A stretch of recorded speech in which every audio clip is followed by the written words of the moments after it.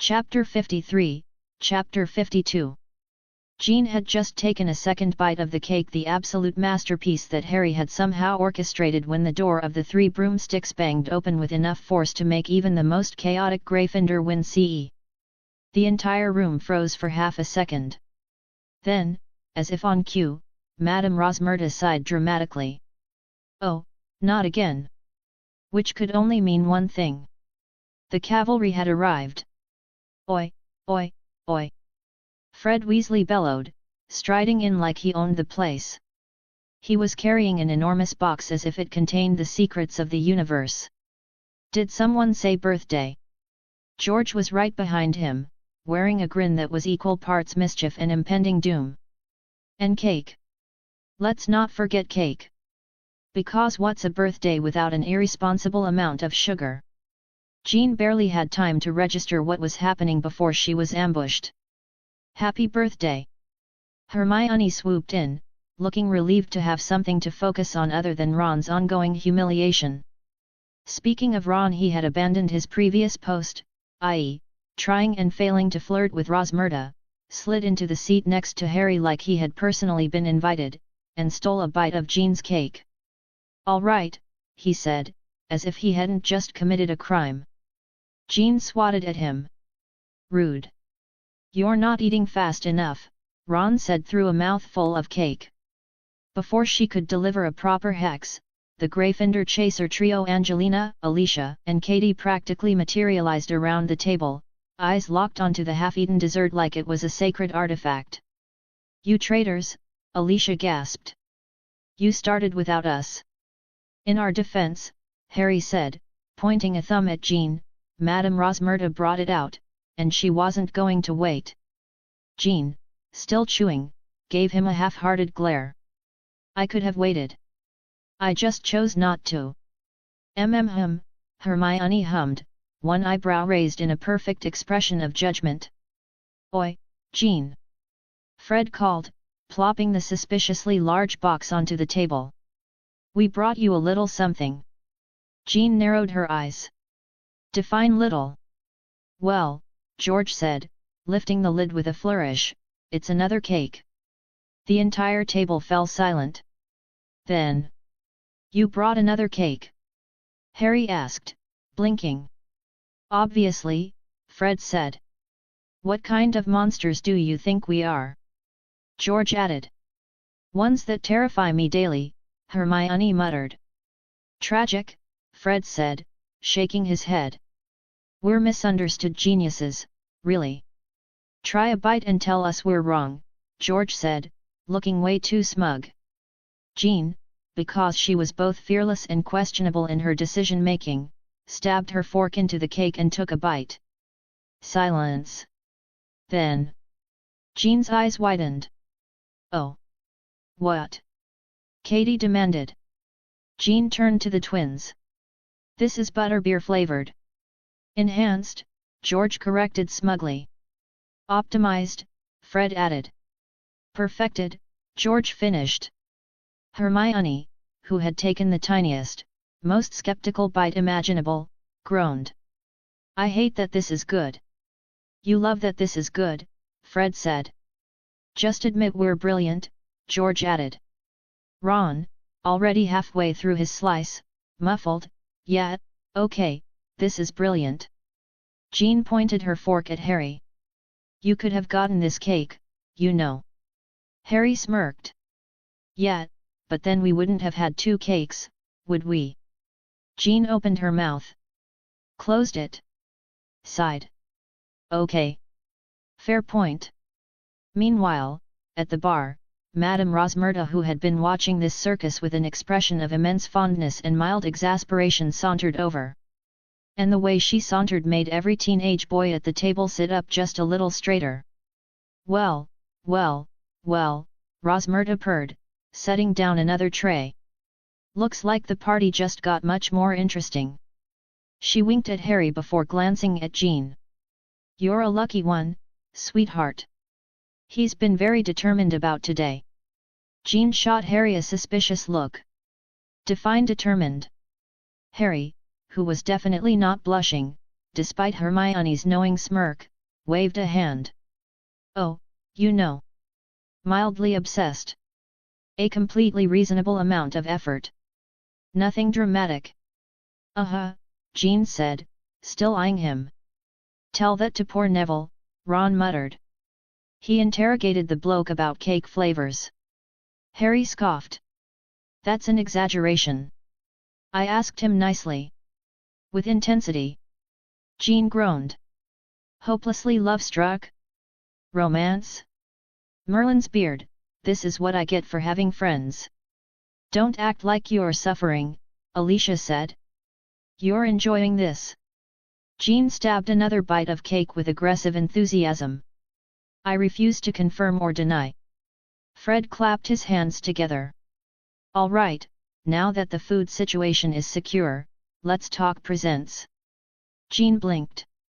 "Wait, there are presents?" George gasped dramatically. "Jean. Of course there are presents. What do you take us for? Savages?"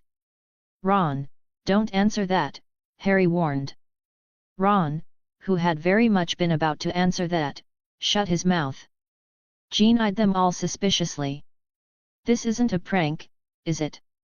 Fred looked personally offended. "Would we prank you on your birthday?" "Yes," Jean, Hermione, and Katie said in perfect unison. Fred pouted. "Wow! Hurtful." "Offended," George added. "Truly. This is a betrayal." Harry leaned back, smirking. "Jean, admit it, you're having fun." Jean sighed, glancing around at her friends, the food, the ridiculous amount of cake. Then she looked back at Harry, eyes softening just a little. "Yeah," she admitted. "I really am." Harry grinned. "Happy birthday, Jean." She smirked, raising her fork. "Now, let's see how much cake I can eat before I pass out." Fred gasped. "A woman after our own hearts." "Truly," George said. "An inspiration."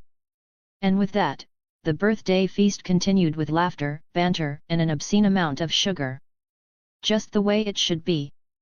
Jean was still trying to process the sheer amount of frosting she'd consumed when Fred Weasley clapped his hands together like a man about to orchestrate the world's greatest prank.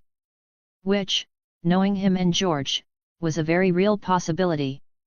"All right, now that we've all successfully shortened our lifespans with that cake," Fred declared, eyes practically glowing with mischief, "it's time for the best part of any birthday." "More cake?" Ron asked, hopeful. "Better," George said, producing a package from seemingly nowhere. It was wrapped in bright gold paper, topped with a bow so massive it could probably double as a Gryffindor common room decoration. "Presents." Jean blinked. "Wait, you guys actually got me stuff." "Jean, please," Angelina said, shaking her head like an exasperated older sister. "We're Gryffindors. We may not plan ahead, but we do know how to treat our own." "That's debatable," Jean muttered. "Ginny told me Ron almost forgot Harry's birthday last year." Ron turned red. "That was, listen, in my defense, okay, yeah, that was bad." "Very bad," Hermione muttered, not even bothering to look up from her drink. "Enough roasting of Ron," Fred said cheerfully. "Back to the matter at hand, gifts." George set the first box in front of Jean with a flourish. "From the two of us," Fred announced. "A little something we thought you'd appreciate." Jean eyed them suspiciously. "This isn't going to explode in my face, is it?" "Not this time," George assured her. Which was not comforting. Still, curiosity won out. She ripped off the wrapping paper and found herself staring at a box labeled Weasley's Wizard Wheezes, Experimental Edition. "Oh no," Hermione groaned. "What did you two do?" "Only improved upon perfection," Fred said dramatically. Jean lifted the lid and immediately found an assortment of their latest inventions, half of which were marked with caution, "May cause unexpected side effects." "Are you trying to get me expelled?" she asked. "Jean," George said, looking deeply offended. We would never. Getting you expelled would mean we don't get to see you use these in action, Fred pointed out. And that would be tragic. Harry, who had been watching the exchange with barely concealed amusement, leaned in. Just promise me that when you inevitably cause havoc with this, you'll blame it on the twins. Absolutely, Jean said without hesitation. Fred and George gasped in mock betrayal. She's learning too well, Fred whispered. Our influence is strong, George agreed. Angelina rolled her eyes. All right, let's move on before these two corrupt Jean any further.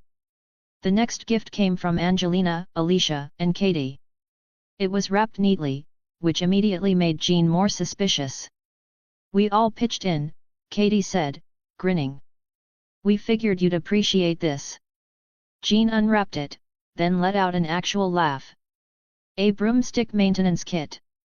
Not just any broomstick maintenance kit, Alicia corrected. The best one on the market. We need you in top form for next season, Angelina added. And also, we refuse to let you use the excuse of a slightly off broomstick if you ever have a bad game. Jean smirked. So this is really just a sneaky way of saying I need to train harder. Exactly. You lot are menaces. Thank you, the three of them chorused. Next, Hermione handed over a small, neatly wrapped package, looking almost nervous. Jean unwrapped it carefully, revealing a beautifully bound book, Legendary Witches and Their Duels, a study of magical combat.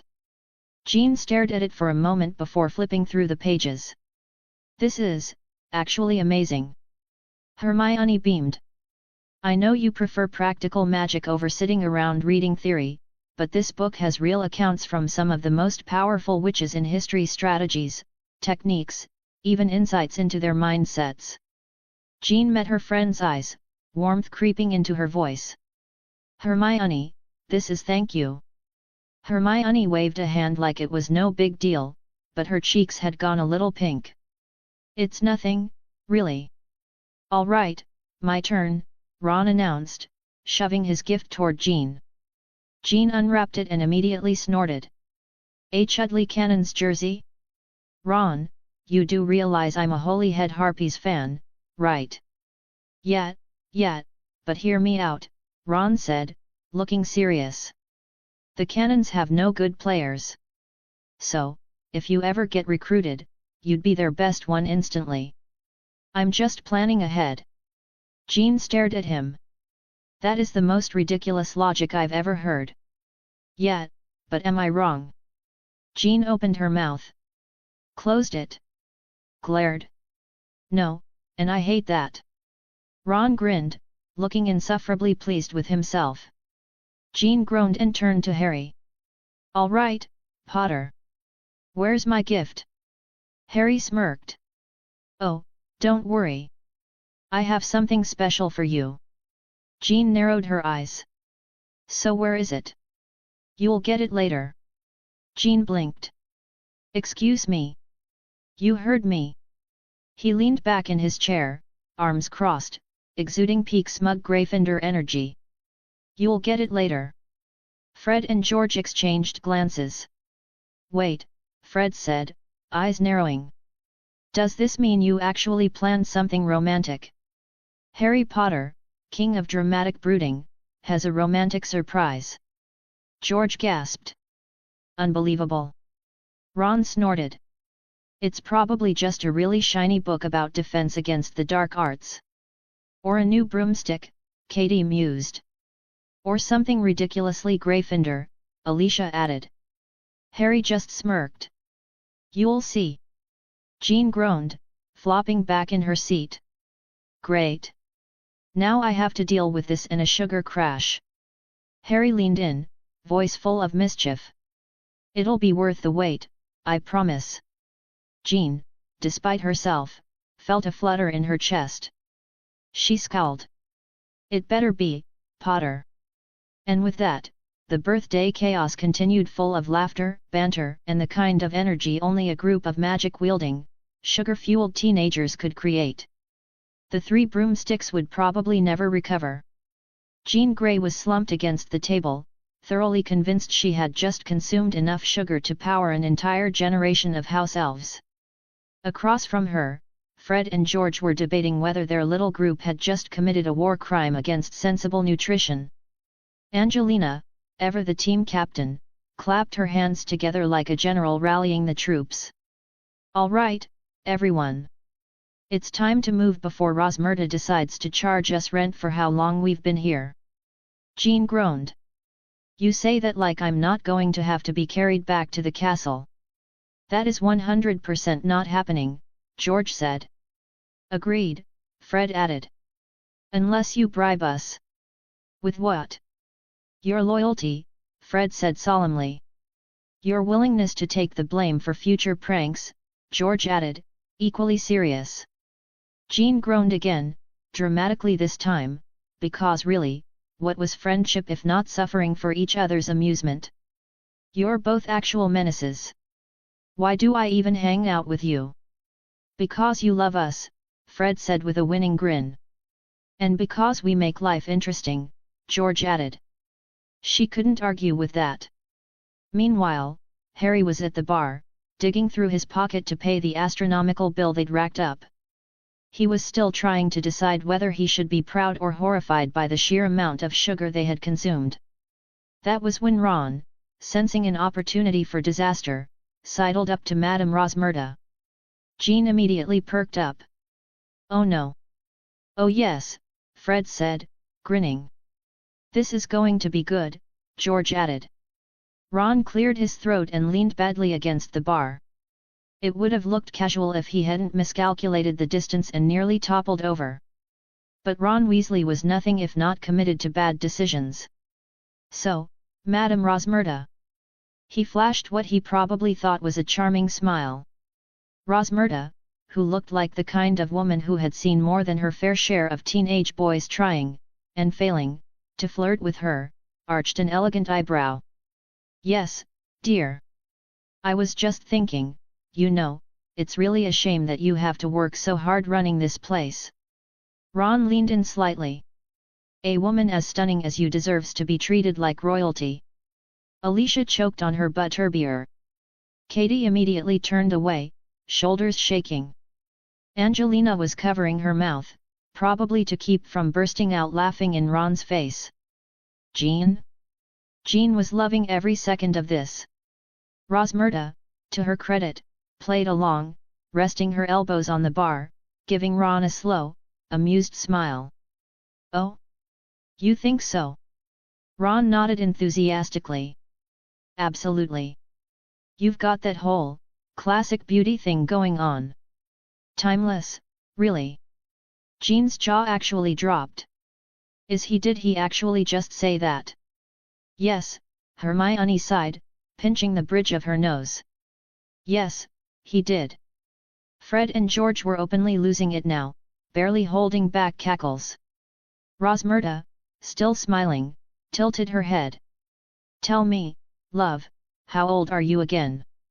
Ron froze. "Er 13. Rosmerta's smile widened, the same way a cat's does when it's watching a particularly slow mouse. "That's adorable." There it was. The most devastating rejection in the history of wizard kind. At that exact moment, Harry, who had just finished paying, turned around just in time to witness the murder of Ron Weasley's ego. He smirked. "Well, that went well." Fred wiped a fake tear from his eye. "I'm so proud." George clutched his heart. "Our little Ronnie Ekins is growing up." Jean patted Ron's shoulder, her face full of mock sympathy. "That was painful, mate. Truly painful." Ron, who had turned an impressive shade of red, muttered something about needing to rethink his entire life. Jean turned to Harry. "Please tell me you left a massive tip for Madame Rosmerta. She deserves it after that." Harry grinned. "Way ahead of you." Rosmerta winked as she pocketed the extra coins. "Always a pleasure, Mr. Potter." Jean narrowed her eyes at him. "You didn't try flirting with her too, did you?" Harry smirked. "Why would I? Ron's already humiliated himself enough for both of us. Ron groaned. I hate all of you. Ah, come on, mate, Fred said, slinging an arm around his shoulders as they finally stepped out into the cool evening air. You shot your shot. And crashed and burned, George added. Spectacularly, might I say. Hermione sighed as they started making their way back toward the castle. Honestly, Ron, at some point, you're going to have to develop a new approach to talking to women. Ron scowled. Yet? Well, when that happens, you lot won't be invited to witness it. Jean grinned, bumping her shoulder against his. Sure, Weasley. Whatever you say. As they walked back under the fading sunlight, the teasing continued, their laughter carrying across the path. The kind of easy warmth that only came with friendship. Jean knew one thing for certain: this had been the best birthday ever. Even if Ron had single-handedly destroyed his own dignity in the process. The walk back to Hogwarts could only be described as a master class in teenage chaos, and Ron Weasley was, without a doubt, the star of the show. The poor guy had buried his face in his hands, muttering something about never talking to anyone again, and if the universe had any sense of justice, it would have granted him some peace. Unfortunately for Ron, his friends weren't about to let that happen. Come on, mate, George said, slapping Ron's back so hard it sounded like he'd just been hit with a bludger. You've got to admit, that was an unforgettable performance. Fred, grinning like a cat that had just eaten a canary, chimed in. No kidding. You've really set the bar for future Weasley romantic endeavors. No pressure, though. Ron muttered something unintelligible, still trudging ahead with his hands shoved deep into his pockets. His face had taken on the shade of a ripe tomato, but at least he wasn't yelling about how much he hated all of them anymore. Progress? Maybe. But he was still trying to pretend like he was unaffected. Jean, who had clearly been waiting for this moment, decided to pile on. You know, Ron, maybe you should just give up on romance and focus on Quidditch. At least there, you can aim your broom at something without causing a disaster. She delivered this with a grin so wide it could have lit up the whole path to Hogwarts. Ron shot her a look that could have melted steel. Very funny, Jean. Really? I can practically hear the sarcasm oozing from you. You know you love it, she teased, nudging him with her elbow. Jean could pull off that annoying but lovable thing like a professional. We do love you, mate, Alicia added, her voice balancing sympathy and mischief. We just don't think the world is ready for your version of romance yet. Ron's face twisted in confusion as he glanced at her.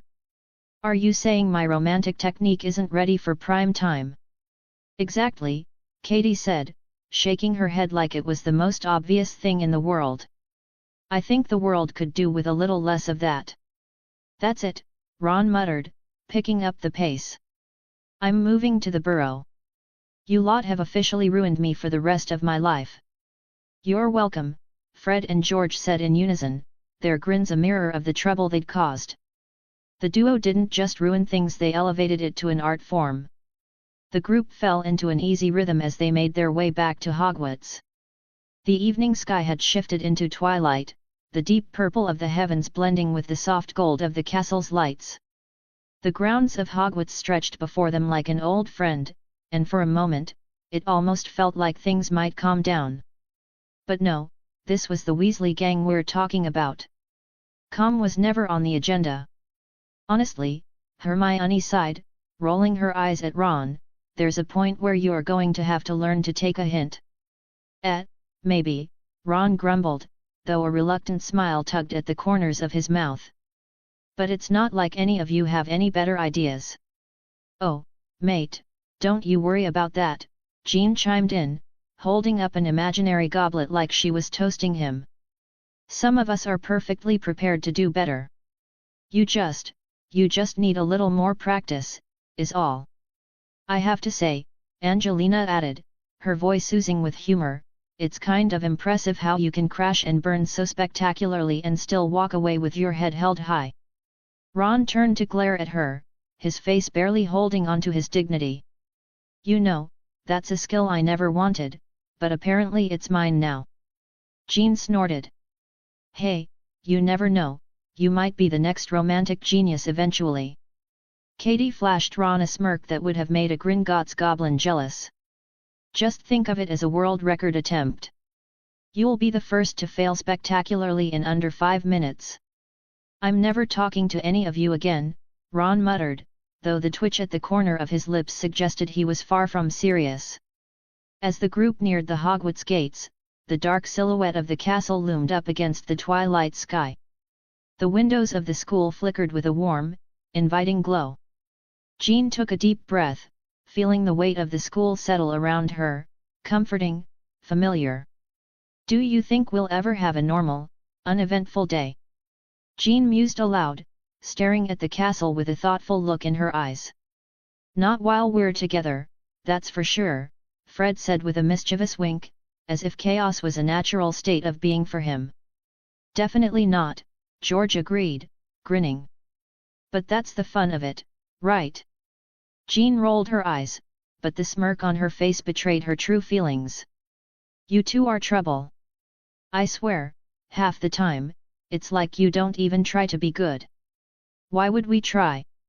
Fred asked, like he was imparting ancient wisdom. Trying's overrated. Exactly, George added with a dramatic flourish. You've got to let the chaos flow. Well, I'm glad someone's having fun, Hermione muttered, though even she struggled to hide her smile. It wasn't often that Hermione Granger cracked under the weight of a joke, but apparently, Ron's love life had that effect on people. Jean couldn't help but laugh. Trust me, Hermione, you'll miss these days when we're all off doing adult stuff, probably getting cursed or thrown into some ridiculous adventure. I think the getting cursed part might be unavoidable, Ron said dryly, finally letting the tension drain from his shoulders. His earlier embarrassment seemed to be dissolving, replaced with an old, familiar resignation. Exactly, Jean said, giving him a playful shove. These are the moments you'll look back on and wonder how you survived. Fred chimed in, survived is an understatement. We're thriving. And by thriving, George added, his voice a perfect mock-serious tone, he means we're all going to get detention at least 3 times before the week is over. Sounds about right, Ron said, sighing dramatically as they passed through the gates of Hogwarts and started making their way up the familiar path to the castle. Jean felt a smile tug at the corners of her mouth. Despite everything, Ron's flaming hot embarrassment, the sugar-induced chaos, the endless teasing, they were all here, together, walking back into Hogwarts as if nothing in the world could tear them apart. This is going to be a good year, Jean said quietly, more to herself than anyone else. You bet it is, Fred said, winking. Now, let's just see how long it takes before we get kicked out of class for something ridiculous. And, of course, Fred was right. That was how things went for them. The madness never stopped, and honestly, they wouldn't have it any other way. As the group approached the entrance to Gryffindor Tower, Harry couldn't help but roll his eyes. The familiar voice of Argus Filch was creeping closer, carrying with it the unmistakable scent of wet cat fur and frustration. The guy always seemed like he'd just sucked on a lemon dipped in vinegar. Here we go again, Jean muttered, her shoulders slumping in a perfect imitation of someone who'd already had far too much of Filch's presence. She'd seen this routine far too many times, and let's face it, she was done. Just what we needed, Ron added, glancing over his shoulder like he was about to be caught in the middle of a battle with an angry bear. You'd think he'd have better things to do with his life than searching us. Yeah, I mean, who else would he be harassing at this hour? Harry said, glancing over to Jean with a smirk. Besides the house elves, of course. But before anyone could respond, there he was. Filch. The Filch. The man who was basically Hogwarts' answer to a rabid raccoon. His limping gait echoed down the corridor, each step punctuated by a wheeze. Filch was waddling towards them faster than anyone had a right to waddle, his gnarled fingers twitching like he was about to catch a mouse. Well, well, well, he sneered, his voice carrying an unnatural glee. What do we have here? A gang of troublemakers sneaking around after hours. Jean raised an eyebrow and offered a saccharine smile. Oh, Filch, we were just taking a stroll. Nothing illegal going on here. Promise. The old man didn't even flinch. Lies. All lies. Filch muttered, as if the word lies was his battle cry. He started patting them down like he was looking for hidden treasure. Harry tried not to laugh, though he did catch Jean's eye. This was gonna be good. Hold on, Ron hissed, his eyes flicking nervously. Please don't check my pockets again. I swear, if he finds my last chocolate frog. Don't worry, Ron, Harry whispered, his voice smooth like velvet. Your candy stash is safe, for now. Oi! I can't help it if I get hungry, Ron muttered, looking like he was about to explode from embarrassment. And that's when it happened. Filch's bony fingers dove right into Ron's pockets, rummaging around like a raccoon in a dumpster. He pulled out a few wrappers, triumphantly holding them up like he'd just found the holy grail of contraband. Aha! Filch barked. Caught you, Weasley. Hiding sweets in your pockets like a common thief. I'll be telling Professor McGonagall about this. I didn't even. Ron tried to protest, but Filch wasn't having it. Shush! You should be ashamed of yourself. Filch continued his warpath, moving on to the next target, Fred and George. If there was anyone who could handle Filch, it was Fred and George Weasley. The twin pranksters were a force of nature. They didn't even wait for Filch to get close before they went into action, moving like synchronized swimmers in a prank-themed Olympic event. Found something, Filch? Fred asked sweetly, like the world's worst angel. Filch squinted at him, looking suspicious. What's this? More nonsense from you two. We were just making sure you weren't missing anything important, George added, casually leaning against a pillar like he was at a weekend barbecue. You know, important for student morale. Yeah, Fred said with a sly grin. We can't have Hogwarts turning into a prison, can we? Students need supplies. Filch's wrinkled brow furrowed as he tried to process this. What are you talking about, Weasley? What supplies? Oh, just this, George said, pulling out a small package that looked suspiciously like fireworks. He started juggling it between his hands with a mischievous twinkle in his eyes. Just your typical shipment of, well, essentials.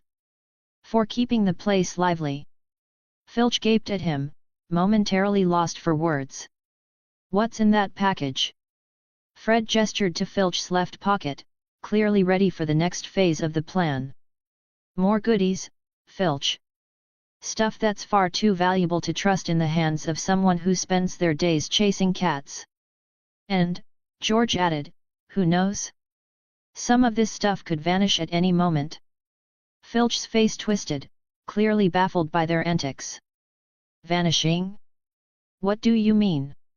And just like that, with a flare only Fred and George could pull off, they disappeared the package. 1 second it was there, the next? Poof! Gone.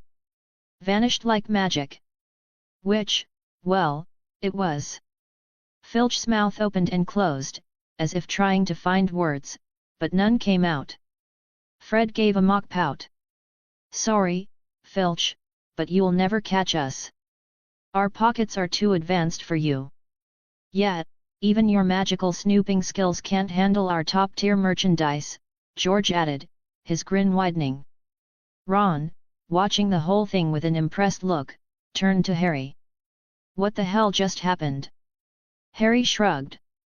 Oh, you know, just the usual. Fred and George saving our butts in the most entertaining way possible. Meanwhile, Jean was barely containing her laughter. Next time, Filch, you might want to use some imagination. You know, just a little bit of creativity. Filch blinked, his face turning the color of a ripe tomato as he sputtered in frustration. You two just wait. We'll be waiting, Filch, Jean called over her shoulder, completely deadpan. Don't worry, I'll save you a seat. They breezed past Filch without another word, leaving him standing there, fuming. Harry snickered to himself as he caught up with the twins. That was amazing, he said, a grin plastered across his face. I mean, I knew you two were trouble, but this was next level. Fred winked at him. We aim to please, George added, and terrify the occasional caretaker. Ron could barely contain his chuckles, but he kept it together long enough to grunt, you two are impossible. Impossible to catch, you mean, Fred said with a cheeky grin. You've got that right, George agreed, clapping Ron on the back. And then they reached the fat lady's portrait. Password, the fat lady asked in her usual lofty voice, clearly unimpressed by the chaotic scene they had just left behind. Serpentine, Jean said smoothly, grinning like she'd just pulled off the most perfect heist in the history of Hogwarts. The portrait swung open, and without another word, they all slipped inside. Gryffindor Tower greeted them like an old friend, warm, familiar, and just a little bit chaotic. It was like slipping into a giant, comfortable sweater after a long day of trying to dodge Filch's clutches.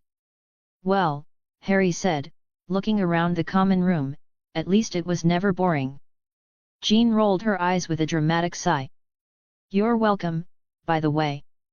Hermione, who had been watching the entire exchange with her arms crossed and a raised eyebrow, shook her head. I still don't understand how you two get away with this. Simple, George said, pulling out a chocolate frog from his robes and offering it to her. We're brilliant. Fred nodded seriously. And it's a gift. Yet, Hermione muttered, accepting the chocolate with a reluctant grin. Just don't do it again when I'm around, okay? Promise, Fred said, but his eyes were already twinkling with mischief. With the sound of their laughter filling the common room, the fire crackling in the hearth, and the warm, familiar atmosphere wrapping around them, the day at Hogwarts came to a close. Another chaotic, brilliant, and absolutely unforgettable day. As the last few members of their group trudged up to their dorms, Harry and Jean found themselves alone in the Gryffindor common room. The fire in the hearth crackled lazily, casting a warm glow across the room, but Harry wasn't paying much attention to the flames. Instead, he was watching Jean, the mischievous glint in his eyes betraying his carefully crafted nonchalance. Hey, Jean, he called, giving her a wink, got something for you. Jean raised an eyebrow, half amused, half skeptical. What is it this time, Potter? Another cursed broomstick? A life-sized replica of the Weasley twins' latest misfire. Harry smirked, shaking his head as he fished a moleskin pouch from his belt. Nah, nothing that destructive. Just thought you might appreciate this one. He flicked open the pouch with a flourish. Out came a sleek, green bodysuit that shimmered with dark metallic undertones, like a snake slithering through shadows. It was a perfect mix of style and practicality. And right in the center of the chest, gleaming in the firelight like it was showing off, was a golden phoenix emblem. Jean's eyes widened as she took in the sight. Harry, she said, her voice softening with surprise, what is this? Your new superhero armor, Harry said with a grin that screamed I'm ridiculously proud of myself. You're gonna need something more than just your mind-blowing telekinesis when we're out there leading missions, right? So I got you something that's got your back. Jean took the suit carefully, her fingers brushing over the glossy fabric. The way it felt, it was hard to tell if it was a soft, high-end fabric or something tougher than dragon hide. The design was undeniably impressive. Green, hi, she said, a smirk tugging at her lips. You know how to flatter a girl. Hey, Harry shrugged with mock innocence, green is the color of power, sophistication, and also, you know, when you're trying to look badass and save the world. Figured you could rock it better than anyone. Jean snorted. You're ridiculous. Maybe, Harry replied, leaning casually against the wall as if he wasn't holding up an entire conversation about how cool he was. But that doesn't make me wrong. Plus, this little beauty is made from basilisk hide and acromantula silk. Only the best for my CO leader of MageX. Jean blinked, her expression shifting from mock amusement to a touch of awe. You're kidding. Basilisk hide? Acromantula silk? You got this from the goblins, didn't you? Yep, Harry confirmed. Had to sell them all of the basilisk parts as well as the acromantula venom and silk, but I might have, let's say, persuaded them into giving me a good deal. You know, for the cause. Jean grinned, clearly impressed. You're something else, Potter. Seriously, though, this is amazing. She ran her hand over the golden phoenix emblem. It's perfect. Harry's grin grew wider. Of course it's perfect. I'm me. Right, Jean laughed, shaking her head. And your humility is what makes you so charming. I know, right? Harry said, flashing her a playful grin. It's basically my best quality. That, and my heroic good looks. Jean rolled her eyes, but there was a spark in her gaze that wasn't entirely amusement. You've got too much confidence for someone who nearly got caught by Filch a few hours ago.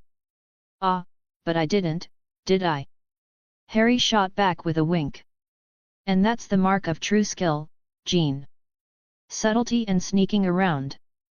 And, of course, the ability to make Filch think he's seeing things.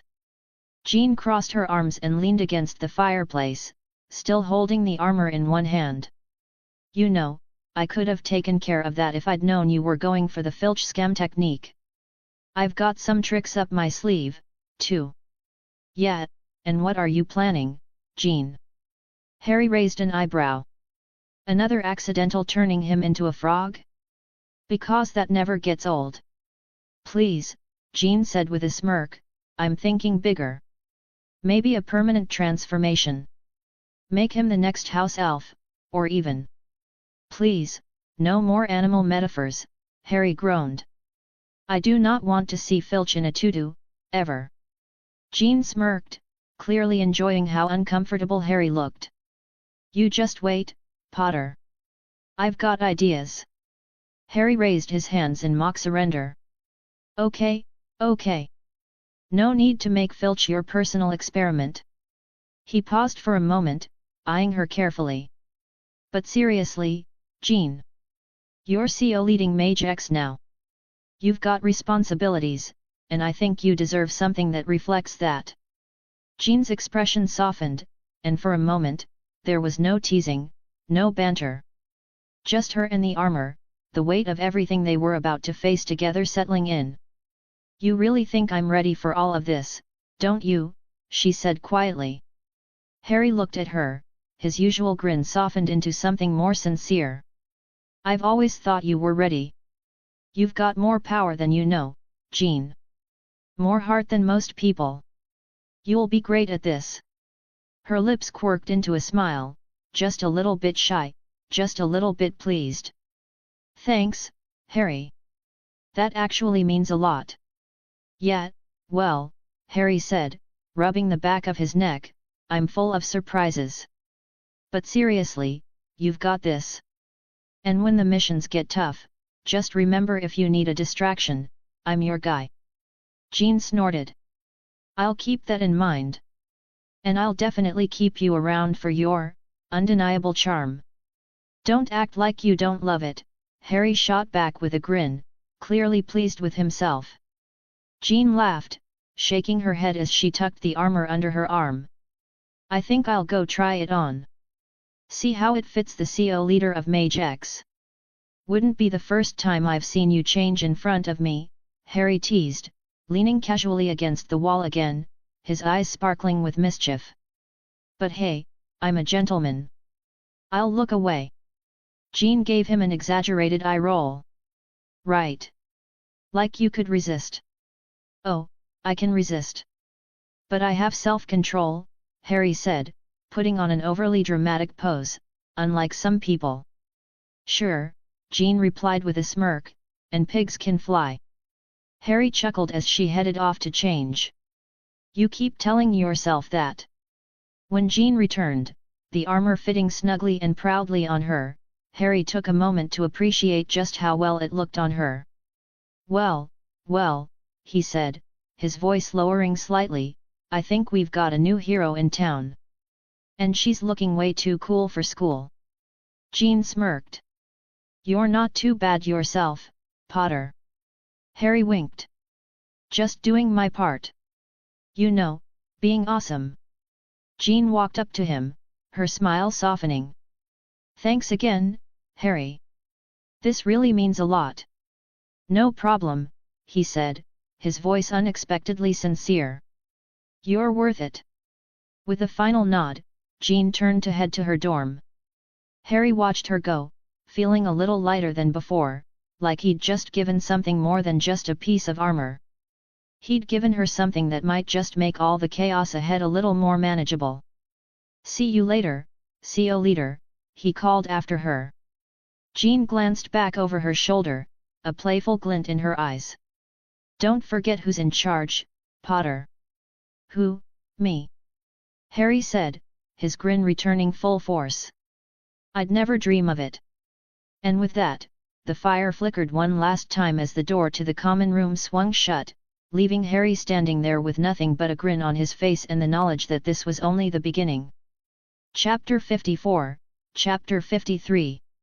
If you ever find yourself wandering through Hogwarts and stumble across a group of teenagers wearing outfits that look straight out of a superhero movie, don't panic.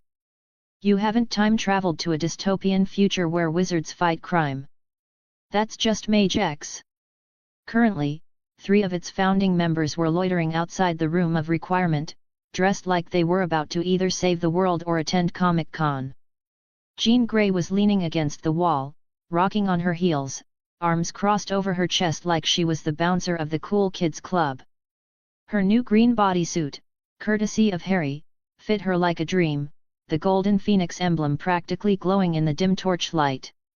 She had no idea what material it was made from, but it was flexible, lightweight, and most importantly made her look hot. Harry stood next to her, flipping a dagger between his fingers with casual ease. He was dressed in a red armored bodysuit with golden accents, the golden M on his chest standing out like a beacon. His underarmor was brown and black, giving him the appearance of someone who took both fashion and combat seriously.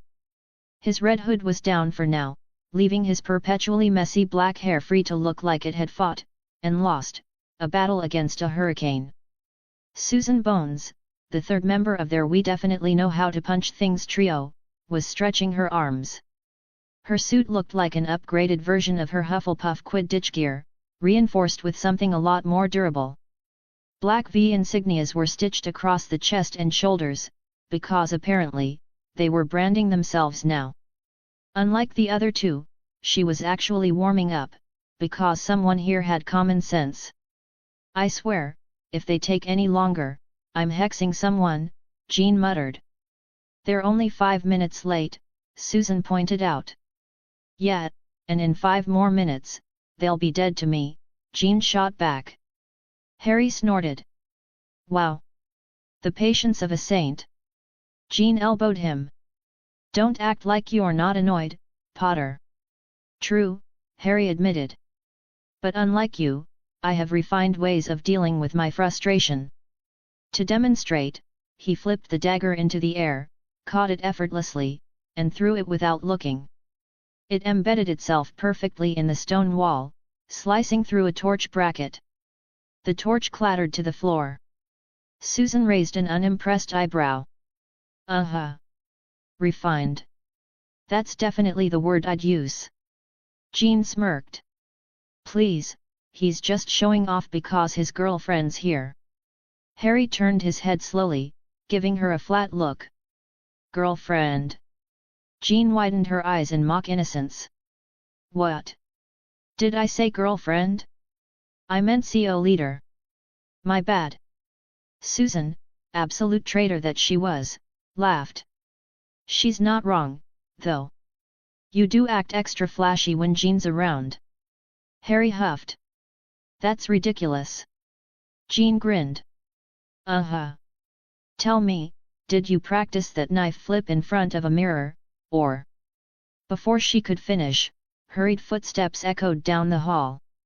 A group of students rounded the corner. Hermione, Ron, Fred, George, Percy, Ginny, Hannah, Luna, Daphne, Tracy, Neville, and Cedric followed closely by the three new recruits, Angelina Johnson, Alicia Spinnet, and Katie Bell. The three Quidditch players skidded to a stop the moment they caught sight of them. Angelina blinked. Did we just walk into a superhero audition? Alicia let out a low whistle. Well, this is unexpected. I thought we were here for, I don't know, secret dueling club stuff. No one said anything about matching outfits. Katie, the Muggleborn, tilted her head. Okay, either you lot are superheroes, or you've been watching way too many Muggle action films. Jean shot Harry a smug look. See? Someone appreciates our aesthetic. Harry smirked. We are superheroes, technically. Alicia scoffed. Okay, sure. And I'm Merlin reincarnated. Fred muttered, could be worse. She could be Dumbledore reincarnated. George shuddered. Please, one Dumbledore is enough. Percy cleared his throat, looking as exasperated as ever. Can we focus? We are here for a reason. Jean rolled her eyes. Fine, fine. We'll get to the actual meeting part of the meeting. She gestured toward the blank stretch of wall.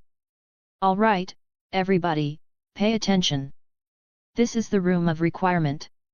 It only appears when you need it, and since we need a private training space, it's about to give us one.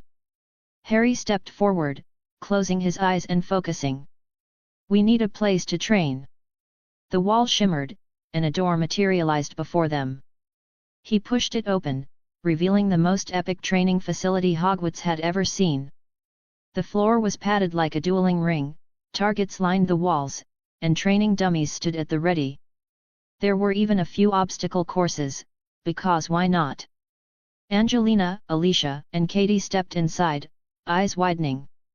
Okay, Angelina said slowly. This is actually cool. Alicia whistled. All right, I'll admit it. I was expecting a dusty old storage room, but this is next level. Katie turned to Harry, Jean, and Susan. All right, spill. What exactly is MageX? Harry exchanged a glance with Jean before turning back to the newcomers. Simple, he said. MageX is a team of magical heroes. We train, we protect, and we make sure the wizarding world doesn't get left behind in a world that's changing fast. Jean grinned. And now, you three are about to become part of it. Alicia crossed her arms. And if we say no? Harry smirked. Then you leave, and you never speak of this again. Angelina raised an eyebrow. And if we say yes? Jean clapped her hands together. Then welcome to the most badass club in Hogwarts. Katie hesitated for a moment before nodding. All right. I'm in. Angelina and Alicia exchanged glances before shrugging. Alicia smirked. I mean, if it means I get one of those cool suits, why not? Angelina grinned. Yeah, okay. I'm in. Harry clapped his hands together.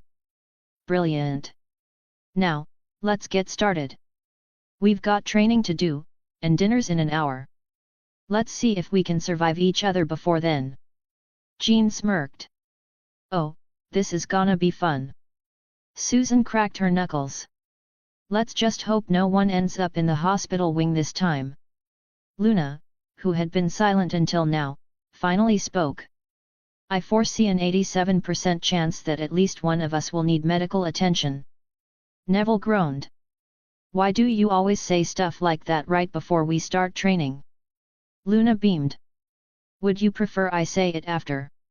And with that, MageX's newest members stepped onto the training floor, completely unaware of just how insane things were about to get. The Room of Requirement was quickly shaping up to be the most real-life action movie set any of them had ever seen. The walls hummed with the energy of enchantments, and suddenly, out of thin air, training dummies and targets began appearing looking like something straight out of a training montage. Harry, Jean, and Susan stood in the middle of it all, arms folded and looking very much like they had stepped out of a Marvel movie. Angelina, Alicia, and Katie were trying very hard to look composed, well, as composed as you can look when you're faced with three teens who had obviously just finished filming an Avengers sequel. "So, we're part of a superhero team now?"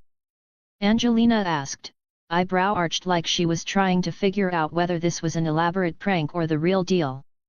"And, no offense, but you three look like you're about to join a villain's league, not save the world." Jean turned to her with an exaggerated frown, but her eyes twinkled with amusement. "Ouch, Angelina! I thought we were bonding over our matching outfits." "Oh, sure, matching outfits," Alicia said, snickering. "If I wanted to be a walking billboard for Christmas, I'd wear what he's wearing." She gestured toward Harry, who was standing proudly in his red and gold armor that practically screamed heroic fashion statement. "Hey, don't knock the suit," Harry said, puffing out his chest. "Red and gold. Powerful colors. Trust me, they never go out of style." He flashed a grin that could have lit up a small city. "And, for the record, Jean's suit's better than mine. If you're into matching outfits." Jean shot him a mock glare, her smile betraying her. "Flattery will get you everywhere." Angelina leaned over to Alicia. "Is that a competition between them?" Alicia raised an eyebrow. "Oh, I don't know. But if it is, I bet Harry's losing." Katie, who had been quietly absorbing everything like she was trying to decode a wizarding puzzle, finally spoke up. Okay, I've got to ask. What's MageX? And, are you guys, mutants?" The entire room froze for a second. Even Luna, who had been twirling around inspecting some invisible creature only she could see, the Nargles, of course, stopped mid-spin and cocked her head in curiosity. "Mutants?" Harry repeated with a grin, as if the word were some kind of inside joke. He straightened up, his armor gleaming in the torchlight like it was made of enchanted fire. "Yeah, but not in the way you probably think. We're magical mutants." Katie blinked. "Wait, so, you've got powers? Like X-Men?" "Bingo," Harry said, tapping his chest like he was some kind of magical superhero on a mission to make all their lives very complicated. "Except, we didn't get our powers from some crazy accident with radiation or a gene splice. We were born with them. Well, some of us, at least." Alicia gave him a sideways look. "Wait, so are you telling me you've got mutant powers, like teleporting or something?" "Not quite," Jean chimed in, flashing a grin. "We're magical mutants. Some of us, like me, have telepathy and telekinesis.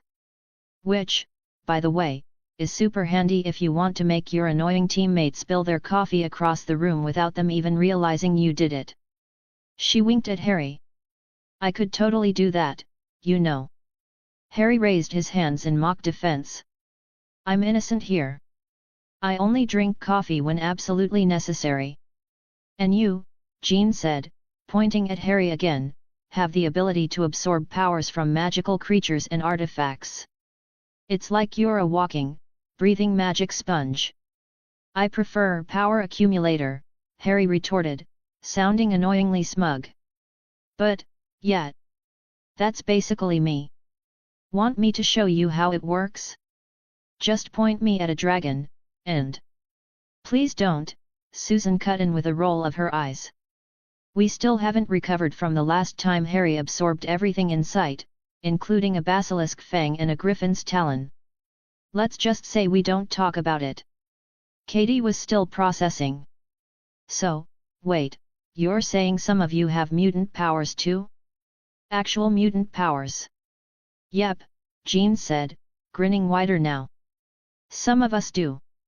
And some of us, like Harry, are a bit more complicated. Can I go next? Neville said, raising his hand eagerly. I have control over plants. Seriously, plants are awesome. They help with everything. And no, I don't just talk to them like a crazy plant lady. They help me with my fighting. That is a power. Alicia asked skeptically. You'd be amazed what you can do with a few vines, a lot of patience, and a bit of plant magic, Neville said with a shy grin. I once made a plant grow so fast, it knocked someone off their feet. It's, surprisingly effective. I'm next. Daphne called from across the room, freezing a target in an instant with a snap of her fingers. Cryokinesis. Freezing things. Nothing too fancy, but it gets the job done. Like freezing people? Katie asked, looking slightly unnerved. Daphne winked. Only if they've earned it. Cedric stepped forward next, stretching his fingers dramatically. Regeneration, enhanced reflexes, senses, and he tapped one of his fingers, and a retractable claw shot out from the tip of his finger. Claws. Very useful for everything else. Oh, so you're like a werewolf, but without the moon, Alicia said, grinning. Exactly, Cedric replied, a cocky grin forming on his face. Luna, who had been inspecting a nearby air current as if it were the most fascinating thing in the world, finally looked up. I talk to the forces of the universe. Sometimes they show up as invisible creatures. Like Nargles or Raxperts. The real ones, not the fake ones. She tilted her head, looking at them with dreamy eyes. Oh, and the crumpled horned snorkack is real, too. I've seen it. That's a lot, Katie muttered under her breath, still processing all the weirdness. Don't worry, Susan said with a smirk, you'll get used to it. Or at least you'll learn to cope with it. Like the rest of us. Harry clapped his hands together, breaking the tension. All right, so here's the deal. MageX isn't just some superhero group. We're here to protect the magical world. And we want you three to join us. Angelina, clearly having worked through the initial shock, stepped forward. So, we just what? Join the team, get powers, and then you guys give us cool suits. Yes. But only after you can prove you won't embarrass us, Harry grinned. And trust me, the suit is worth it. Alicia raised her hand like she was in a classroom. But what if we don't have mutant powers? Is that okay? Doesn't matter, Jean said, giving Harry a look that made it clear she had already thought this through. If you're magical, you're in. If your powers develop later, great. But even if not, we're all in this together. Katie smiled. I'm in. I've always wanted to be part of something bigger than me. I'm in, too, Alicia said, crossing her arms. Might as well see where this goes. Angelina nodded. Yep, count me in. Perfect, Harry said, clapping his hands together. Now, time to see how you handle a little training before dinner. Hope you're ready to get your butts kicked. Jean flashed a mischievous grin. And no one's leaving here without breaking a sweat. You've been warned. I'm sure you're all super excited about that, Susan said dryly. Just don't end up in the hospital wing again. Last time, someone nearly gave Madame Pomfrey a nervous breakdown. With that, the new recruits stood, staring wide-eyed at what was about to unfold. They were about to discover just how crazy their lives were about to become. The moment Jean and Susan stepped onto the training field, you could practically hear the click as the gears in their heads shifted into full drill sergeant mode. Jean was all legs, fire, and sass as she surveyed the group of teenagers, her hands confidently placed on her hips.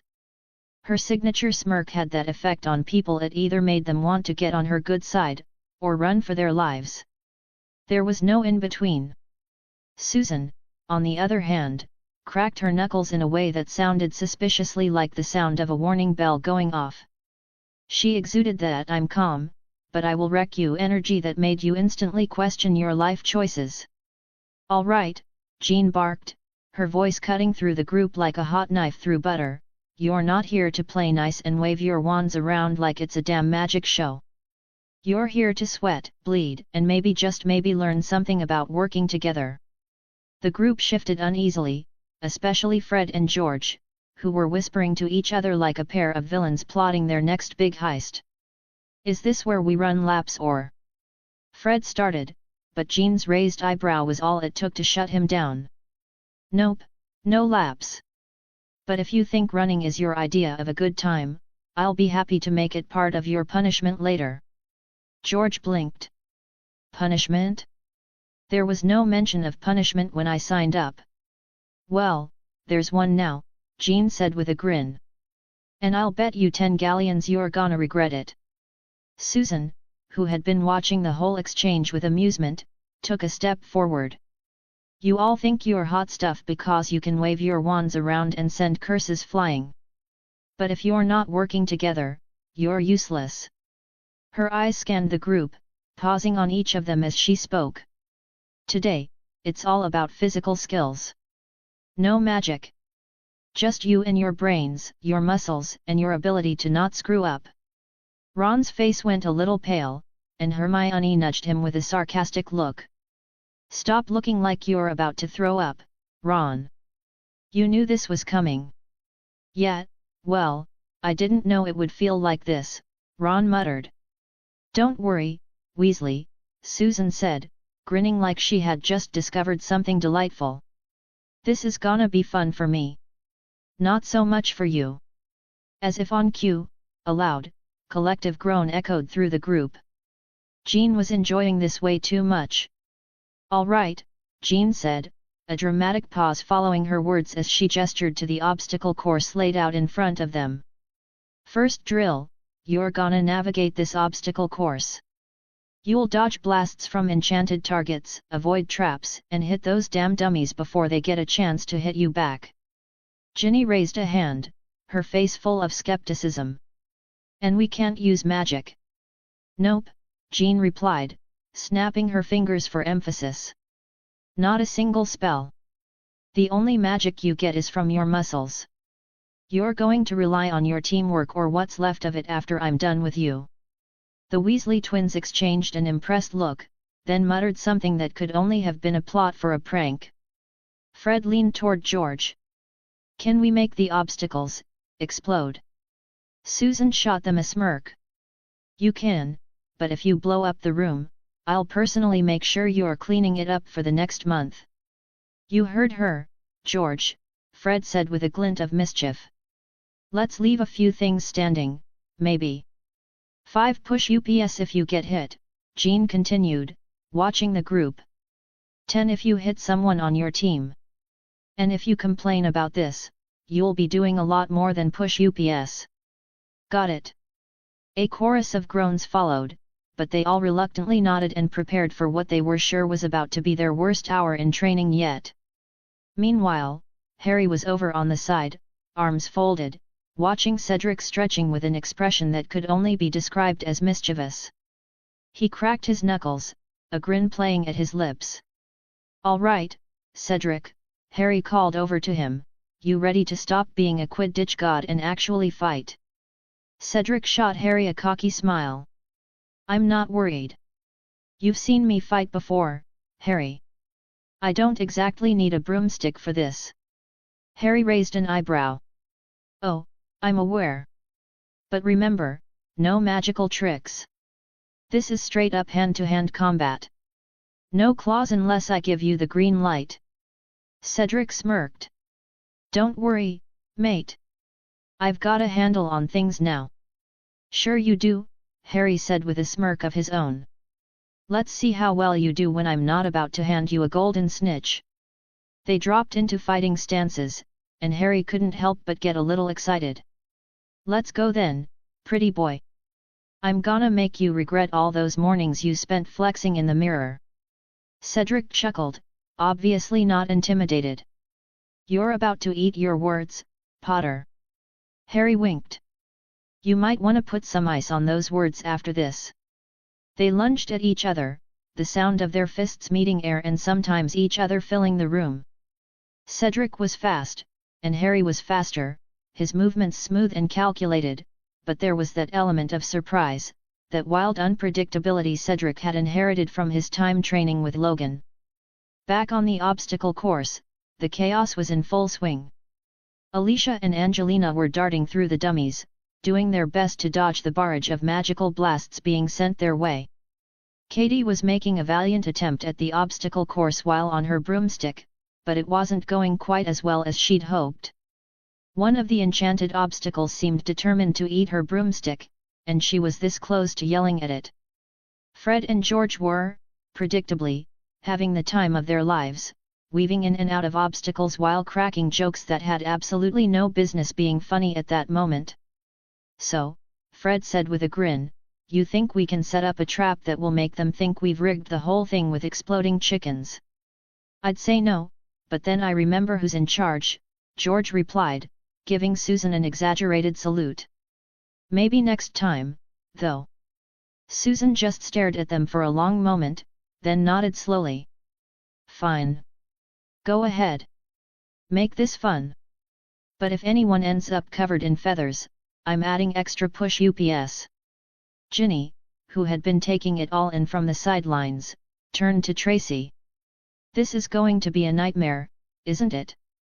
Tracy, who was trying to maintain her usual stoic demeanor, sighed. "Yeah, but at least they'll learn something, I think." Luna, on the other hand, had already floated past them all, lost in her own little world. "Oh, look at that," she said, her voice dreamy. "There's a nargle in that target. See, it's smiling at me. It thinks I'm nice." Tracy just blinked at her. "What in the world?" Luna simply smiled back. "They like when you talk to them." "Right," Tracy said under her breath, "nargles. Got it." Meanwhile, Jean was watching the whole thing with an ever-present smirk. "Well, if they don't get it together soon, I might just start using them as target practice." Susan raised an eyebrow. "You say that every time." Jean grinned wider. "But this time, they're actually going to make me work for it." The air crackled with tension, like a live wire waiting to snap. Cedric and Harry squared off in the makeshift training ring, eyes locked with the intensity of a couple of guys about to argue over the best way to eat a burrito. "It's obviously from the top down, don't at me." Harry was taking it easy just enough to give Cedric a fighting chance, but, honestly, it was getting harder to hold back. Harry casually adjusted his stance, hands in his pockets like he wasn't standing on the edge of a near-physical confrontation. His grin was about as innocent as a cat who'd just knocked over a vase and was pretending to be shocked by it. "Ready, pretty boy?"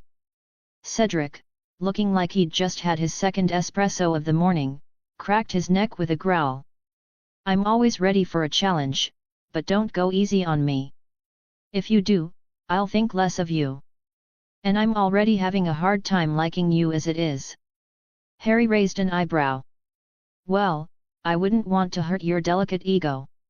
"Oh, I'm sure it's already been shattered by my many flaws," Cedric said, tapping his temple. "But hey, I've been training with Logan. I can take a hit. Bring it." There it was, the challenge Harry couldn't ignore. When someone pulls the "you're holding back" card, it's like they're daring you to unleash the beast. But Harry? He wasn't about to go full power on the guy. Not yet. Not when they were still trying to figure out how to keep from tripping over their own feet. "All right," Harry said with a fake sigh, like he'd been inconvenienced by the request. "Prepare to regret this." And, without another word, they were at it. Harry moved first because, his speed was like trying to catch a shadow on a sunny day. Cedric's eyes widened as Harry slid to the side, dodging the punch with the kind of grace you'd expect from someone who'd been training with a wizard who could levitate furniture for fun. But Cedric was quick, too, and his reflexes had improved leaps and bounds thanks to Logan's brutal sessions. "Come on!" Cedric huffed, throwing another wild punch that Harry easily dodged. You can't just keep moving around like that. Harry grinned. Why not? It's working, isn't it? Cedric growled, his boots scraping against the floor as he adjusted his stance. He wasn't going to let Harry dance circles around him all day. Stop trying to make me look bad, Potter. I know you've got more in you. Harry raised his hands in mock surrender. What? Who, me? I'm just getting started. But hey, you asked for it. Before Cedric could respond, Harry was already on the move again. He darted forward this time, just as Cedric swung. Harry sidestepped, but this time, instead of dodging completely, he pivoted and tapped Cedric's ribs with an elbow that sent Cedric stumbling back. Oh, come on! Cedric sputtered, clutching his side like he'd just been sucker punched. That actually hurt. Harry stepped back, pretending to be shocked. What? No. I didn't think it'd work that well. You okay? Cedric shot him a glare. I'll survive. But you'd better start taking this seriously, because I'm not gonna stop. Harry smirked. I'm not really going easy. But if it makes you feel better, I'll show you what it's like to fight a guy who doesn't need a broom to fly. Cedric's jaw tightened, his eyes flashing with determination. Bring it. And that's when the tempo changed. Cedric's footwork was sharper this time, his punches more controlled. He wasn't just reacting anymore, he was anticipating. Harry dodged a punch that nearly clipped his cheek, then slid into a low sweep that had Cedric jumping out of the way just in time. Hey! Watch it! Cedric laughed, clearly enjoying himself now. Harry raised his eyebrows. I thought you said you wanted me to go full throttle. We can't all be delicate little flowers. Oh, shut it, Cedric shot back. You've got it easy, speedster. I'm still getting used to this. But when I do... Harry just nodded. Yeah. When you do, you'll be a force to be reckoned with. But, for now, it's my turn.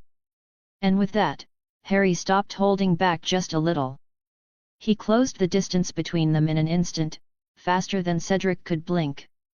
Before Cedric even knew what was happening, Harry's fist landed solidly on his shoulder, and it wasn't a light tap. Cedric went flying back, arms flailing like a rag doll. He barely caught his balance before he fell. Whoa, easy there, champ, Harry teased, flicking a bit of non-existent dust from his shoulder. You all right? You look a little wobbly. Cedric's face was flushed with exertion, but his grin never wavered. Damn, that was actually impressive. You could have taken my head off there. I could have, Harry said, his grin widening. But where's the fun in that? Besides, I'm saving the real moves for later. You know, for when you really piss me off. Pfft, I'm scared, Cedric muttered, rubbing his shoulder as if trying to act like that hit didn't sting. But it's all good. You think you've got me figured out? Harry tapped his chin. You're getting closer, I'll give you that. But it's still too easy. You gotta keep your head in the game, mate. Don't let me be the game. Cedric's eyes narrowed, his muscles tensing. All right, then. No more Mr. Nice Guy. He lunged at Harry, faster this time, but Harry was already moving before Cedric had fully committed. It was like they were both playing chess 2 steps ahead, thinking ahead of each other's moves. But this time, Cedric anticipated Harry's next move, blocking his punch with a surprising amount of force. Not bad, Harry said, clearly impressed. You've improved. Just don't get cocky now. Cedric, breathless but grinning, wiped sweat from his brow. I'm just getting started. Don't think you've won yet. Harry laughed. Oh, I know. But this is fun. Between rounds, Harry and Cedric took a breather, both of them panting, sweat dripping down their faces like they'd just run a marathon through a swamp.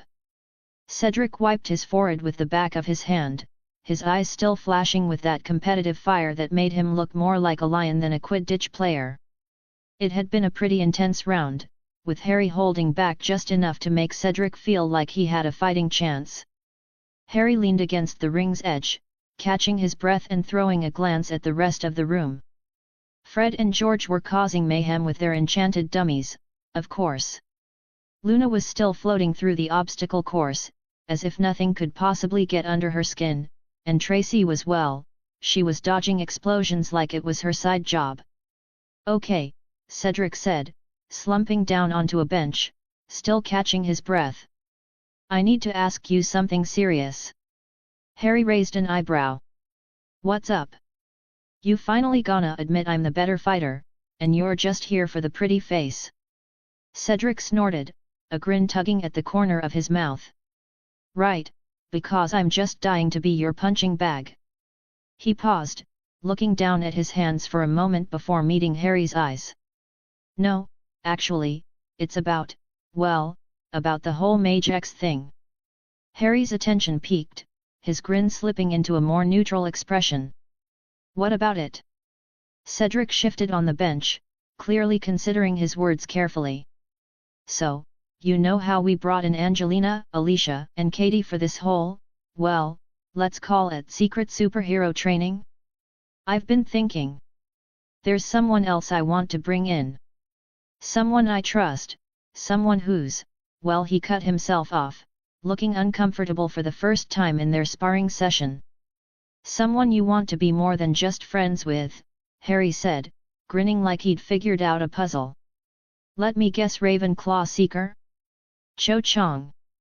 Cedric's face flushed, his eyes darting away like he'd just been caught in a very awkward moment. "You're a bloody genius, aren't you?" he muttered, rubbing the back of his neck sheepishly. "Yet. Cho's one of my childhood friends. I want to tell her, I want to tell her about what's going on with me. About MageX. About my abilities. I mean, she's always been there for me, and..." Harry held up a hand, stopping him before he could get any more sentimental. "Hold up, Cedric. I get it. You want to be able to tell her, but here's the thing. This isn't just your call." He glanced around at the others, who were still busy doing their thing. "It's not only about whether or not you trust Cho. Jean, Susan, and I are the ones who run this operation, so if you want to bring her into the fold, we all have to give the thumbs up.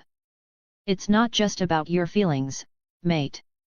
Cedric's face hardened, his gaze flickering from Harry to the others.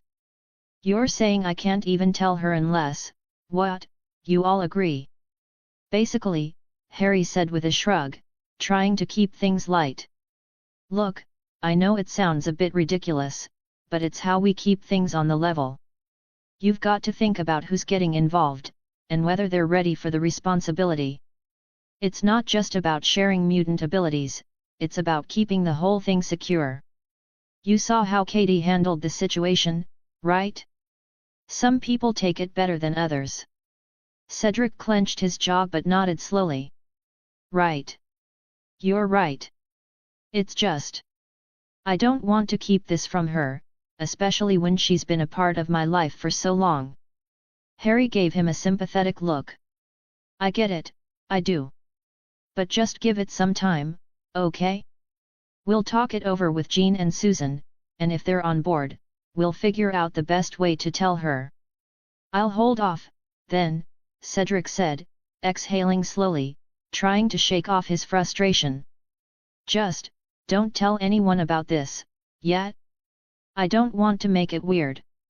Harry smirked, crossing his arms. "Mate, if you think I'm the one who's gonna tell people about your little crush, then I've got news for you. I'm far too busy looking after my own complicated life to add your love triangle to my list." Cedric let out a short laugh, shaking his head. "I'm not the one who needs help there, Potter." "Not yet, anyway," Harry shot back with a smirk, the usual cheekiness slipping back into his voice. Cedric chuckled, looking more at ease now. All right. I'll cool it for now. But you owe me a round where I actually get a punch in. Sure thing, pretty boy, Harry said, pushing off the bench and getting back into position. But just know, you're not getting any sympathy punches from me. I play for keeps. Figures, Cedric grinned, rolling his shoulders again as he stood up. Ready for round 2? Harry nodded, a challenge lighting up his eyes. Born ready. Let's see what you've really got. Chapter 55, Chapter 54. The training session wrapped up in a sweaty, adrenaline-charged haze. The gym echoed with the sound of heavy breathing, the occasional grunt, and the clink of weapons being dropped or hastily thrown aside. Harry wiped the sweat from his brow and spotted Jean and Susan huddled with Katie and Angelina, reviewing strategies from their sparring sessions. Fred and George had already vanished to tinker with some of their latest explosive inventions, probably something that could blow up the moon if they felt like it. Harry strode over, feeling the burn in his muscles but pushing it aside for the moment.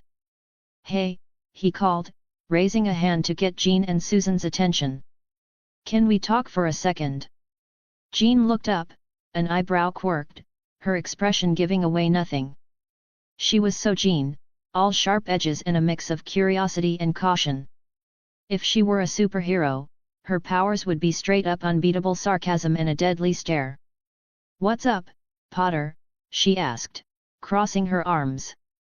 Her eyes flicked briefly to Cedric on the other side of the room, clearly sizing up the situation. Typical Jean, Harry thought. Always 2 steps ahead of him. Harry glanced at Cedric, who was busy talking to Katie and Alicia. He could practically feel the weight of Cedric's nervous energy from here. It's about Cedric, Harry said, voice quieter now, and Cho Chang.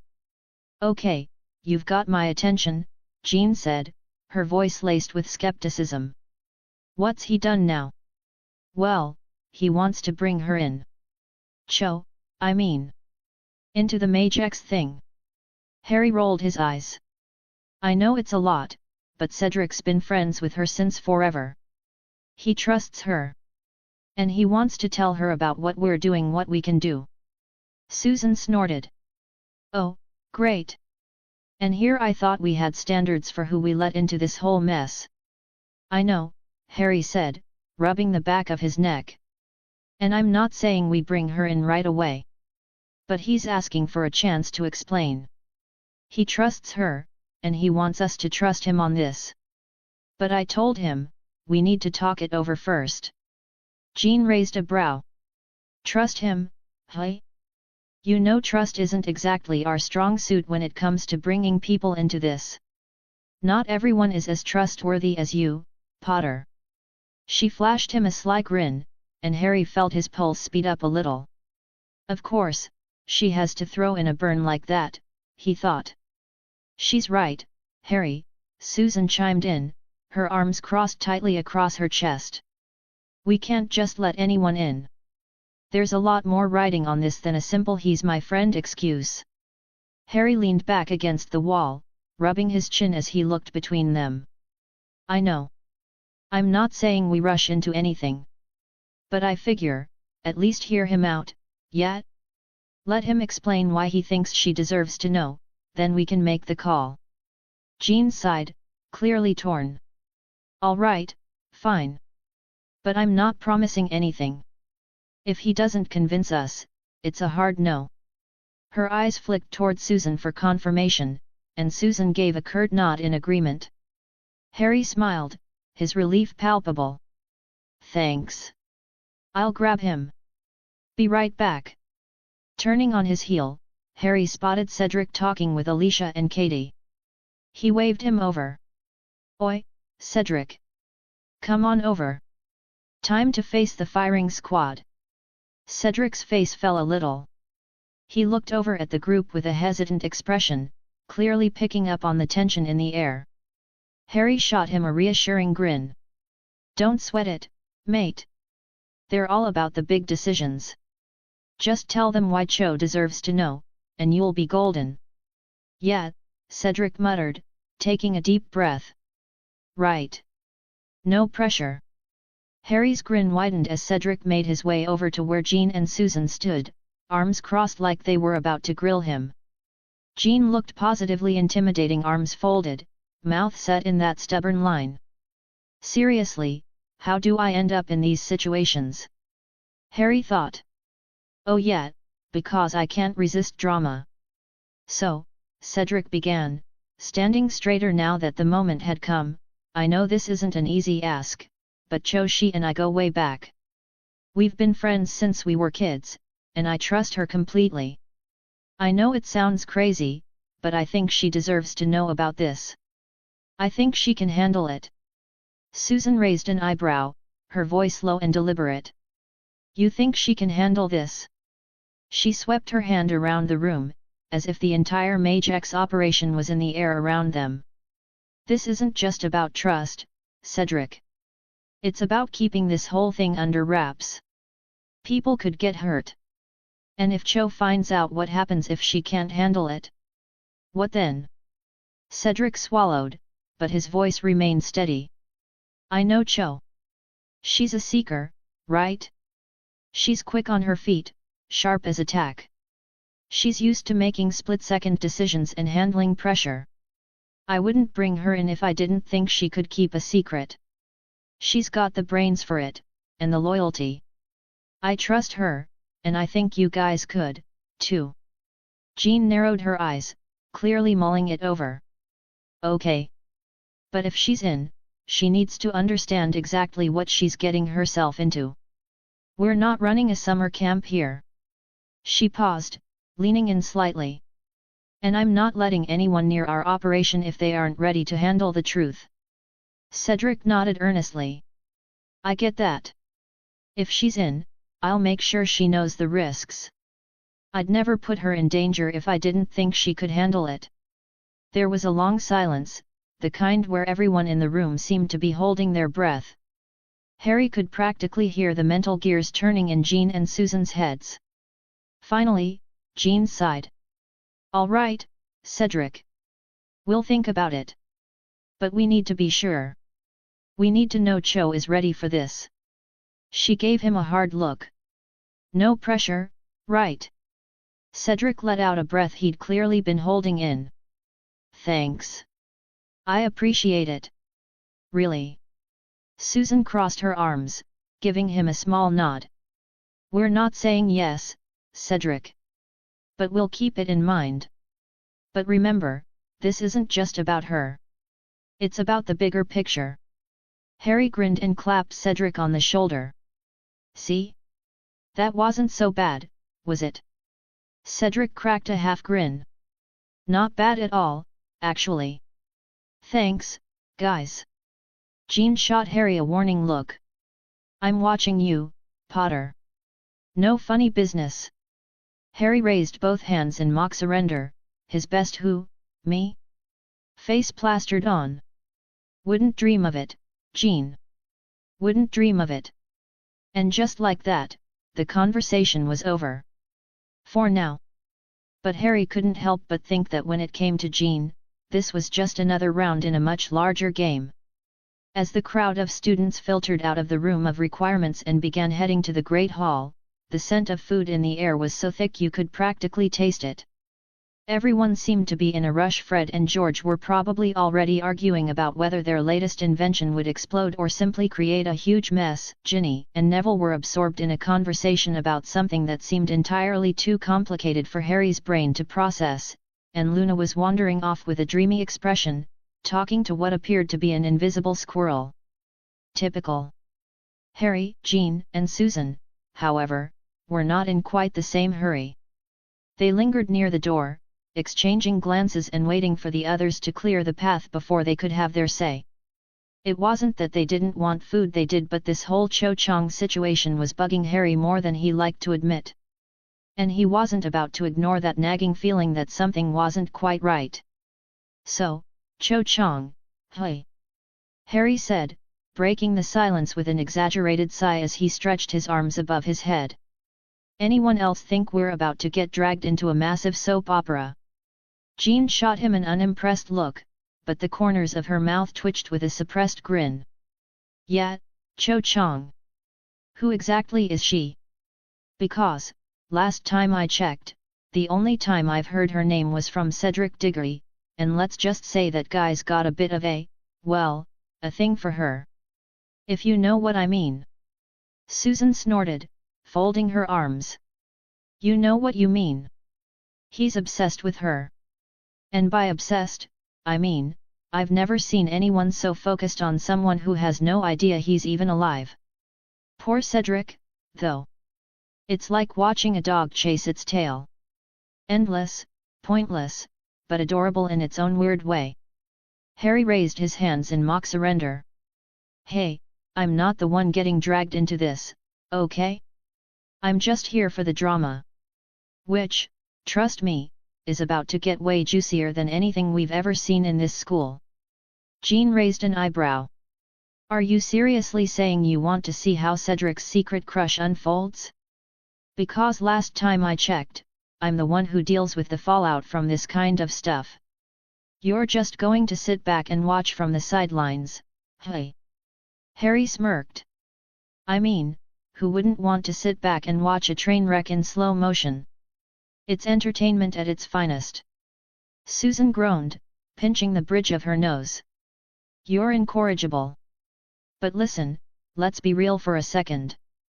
We don't know Cho Chang from Adam. We can't just judge her because she's in Ravenclaw, or because she makes Cedric's eyes go all googly. We've got to actually figure out if she's someone we can trust, especially with everything that's going on. Harry narrowed his eyes, then nodded slowly. Yeah, I know. But that doesn't mean I'm thrilled about it. I've got a good system going, and I don't want to let just anyone waltz in and muck things up. Jean shot Harry a side eye. I get it, but are you seriously telling me you're going to be the one to stand in the way of Cedric Diggory and his true love? She placed air quotes around true love, clearly mocking the whole idea. Harry smirked again, his usual sarcasm flaring. What can I say? I'm a sucker for a good love story so long as it's not mine. I can't deal with the whole will they won't they drama. You're right, though. Cedric's a good guy, and if he trusts her, then maybe we should too. Susan raised an eyebrow, her tone shifting into something more thoughtful. But just because he trusts her doesn't mean we have to let her in. We've been careful, Harry. Real careful. And that's worked out pretty well for us so far. Do we really want to risk blowing that because Cedric's got a thing for someone?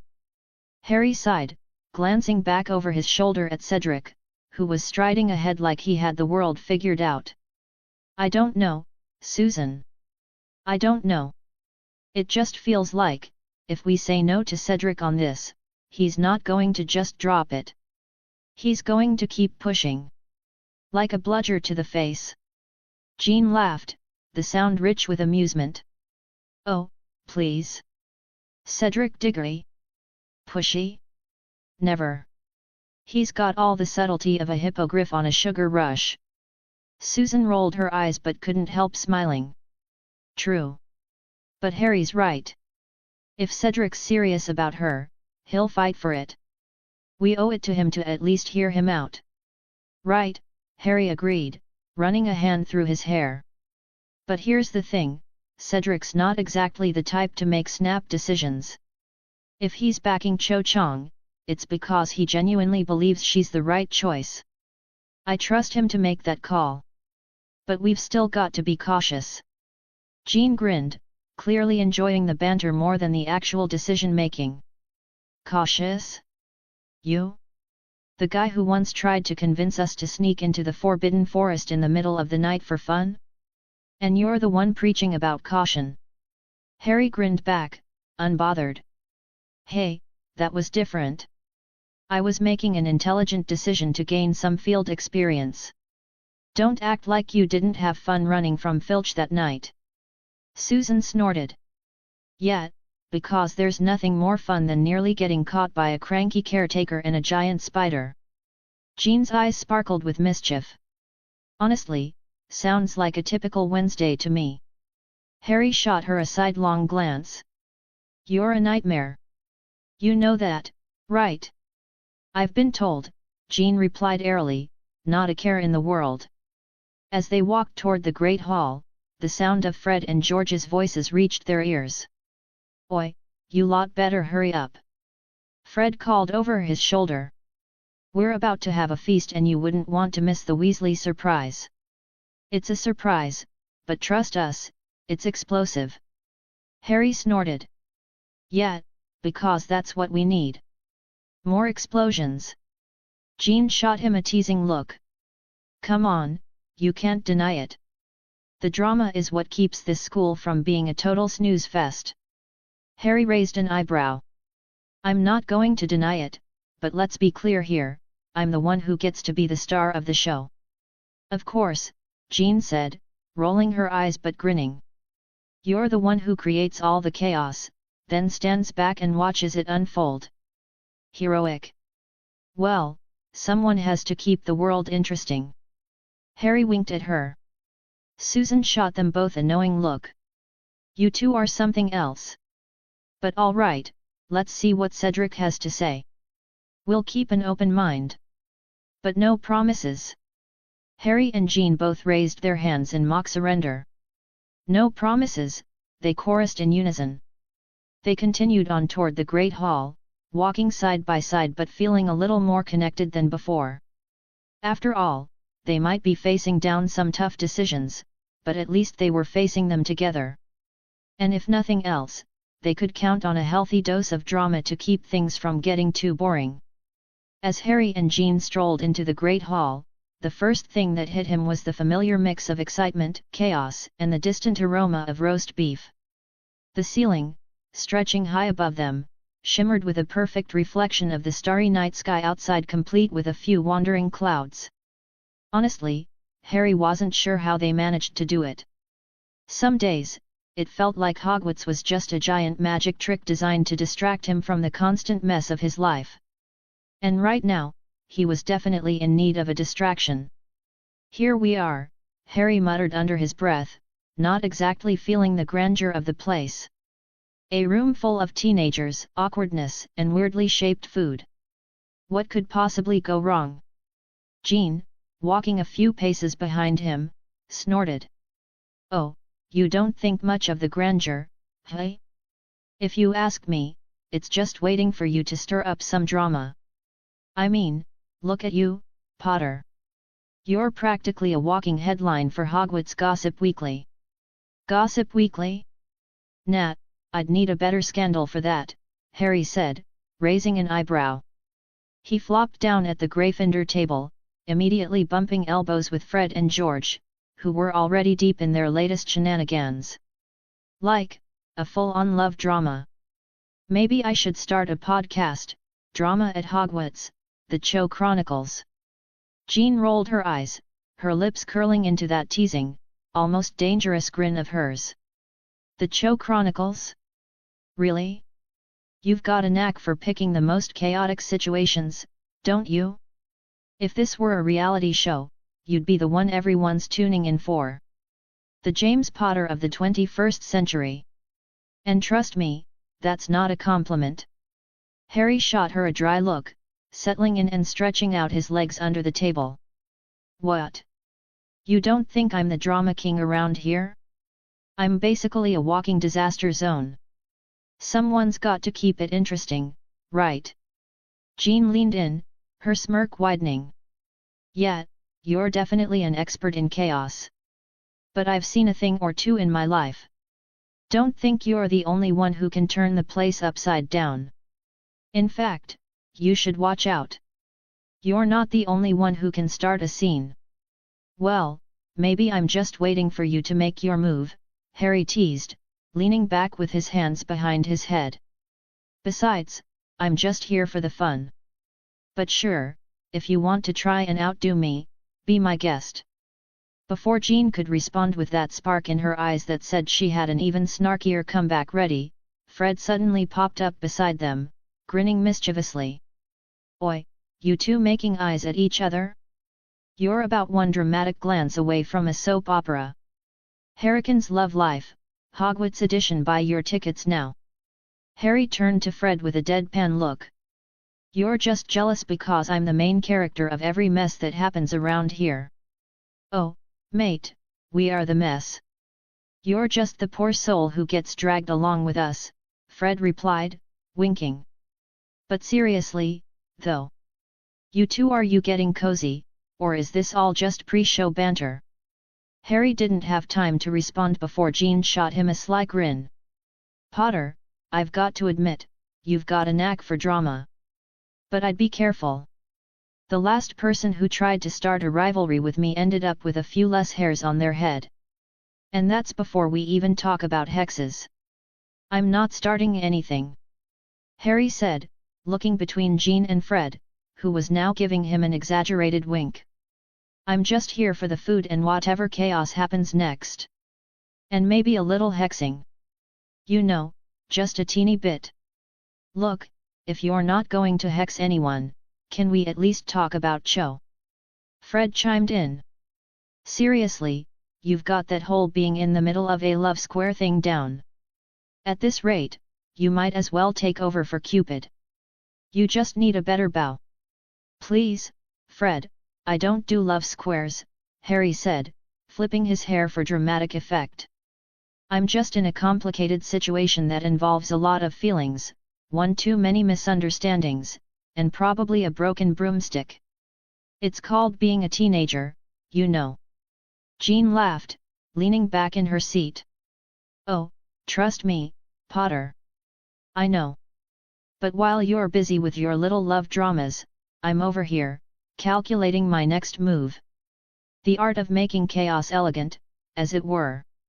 You're really leaning into this chaos thing, aren't you? Harry remarked, raising an eyebrow. Tell me, Jean, do you plan to start every conversation like you're auditioning for Hogwarts Most Wanted? Of course I do, she said, grinning. And you'd be lucky to be my sidekick. Imagine the fun we'd have. I'm already having fun, thank you very much, Harry replied, casting a glance across the table at Ron, who was currently stuffing his face with an unholy amount of bread rolls. And speaking of sidekicks, do you think Ron's ever going to figure out that food is not a personality trait? Jean snorted, her smile softening as she looked over at Ron. Oh, he's very committed to the role. I'm pretty sure he's been training his whole life for this moment. But if you're lucky, he'll pass you some of those rolls, and you can pretend it's a sign of friendship. You're so kind, Harry said with a sarcastic bow. But I'll stick with my own snack choices, thanks. Suit yourself, Jean said, rolling her eyes again, the gesture a mix of affection and amusement. But you know, when you're stuck in a situation as awkward as this Cho thing, a good snack might be the only thing that makes it bearable. True, Harry said, suddenly feeling the weight of it all. He glanced at the Hufflepuff table where Susan was chatting animatedly with her friends, probably strategizing for a peace treaty in the middle of this chaos. Susan's already got her mental flowchart ready, I bet. She's like the Hufflepuff version of Sherlock Holmes. And probably more reliable than me. Jean looked over, her eyes narrowing as she took in the scene at the Hufflepuff table. Don't underestimate Susan. She might be all sunshine and daisies on the outside, but on the inside? She's a strategist. And she's got your back. Not that you deserve it right now. Hey, I deserve a lot of things, Harry said with a cheeky grin. But right now? I'm just here for the ride. Who knows, maybe I'll even get through dinner without accidentally offending someone, again. Jean raised an eyebrow. Sure, Harry. Sure. As the evening wore on, and Fred and George began their usual antics setting off fireworks under the table and sending passing students into hysterics, Harry couldn't help but feel at home in the madness of it all. Hogwarts, it seemed, would never get boring. The curse of Halloween. Or, why Harry Potter is so over this holiday, and everyone else is in denial. Ron Weasley was on a personal quest to discover just how much food one human could consume before turning into a cautionary tale. Currently, he was shoveling mashed potatoes into his mouth at speeds that defied logic, physics, and possibly the Ministry of Magic's laws on improper use of magic. Hermione, who had long since abandoned hope of reforming his table manners, sighed dramatically. "So," she said, turning to Harry, "what's the plan for Halloween?" Harry, who had been deep in a very important discussion with Jean Grey, namely, whether Fred and George were actually two people or just one entity split between two bodies, froze mid-sentence. His usual smirk vanished. His posture stiffened. His entire aura shifted from prank war general to haunted war veteran in under 2 seconds. "I'm not celebrating Halloween anymore," he declared. Silence. Utter, pin-drop silence. Even Ron, mid-bite, paused.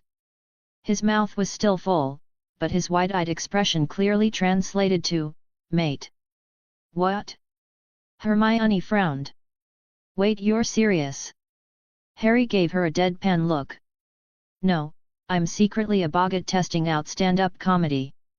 "Yes, I'm serious." Jean, who lived for chaos, perked up immediately. "Ooh, interesting. You can't just drop that and not explain." Harry leaned forward, drumming his fingers on the table like he was about to deliver the most important courtroom argument of all time.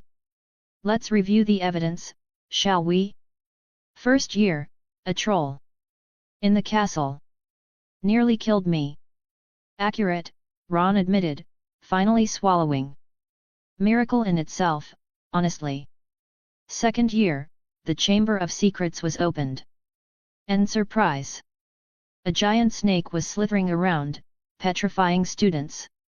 You'll never guess which poor sod had to go down and deal with it. Across the table, Ginny went pale.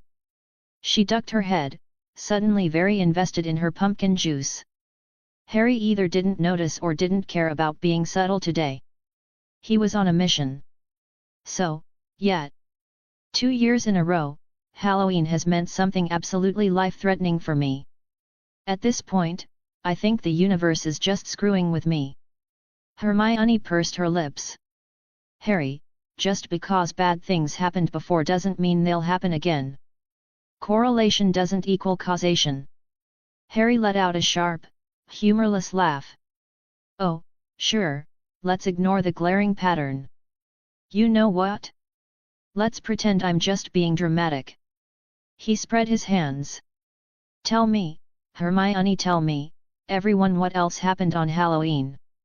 Nobody answered. Because they had all conveniently forgotten.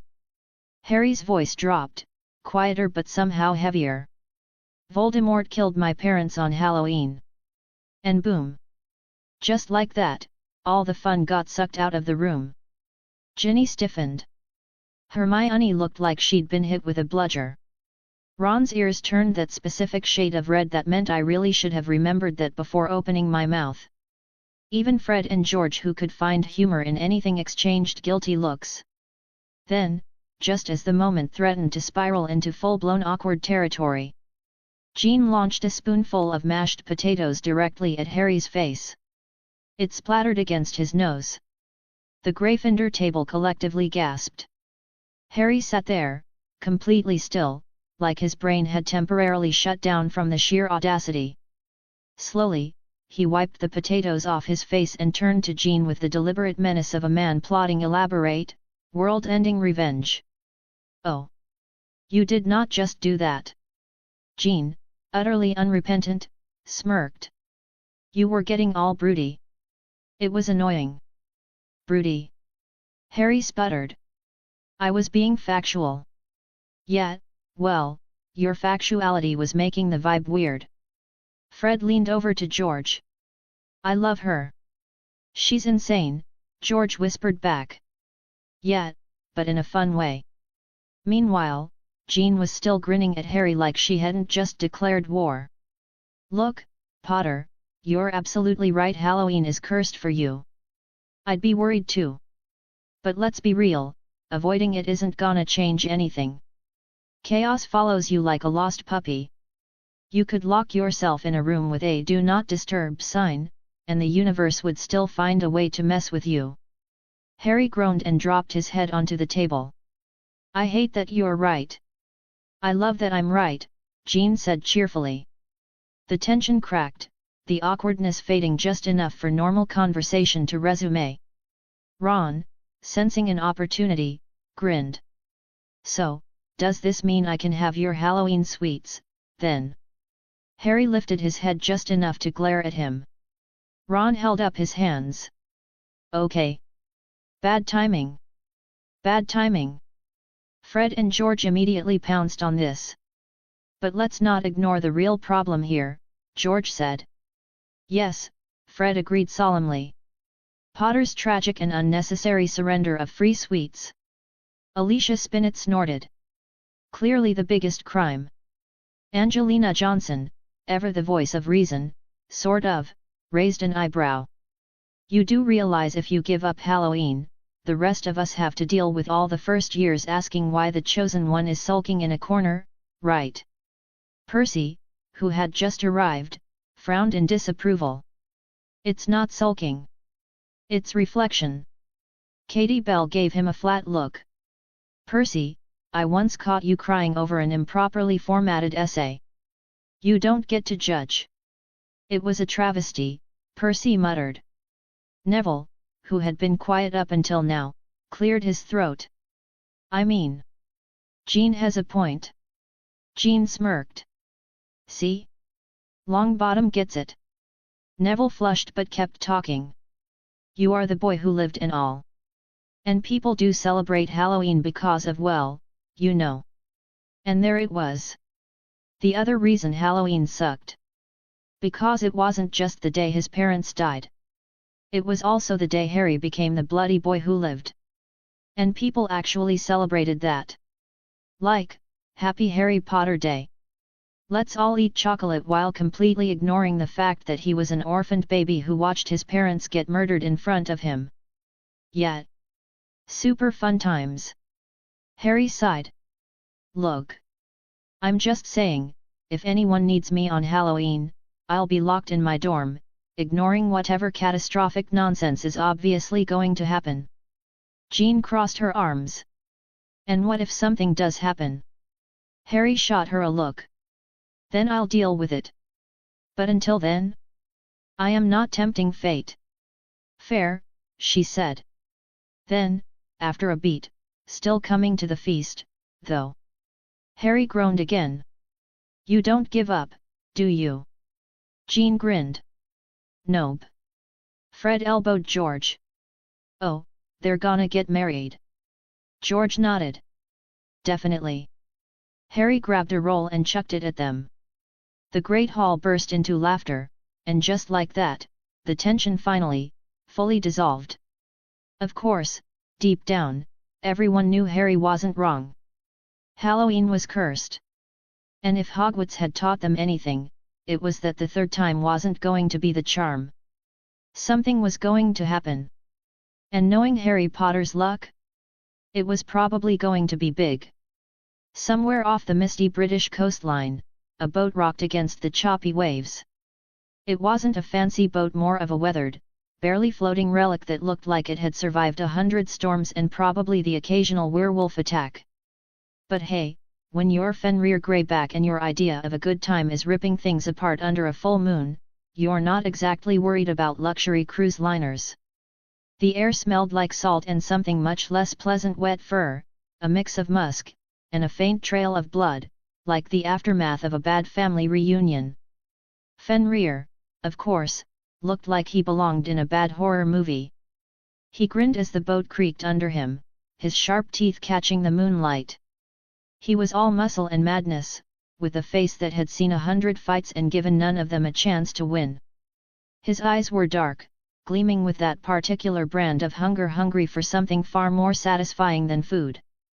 Smell that, he growled, stretching his arms wide, letting the night air whip around him. The sound of his deep voice made the hair on the back of everyone's neck stand up. That's the scent of fresh meat, boys. We're home. The pack behind him shifted. Some of them were half-turned already, their claws glinting like knives, their mouths twisting into snarls. They were twitchy, jittery, the kind of crew that made you wish you'd packed an extra set of clothes, and some holy water. One of the younger ones, a gangly wolf barely out of his first full moon, scratched at his head nervously. So, what's the plan, boss? Fenrir turned and shot him a look like the kid had just asked if it was a good idea to wrestle a dragon. The plan? Really? Fenrir chuckled darkly, the sound scraping like nails on stone. The plan's simple. We break stuff. We hunt. We scare 'em silly. We rip 'em to shreds. He held up a clawed finger, pointing at the moon, his grin widening like a predator about to pounce. And we start with Hogwarts. The rest of the pack perked up. There was something about Hogwarts that had always gotten Fenrir going. Something about the fear, the chaos, the smell of teenage angst mixed with spells and old stone that made his heart race, because why not terrorize some kids who had a history of nearly blowing up the world in their school yearbooks? Yeah, but... The nervous werewolf from before scratched his head again. Aren't we supposed to be, like, sneaky about this? You know, avoid the whole getting caught by the ministry thing.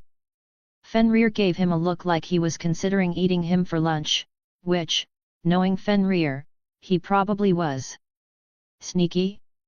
Sneaky's for people who don't have a reputation. We're wolves. We make noise, we scare 'em out of their knickers. This is our night. And no one, not even the bloody ministry, is gonna stop us. His voice dropped lower, darker, like he was inviting the storm to come closer. And we're gonna make sure they know who's in charge. You can hide in the shadows all you want, but the moon's gonna find you. The pack nodded, their eyes wild with excitement. Some were practically drooling, others twitching in that way that only a werewolf on the hunt could twitch. I love the sound of this, one of the older wolves said, rubbing his hands together. Terror, mayhem, and all the blood we can drink. Who's with me? The others growled in agreement, their voices vibrating with eagerness. Fenrir let out a laugh that could have peeled the paint off a building. Good. Now let's make it a bloody Halloween. Let's go say hello to Hogwarts. He turned to the horizon, where the distant lights of the castle twinkled faintly in the distance. The very same castle that, for years, had seen more than its fair share of disaster. This'll be fun. And with that, they rowed their creaky boat toward the school, every one of them grinning like they were about to show up to a party no one had invited them to, and they were about to wreck it. Chapter 56, Chapter 55. The night air was thick with mist and the kind of tension you only get when a werewolf and a well-dressed wizard are about to have a chat. You know, the kind of conversation that involves threats, a little bit of violence, and, if you're lucky, a few sarcastic one-liners. Fenrir Greyback stood on the rocky coastline, his boots sinking slightly into the wet sand, as the waves crashed violently behind him. The moon was full, casting an eerie glow across the scene, but nothing was more unsettling than Fenrir's grin. The guy looked like he belonged in a heavy metal band, or possibly a horror movie where the monsters don't need to act, they just exist. He stood tall, his hair wild like a lion's mane, muscles bulging under his tattered clothes. To say Fenrir looked like trouble would be like saying a bomb is a little noisy. He was trouble. Big, hairy, and downright terrifying trouble. And he was waiting for Lucius Malfoy. The guy had better show up, or Fenrir was going to turn this whole meeting into a full moon brawl.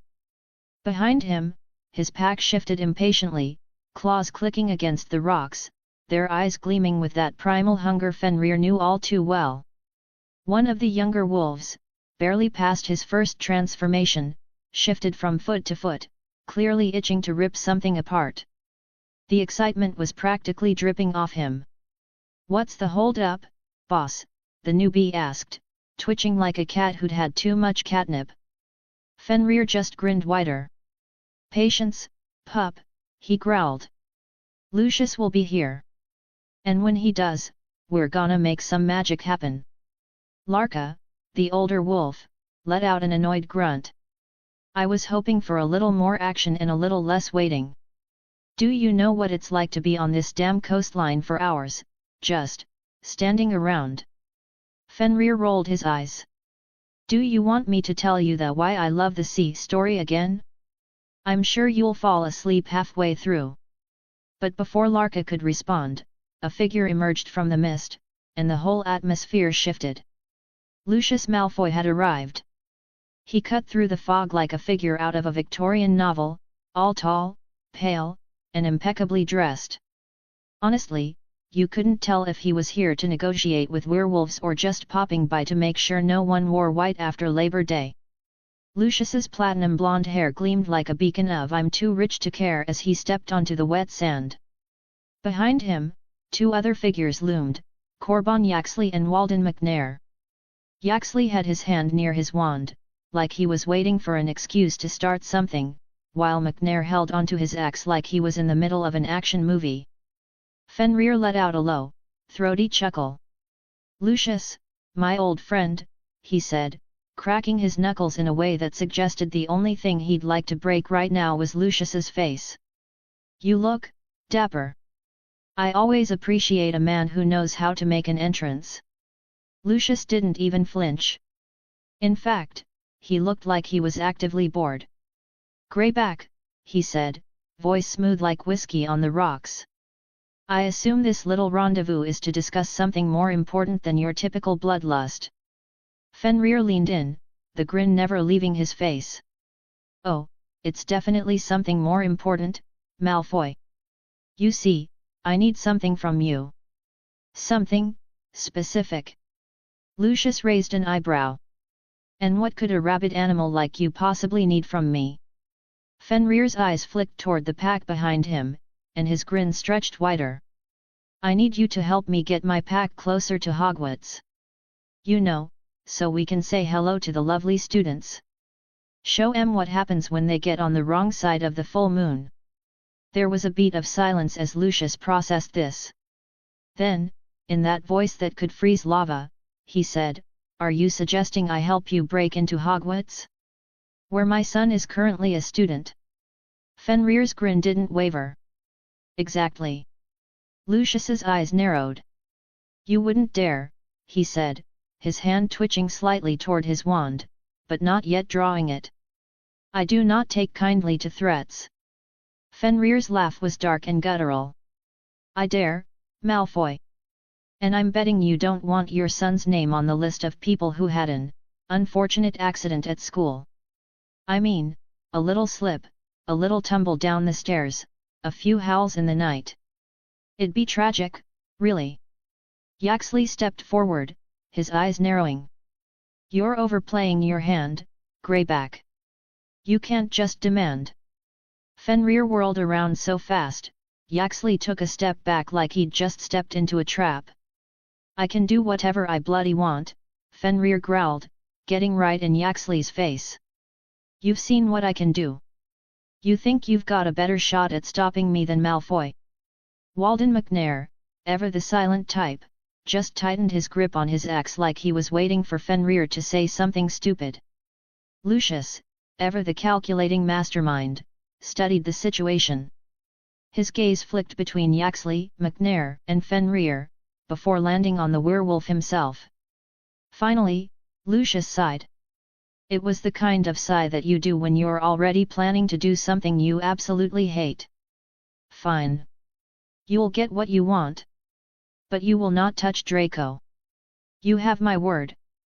Fenrir cocked his head, eyes glittering like he was about to get the best deal of his life. "I'll keep him safe. For now."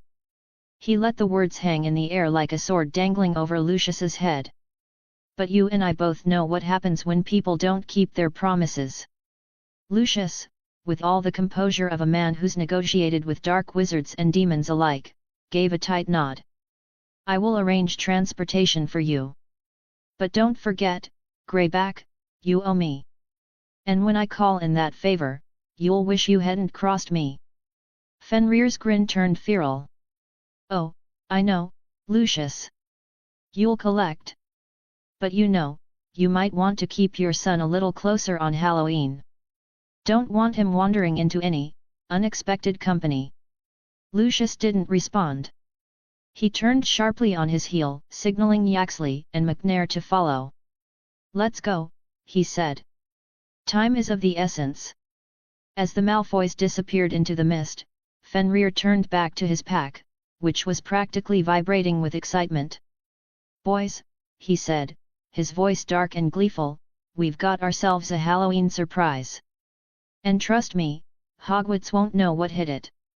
With that, the werewolves set off, their howls mixing with the wind as they made their way toward the Scottish Highlands. And somewhere out there, under the same full moon, Fenrir couldn't help but smile. After all, what was Halloween without a little chaos? Lucius Malfoy moved away from the crashing waves with the kind of practiced grace that said, "I am far too important for this nonsense." His pristine boots barely left an imprint on the damp sand, because, of course, mud and grime wouldn't dare cling to a Malfoy.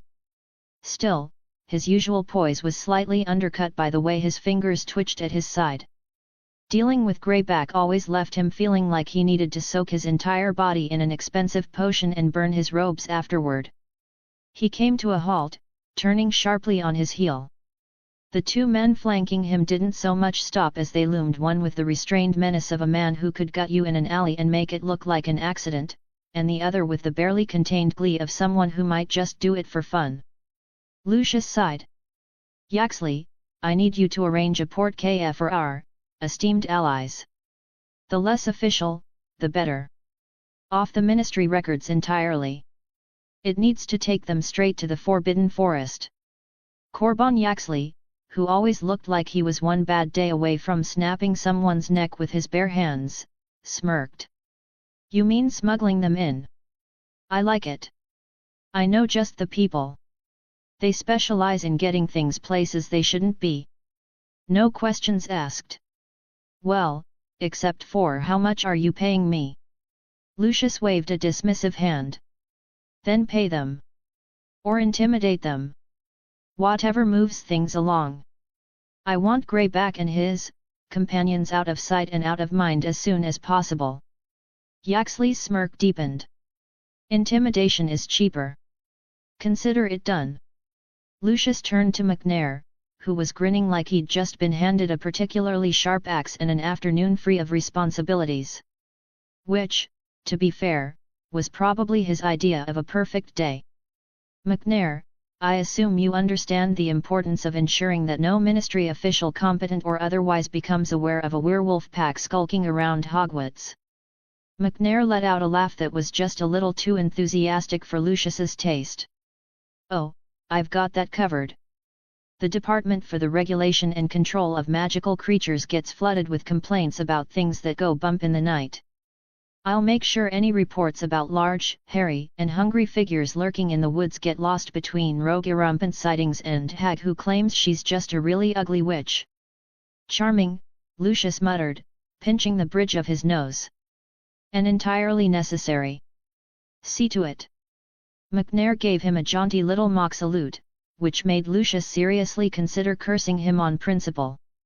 "And as for me," Lucius continued, straightening his coat with the air of a man restoring order in a world full of idiots, "I'll be making sure that my son is out of Hogwarts on Halloween." Yaxley raised an eyebrow. "And how exactly do you plan to pull that off? I doubt Dumbledore just hands out permission slips for Death Eater's children to take a field trip." Lucius offered a tight, knowing smile. "Draco's mother is unwell. She requires his presence at home. Even Dumbledore won't deny a mother her son in such a tragic moment." McNair snorted. "And what if Dumbledore doesn't buy it?" "Oh, he will." Lucius smirked. "Severus Snape knows where his loyalties lie. He'll convince Dumbledore it's necessary." Yaxley let out a low chuckle. "And if he doesn't?" Lucius flicked an imaginary speck of dirt off his sleeve. "Then he'll learn the true cost of hesitation." There was a beat of silence before McNair let out another wild, unsettling laugh. "Merlin's beard, I love it when you get dramatic." Lucius ignored him. "Now, if we're done with the pleasantries, I have an appointment with a potions master." "Yaxley, McNair, you have your orders." Do not fail me. And with that, he turned sharply on his heel and vanished with a soft crack, leaving his companions to their tasks. The stage was set, and on Halloween night, Hogwarts would bear witness to a spectacle the likes of which it had never seen. Nocturne Alley smelled like a combination of mold, burnt spell residue, and poor life choices. Corbin Yaxley moved through the winding street like he owned the place, which, in a way, he did. Fear was a currency here, and he had plenty of it to spend.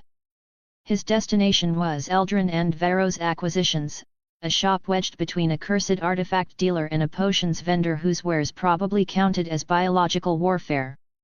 The Bleecker brothers Eldrin and Varro were the best in the business when it came to making port keys that didn't officially exist. They were also the most irritating human beings Yaxley had ever had the displeasure of dealing with. The little bell above the door gave a sad, wheezy jingle as he stepped inside. The shop was a disaster of half-unpacked crates, ancient scrolls, and a suspicious-looking goblet that was either cursed or just hadn't been washed since the Goblin rebellions. Behind a cluttered desk, Eldrin Bleecker glanced up, his thin, fox-like face stretching into a smile that had all the warmth of a Dementor's handshake. His thinning hair was tied back, giving him the look of a con artist who'd just realized his mark had walked in with the police. "Corbin," he said, standing and spreading his arms like they were old friends. "What an unexpected." "Don't," Yaxley said flatly. "Just don't." Eldrin's mouth snapped shut. His brother, Varro, was slouched in a chair beside him, trying to look relaxed but failing miserably. He had the soft, anxious face of a man who'd talked his way out of too many bad situations and wasn't sure if today was the day his luck would run out. Given how fast his eyes darted toward the back door, he was already working on his exit strategy. Yaxley pulled out his wand and spun it lazily between his fingers. "Not a threat. Not yet. Just a reminder. Let's skip the pleasantries," Yaxley continued. "I need a portkey at large scale. Destination, the Forbidden Forest. And before you ask, no, it cannot be on the books." Varro let out a low whistle, shaking his head.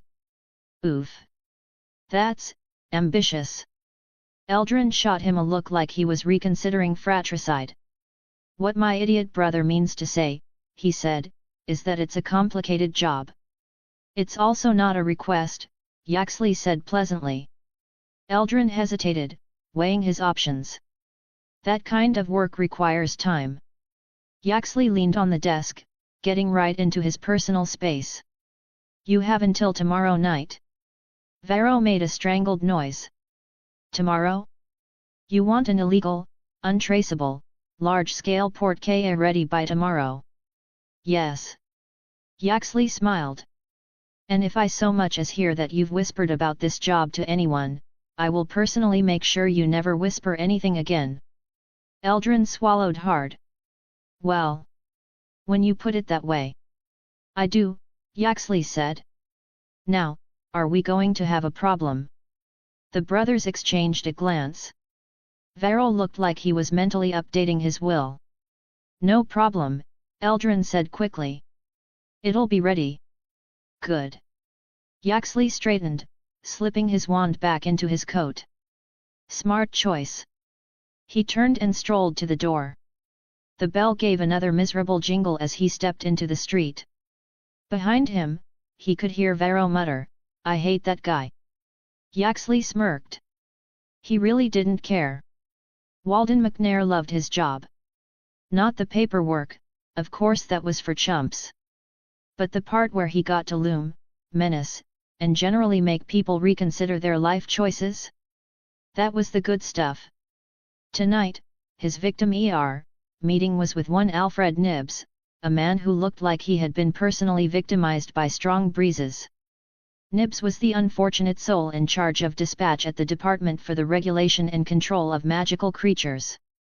If something nasty turned up, say, a rogue acromantula, a particularly irritable kelpie, or, hypothetically, a pack of very large, very hungry werewolves, it was Nibbs who decided how fast, or how conveniently slow, a response would be. McNair found him in his office, a dimly lit hole in the wall at the end of a corridor that smelled vaguely of burnt parchment and regret. The room itself was stacked with enough paperwork to qualify as a fire hazard. Nibs sat hunched behind his desk, scribbling away like his life depended on it. Which, given the nature of this conversation, it very well might. "Nibs," McNair greeted, stepping inside with all the grace of a predator sniffing fresh blood. "Still ruining your eyesight in this broom closet of an office." Nibs jumped so violently that his quill went flying. McNair. "What a surprise. Didn't expect to see you here." McNair grinned, all teeth and bad intentions. "That's the thing about me, Nibs. I show up when you least expect it. Like an uninvited vampire.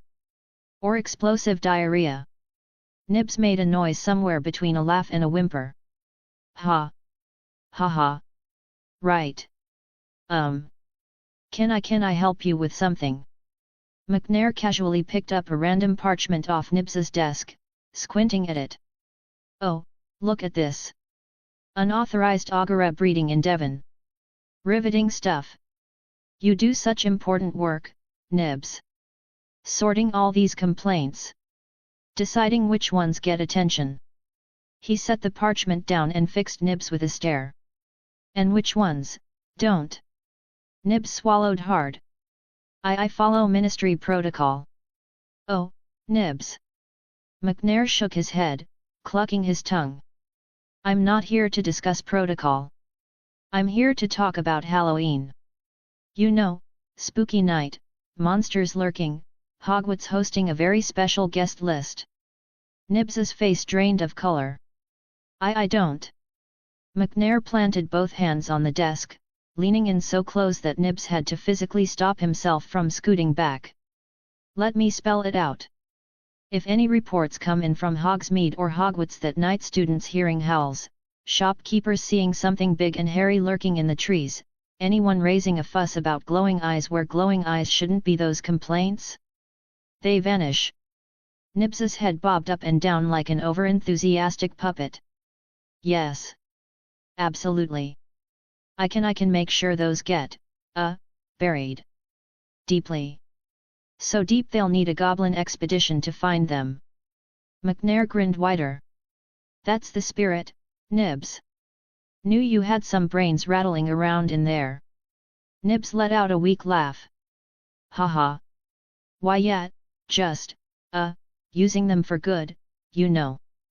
McNair straightened, slapping Nibs on the shoulder hard enough to nearly knock him off his chair. "See? This is why I like you. You understand how the world works. And in return, I make sure you get to keep this little office of yours." He looked around with exaggerated interest. "Wouldn't want you to, say, get reassigned to the Yeti Migration Division. I hear Tibet's lovely this time of year." "Freezing. But lovely." Nibs looked like he was about to be sick. "No need for that. Everything's under control. Consider it done." "Splendid." McNair turned toward the door, then paused. "Oh, and Nibs." Nibs flinched. "Yes. You forget we ever had this conversation." McNair's grin took on an almost feral edge. "And if anyone asks, you were here all night, drowning in paperwork, too busy to notice anything unusual." With that, he strolled out, whistling a jaunty little tune. Behind him, Nibs collapsed into his chair, staring at the ceiling like a man questioning all of his life choices. Halloween was shaping up to be one hell of a night. The emerald flames in Severus Snape's fireplace crackled as Lucius Malfoy stepped through, his figure gliding smoothly into the room, as though the very act of entering a dungeon somehow offended his pristine robes. He adjusted his sleeve with the exact precision one might use when trying to remove a speck of dust from an ancient artifact. Snape, seated behind his desk with an air of someone who had mastered the art of looking like they had absolutely no interest in anything happening around them, didn't even bother to look up from the parchment in front of him. "Lucius," he said, his voice cold but not unfriendly. "To what do I owe the pleasure?" Lucius didn't even twitch at the sarcasm. He was, after all, Lucius Malfoy. Severus, he replied, his voice smooth and calculated, I come with a rather pressing request. Narcissa has taken ill, nothing serious, just a touch of flu. But she desires Draco's presence at home while she recovers. It's a family matter, as you understand. Snape didn't raise an eyebrow, though part of him wanted to. A flu? Lucius didn't strike him as the type to get all sentimental over the sniffles. Still, he kept his tone neutral. And you wish for Draco to leave Hogwarts? On Halloween? Lucius gave a slow, almost pitying smile. I hardly think Dumbledore would object to a mother seeking comfort in her son. Ah, there it was, the heavy-handed manipulation. Lucius was a master at it, of course, and Snape had been at the receiving end of it more times than he could count. But there was something about Lucius's whole demeanor today that rubbed Snape the wrong way.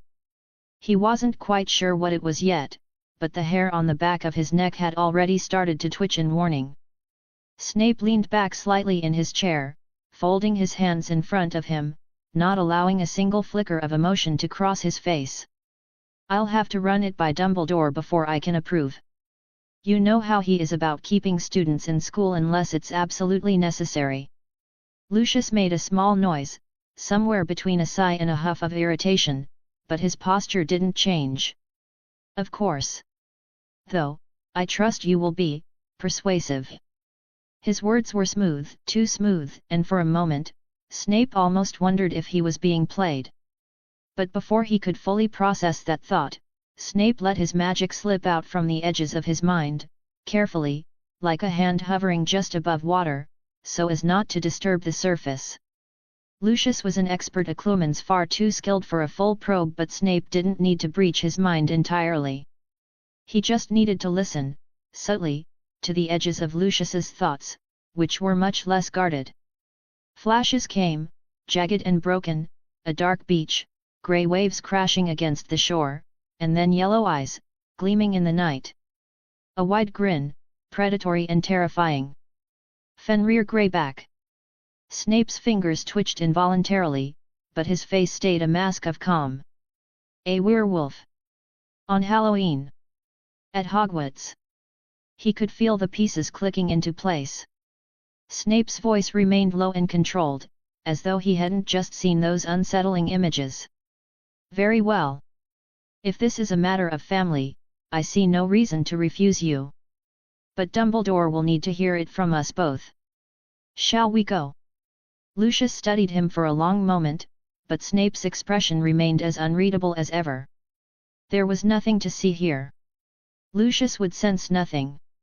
Finally, Lucius gave a satisfied little nod, as if he'd already won this small skirmish. Let us not keep the headmaster waiting, then. Snape stood, his robes flowing like liquid night, his mind racing.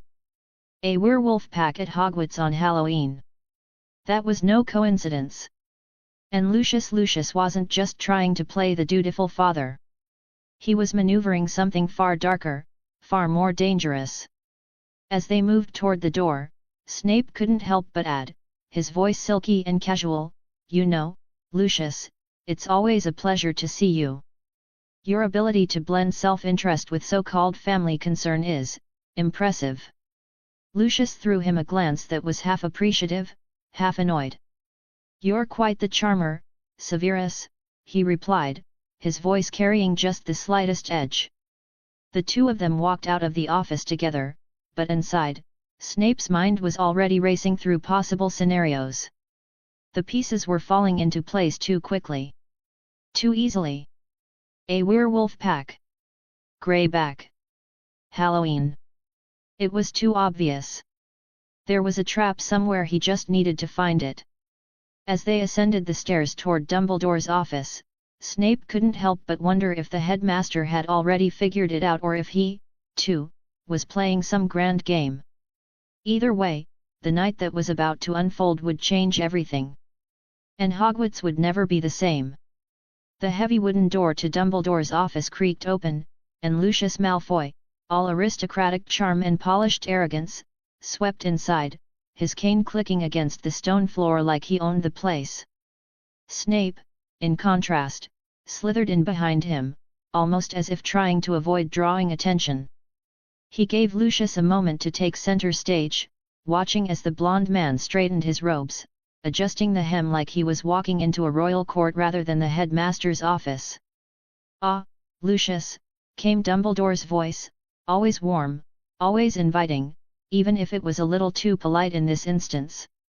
"Severus, I see you've brought company." Snape was standing just a few paces behind Lucius, watching the man with all the interest of someone who had just watched a cat eat a mouse. "Yes, well," Snape began, his voice like honey dripping off a blade, "Lucius has a rather urgent matter to discuss." He barely looked at Dumbledore, his eyes still fixed on Lucius, who was too busy scanning the office with his usual air of entitled disapproval. Dumbledore's gaze flickered between the two men, clearly puzzled. "I wasn't expecting visitors this evening," he said with a raised brow, his fingers tapping idly on his desk. "And certainly not one of Lucius's caliber." Lucius smiled, a thin, icy smile that could freeze an entire lake. "Well, Albus, I do try to keep my appearances to a minimum these days." He paused, smoothing his robes like he was giving a public performance. "But I thought, perhaps, that it was time we spoke, as old friends." Snape almost snorted. "Friends," he muttered under his breath, though the word sounded more like a sarcastic sneer than anything else. "Severus," Dumbledore said with a smile that could almost be described as amused, "I'm sure you've been catching up. But if Lucius is here for a visit, then I must assume there's something serious on his mind." He leaned back in his chair, his fingers folded together. "But, if you'll excuse me for a moment, Lucius, I shall just..." Before Dumbledore could finish, Snape's wand was already in motion. "Stupefy!" The spell hit Lucius square in the back, sending him sprawling forward, his elegant cane clattering to the ground in an unceremonious heap. "Ah," Snape said casually, not even glancing at the man now unconscious at his feet. "I thought it might be wise to intervene before Lucius got to the point." His tone was so dry it could have cracked the air.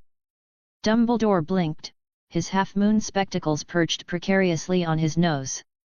He was clearly surprised, but as usual, he handled it with his trademark calm.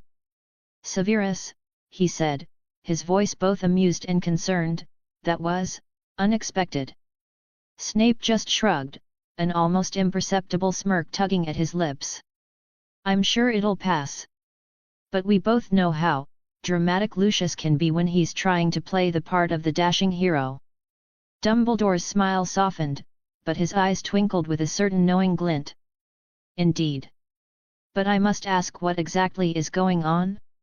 Why did you feel the need to stun him?" Snape's expression darkened as he stepped over Lucius's prone form, now sprawled across the floor in an unflattering heap. His voice lowered, every word heavy with gravity. "Lucius came to me with an urgent request. Draco's leaving Hogwarts," he said. "Something about Narcissa being ill."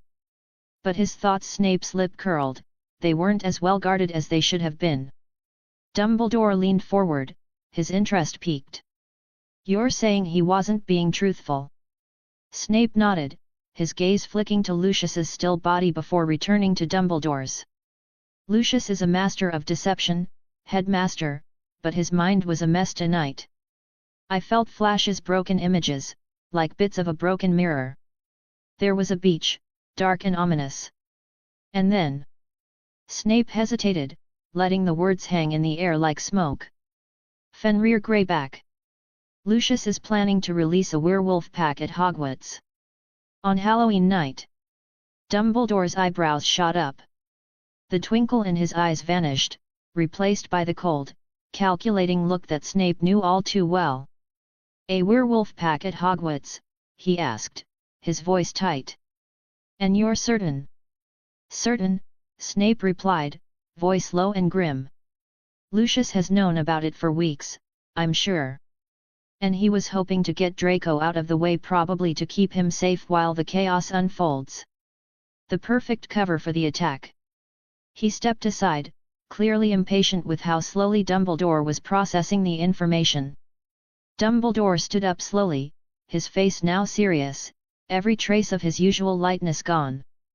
"This is deeply troubling. We must prepare for the worst. Hogwarts is not a safe place if there's a werewolf pack planning to attack." Snape smirked, though it was devoid of any real humor. "It's always something, isn't it? Werewolves, curses, Death Eaters, what's next? A giant squid running for office." Dumbledore sighed, looking weary beyond his years. "I'm afraid there's more to this than just the immediate threat, Severus. Lucius Malfoy has been dabbling in dark arts far too long, and it seems that his allegiances have never truly shifted. This plan is of his making, no doubt." Snape's lips twisted with a mix of disdain and something darker. "I suspect that, too. But don't fool yourself, Headmaster. Lucius always has a reason. And his allegiance lies where the power does, no matter the cost." Dumbledore nodded slowly, his fingers drumming gently on the desk as he processed the revelation. "Then we must act swiftly. The safety of the students must be our first priority." His voice hardened as he looked directly at Snape. "And I'll need you, Severus. This will require all of us, our knowledge, our cunning, and our courage." Snape gave a curt nod, his tone softening only slightly. "Of course, Headmaster. I do seem to excel in the areas of cunning and courage, don't I?" Dumbledore smiled faintly, as if amused by Snape's wit despite the dire circumstances. "You do indeed, Severus. You do indeed." Snape's eyes flickered to Lucius's unconscious body one last time. "And I'd wager that, before this is over, Lucius will find himself far less comfortable than he ever was at this school. But, then again, we both know that's hardly new for him." Dumbledore's smile remained, but his gaze was steely. "We'll see to it that his plans are thwarted. Together." And with that, the game was officially on. Halloween was coming. And it promised to be a night full of surprises. The air in the room thickened like a foggy day at the Ministry of Magic, only with far more tension and far fewer umbrellas. Albus Dumbledore and Severus Snape had shifted into serious mode, which, considering their usual status as the top-tier players in the wizarding world, was both impressive and a little terrifying. They were standing over Lucius Malfoy, who looked like a collapsed mannequin, completely unconscious and, unfortunately, still a significant player in the dark, twisted game they were all caught up in. "Well, Severus," Dumbledore said in that calm, almost too chipper for this situation way of his. "I believe it's time to peek inside the mind of a Malfoy. What do you say?" Snape, who had apparently not enjoyed the small talk this morning, gave Dumbledore an exasperated look that practically screamed, "Do you ever take anything seriously?" But then, he straightened up like a snake poised to strike, his dark eyes narrowing in concentration.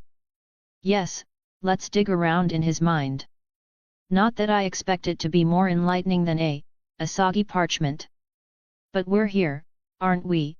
he muttered, already drawing his wand from inside his voluminous robes. The words came out of Snape's mouth like the slow, deliberate stroke of a Death Eater's scythe, Legilimens. A cold wave rippled through the air as the spell surged forward, and Dumbledore joined in with a subtle flick of his wrist. It was like a synchronized swimming routine, but way more intense and way less elegant. For a brief second, the world around them seemed to evaporate, leaving only Lucius's mind a dark labyrinth of his own insecurities, secrets, and probably some very questionable life choices. If there was one thing Lucius Malfoy excelled at, it was making himself look fabulous on the outside while being a total mess on the inside. I mean, really, Dumbledore thought, didn't this guy ever have a peaceful thought? As the connection deepened, Dumbledore and Snape found themselves standing at the edge of a swirling, shifting vortex of memories. The first thing they saw? Fenrir Greyback. Now, let's take a moment here. Fenrir Greyback is one of those people you don't want to run into at a party, mainly because he might decide to turn everyone into dinner. His face appeared in Lucius's mind like a nightmare you couldn't escape, his eyes glinting with malice and a sickly grin stretched across his sharp, wolfish features. Lucius, ever the man who thought he could handle anything, was trembling in fear. "You will help us," Greyback growled, each word heavy with dark promise. "Whether you like it or not, Malfoy." And there it was, Dumbledore thought. Lucius wasn't just a participant in this mess, he was being used. Manipulated. Pushed around by Greyback, who was somehow managing to corral the notoriously arrogant Malfoy into a corner. A reluctant pawn in a far larger, much more terrifying game. Lucius's mind spun with flashes of grey and mist. Greyback had him, and now, he was making Lucius smuggle illegal portkeys into the Forbidden Forest. Portkeys that were going to be used by Greyback's pack of werewolves to enter the school unnoticed. Snape's lip curled in disdain, his sharp gaze locking onto Lucius's unrelenting fear. Well, well, well. Looks like our dear friend is in over his head. Not that I care, Snape added with the kind of smugness that could only be produced by a man who wore his disdain like a badge of honor. No surprise there, of course. Dumbledore, ever the patient strategist, looked contemplative. Lucius, as always, is a pawn in someone else's game, he said softly, stepping back from the shared mental space. His voice had a biting edge, though his eyes still retained that peculiar, almost too calm look. Though, he mused, I cannot fathom why he didn't at least try to warn us. Fear, perhaps? Or his love for self-preservation? Snape gave a humorless chuckle, casting a disdainful glance at the still body of Lucius. Honestly, if he had any sense, he'd have told us. But no, Lucius Malfoy is too proud, too cowardly, and, frankly, too bloody useless when it counts. Dumbledore, unfazed, tilted his head with that knowing expression that could only mean one thing: he was thinking 3 steps ahead, and he wasn't going to give Snape the satisfaction of showing it. Yes, indeed, Severus. But for now, Lucius is irrelevant. His mind, however, is quite another matter. His eyes gleamed, as if the notion of Lucius's fragile mind being opened up like a book was just one more thing to add to his ever-growing list of things to deal with before breakfast. Now, let's move on to the more pressing issue, Dumbledore continued, almost like he was discussing the weather rather than the impending doom they were about to face. Fenrir Greyback and his merry band of werewolves. We need to be prepared for what comes next. Snape's dark gaze flickered with something akin to a challenge, and he gave a low, almost sarcastic bow. I'll see to Lucius, if you'd prefer, Headmaster. I'm sure the dungeons will be welcoming. Ah, yes, Severus. The dungeons, Dumbledore said with a wistful sigh, as though he was contemplating a day at the beach. But first, Greyback. And his pack. We need to be ready. We need the element of surprise, Severus. Not the other way around. There was a long silence, the kind that only 2 people with way too many plans could sustain. Finally, Snape gave a curt nod. Understood. I shall ensure Malfoy remains incapacitated for the time being. His eyes sparkled with a wicked gleam, one that suggested he was rather enjoying the idea of keeping Lucius out of the picture for a while longer. Dumbledore turned, his robes swirling in that dramatic way only he could pull off without looking like a wizarding cliché. Good, Severus. Now, let's prepare for battle. And remember, this isn't just about spells and potions.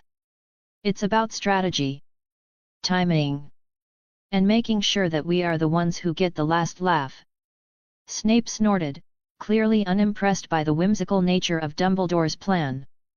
Do you ever take anything seriously, Headmaster? Except, perhaps, the art of ridiculous speeches. Ah, Dumbledore said with a twinkle in his eye that could probably light a small village. But it's the ridiculous speeches that win the day, Severus. And with that, the plot had thickened like a potion left to stew just a bit too long. Things were about to get very interesting. And we all know what that means. Hogwarts is about to get some uninvited guests. Chapter 57, Chapter 56. Professor Severus Snape looked like he'd just swallowed a lemon. Or hexed one. Hard to tell with Snape. In his defense, levitating an unconscious Lucius Malfoy through the castle wasn't exactly on his evening to-do list. But there he was, gliding out of Dumbledore's office like a goth bat dragging a disgraced aristocrat balloon behind him. "I'll see to it that our guest is comfortable," Snape said, his voice dripping sarcasm thicker than treacle tart. "Though I'd suggest warding the dungeon against dramatic monologues. He'll be unbearable when he wakes up." Dumbledore gave the tiniest smile, the kind that suggested he'd once outriddled a sphinx over tea. "I trust you to use adequate soundproofing, Severus." Snape's eyes narrowed just enough to be threatening and judgmental at the same time. "Soundproofing, yes. Padding, no. I have standards." Then he spun with the flair of someone whose robes were legally classified as a sale, and Lucius flopped along behind him like an entitled jellyfish. "Albus Percival Wulfric Brian Dumbledore, yes, all 5 names, thank you very much," sighed softly, like he'd just watched his least favorite opera. And then he moved. The kind of moved that made the portraits on the walls straighten their frames and pretend they weren't eavesdropping. A flick of his wand, and a shimmering phoenix patroness soared from it, elegant and glowy and way too smug-looking for a magical messenger. It streaked through the walls, headed straight for Remus Lupin, who was, at that very moment, grading third-year essays and quietly reconsidering every life choice that had led him to read about hinky-punks at 9:43 p.m. The patroness flared silver as it delivered the message. "Remus, please fetch Harry Potter and Jean Grey from Gryffindor Tower, and Susan Bones from Hufflepuff. Bring them to my office at once. Try not to scare them unless you absolutely must. But if Harry's with Ron, good luck." With his junior errand squad now being assembled, Dumbledore turned to his fireplace like a wizard with a plan and a flair for dramatics. He threw in a handful of fluo powder and spoke clearly. "Marauder's Den, London." Green fire burst from the hearth, and a moment later, the angular, scruffy-jawed face of Sirius Black appeared in the flames. "Shirtless?" "Of course." "Albus," Sirius said with a grin that had broken about 16 school rules in its day. "If you're calling for tea, I'm out of biscuits. If you're calling for blood, I'm dressed for it." Dumbledore raised one snowy eyebrow. "I suggest you find a shirt. You're about to be in the company of a ministry official and an unconscious Death Eater." Sirius shrugged. "Fine. Pants first, shirt maybe. Who's the Death Eater?" "Lucius Malfoy." Sirius blinked once. Then grinned wider. Did Snape hex him, or did Malfoy finally choke on his own hair products? A bit of both, I imagine. "I love this day already." Dumbledore's eyes twinkled like Christmas and chaos had a baby. "Come through. Bring your wand. And your manners." Sirius winked, then vanished from the fire. Hopefully toward a shirt. Possibly toward a leather jacket. Definitely toward trouble. Next, Phase 2. Dumbledore leaned in again. The ossuary. The green flames flared a second time, and a woman's face appeared sharp, beautiful, and framed by impeccably brushed hair that had probably defeated lesser combs in battle. Amelia Bones. Head of the DMLE. Slayer of bureaucratic idiocy. Most likely to punch Death Eaters in the face and file the correct paperwork after. "Albus," she said, not bothering with small talk. "Is this a social call? Or something worse?" Dumbledore nodded gravely. "It is both. I need you at Hogwarts immediately. Preferably with that wand of yours and your usual lack of patience." Amelia smirked like someone who had been waiting for this invitation her whole life. "On my way. And I'm bringing a few of my Aurors. Just in case." The flames vanished again. And then came the final boss. Dumbledore pulled out parchment, wrote a short message in quick, looping script, and tied it to the leg of Fawkes, who was watching him like, finally, something interesting. Fawkes gave a trill, flared his wings, and vanished in a burst of fire.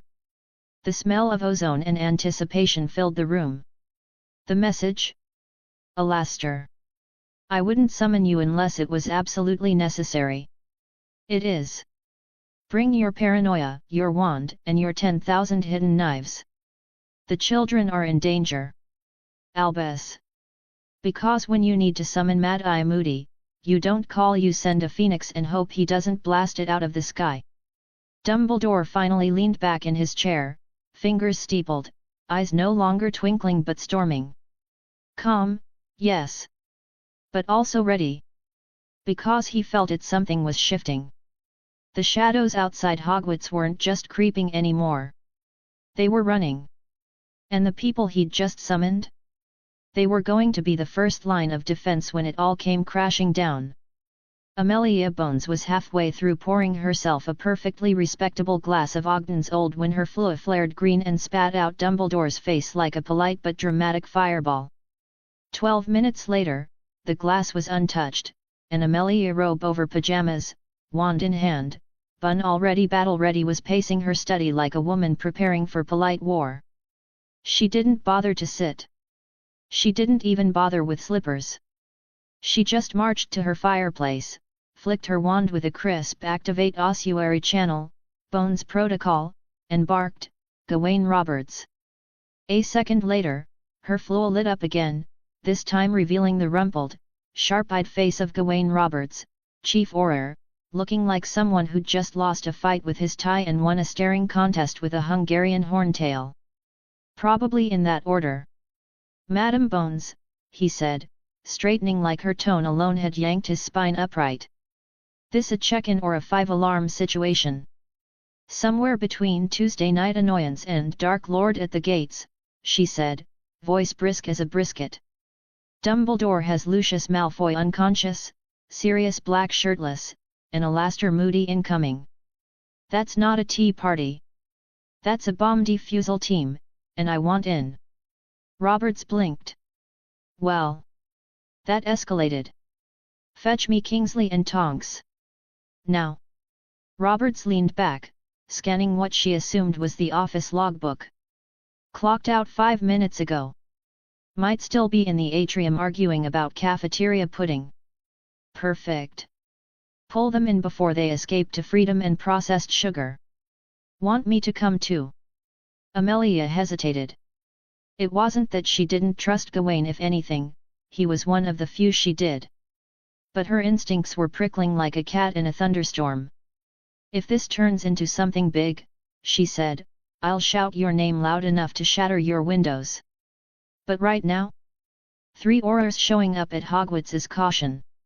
5 is a bloody declaration of war." "Understood," Roberts said with a sharp nod. "I'll ring the bells if you don't ring back in an hour." He was gone before she could say thank you, which was fine. Amelia Bones didn't waste words, and neither did Gawain Roberts. 2 minutes later, her fireplace burst into green again and in tumbled chaos. First through was Kingsley Shacklebolt, who stepped into her study like a cologne ad come to life. He looked unruffled despite being yanked out of his evening, radiating quiet authority and a distinct "I speak softly but hex-like thunder" energy. His cloak didn't flap. It glided. He nodded once, because Kingsley didn't do dramatic entrances. He was the dramatic entrance. Right behind him came Tonks. Correction, Tonks came in like a muggle firework someone had forgotten to label this end up. She tripped, caught herself, knocked over a lamp, and righted it with a grin that said, "Yes, I'm chaos, and yes, you love me anyway." Her hair was electric green and standing on end like she'd stuck her finger in a porte-clés socket, and her boots were, possibly illegal in 7 countries. "Hey, boss," Tonks said brightly. "So, on a scale of mild inconvenience to total collapse of the wizarding world, where are we tonight?" Somewhere in the Moody was invited zone, Amelia said dryly. Kingsley raised an eyebrow. We talking Alaster or just the vibe? Both. Tonks let out a low whistle.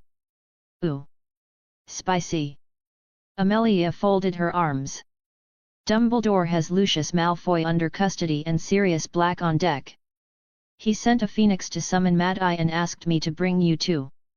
Which, let's be honest, means this is probably going to end with at least one duel, 3 sarcastic remarks, and someone's pants catching fire. Kingsley glanced down at his pristine robes. Not mine. Tonks shrugged. I make no promises. Excellent, Amelia muttered, and turned back to her fireplace. She tapped the edge of the hearth with her wand and muttered a rapid-fire override spell. Ossuary Travel Access, Bones Protocol Delta 77. Authorization for Shacklebolt and Tonks granted. Code expires in 10 minutes, so let's move. The fire blazed up obediently. Hogwarts School of Witchcraft and Wizardry, she said clearly. The green vortex roared. Amelia stepped through like she wasn't wearing house slippers, pajamas, and the weight of the entire legal system on her shoulders. Because when Amelia Bones showed up unannounced with her top operatives, it wasn't to check on the house elves. She was bringing the law. And tonight? That law was about to make Hogwarts its courtroom. Sirius Black had exactly 3 moods when gearing up for action. Dramatic, more dramatic, and I'm bringing a sword because it looks cool, shut up. Tonight? He was firmly parked in column 3, probably building a summer home there. Right, he muttered, flinging open a wardrobe that looked like it had lost a custody battle to both a glam rock band and a dragon. A tangle of shirts, jackets, belts, and something that may have once been a battle kilt tumbled out. He ignored all of it and yanked out his trusty black dragonhide trousers. Durable, sleek, mildly terrifying. Just like him. The Henley he picked deep red, technically clean, and probably not enchanted to curse the laundry hugged his frame like it had auditioned for the role.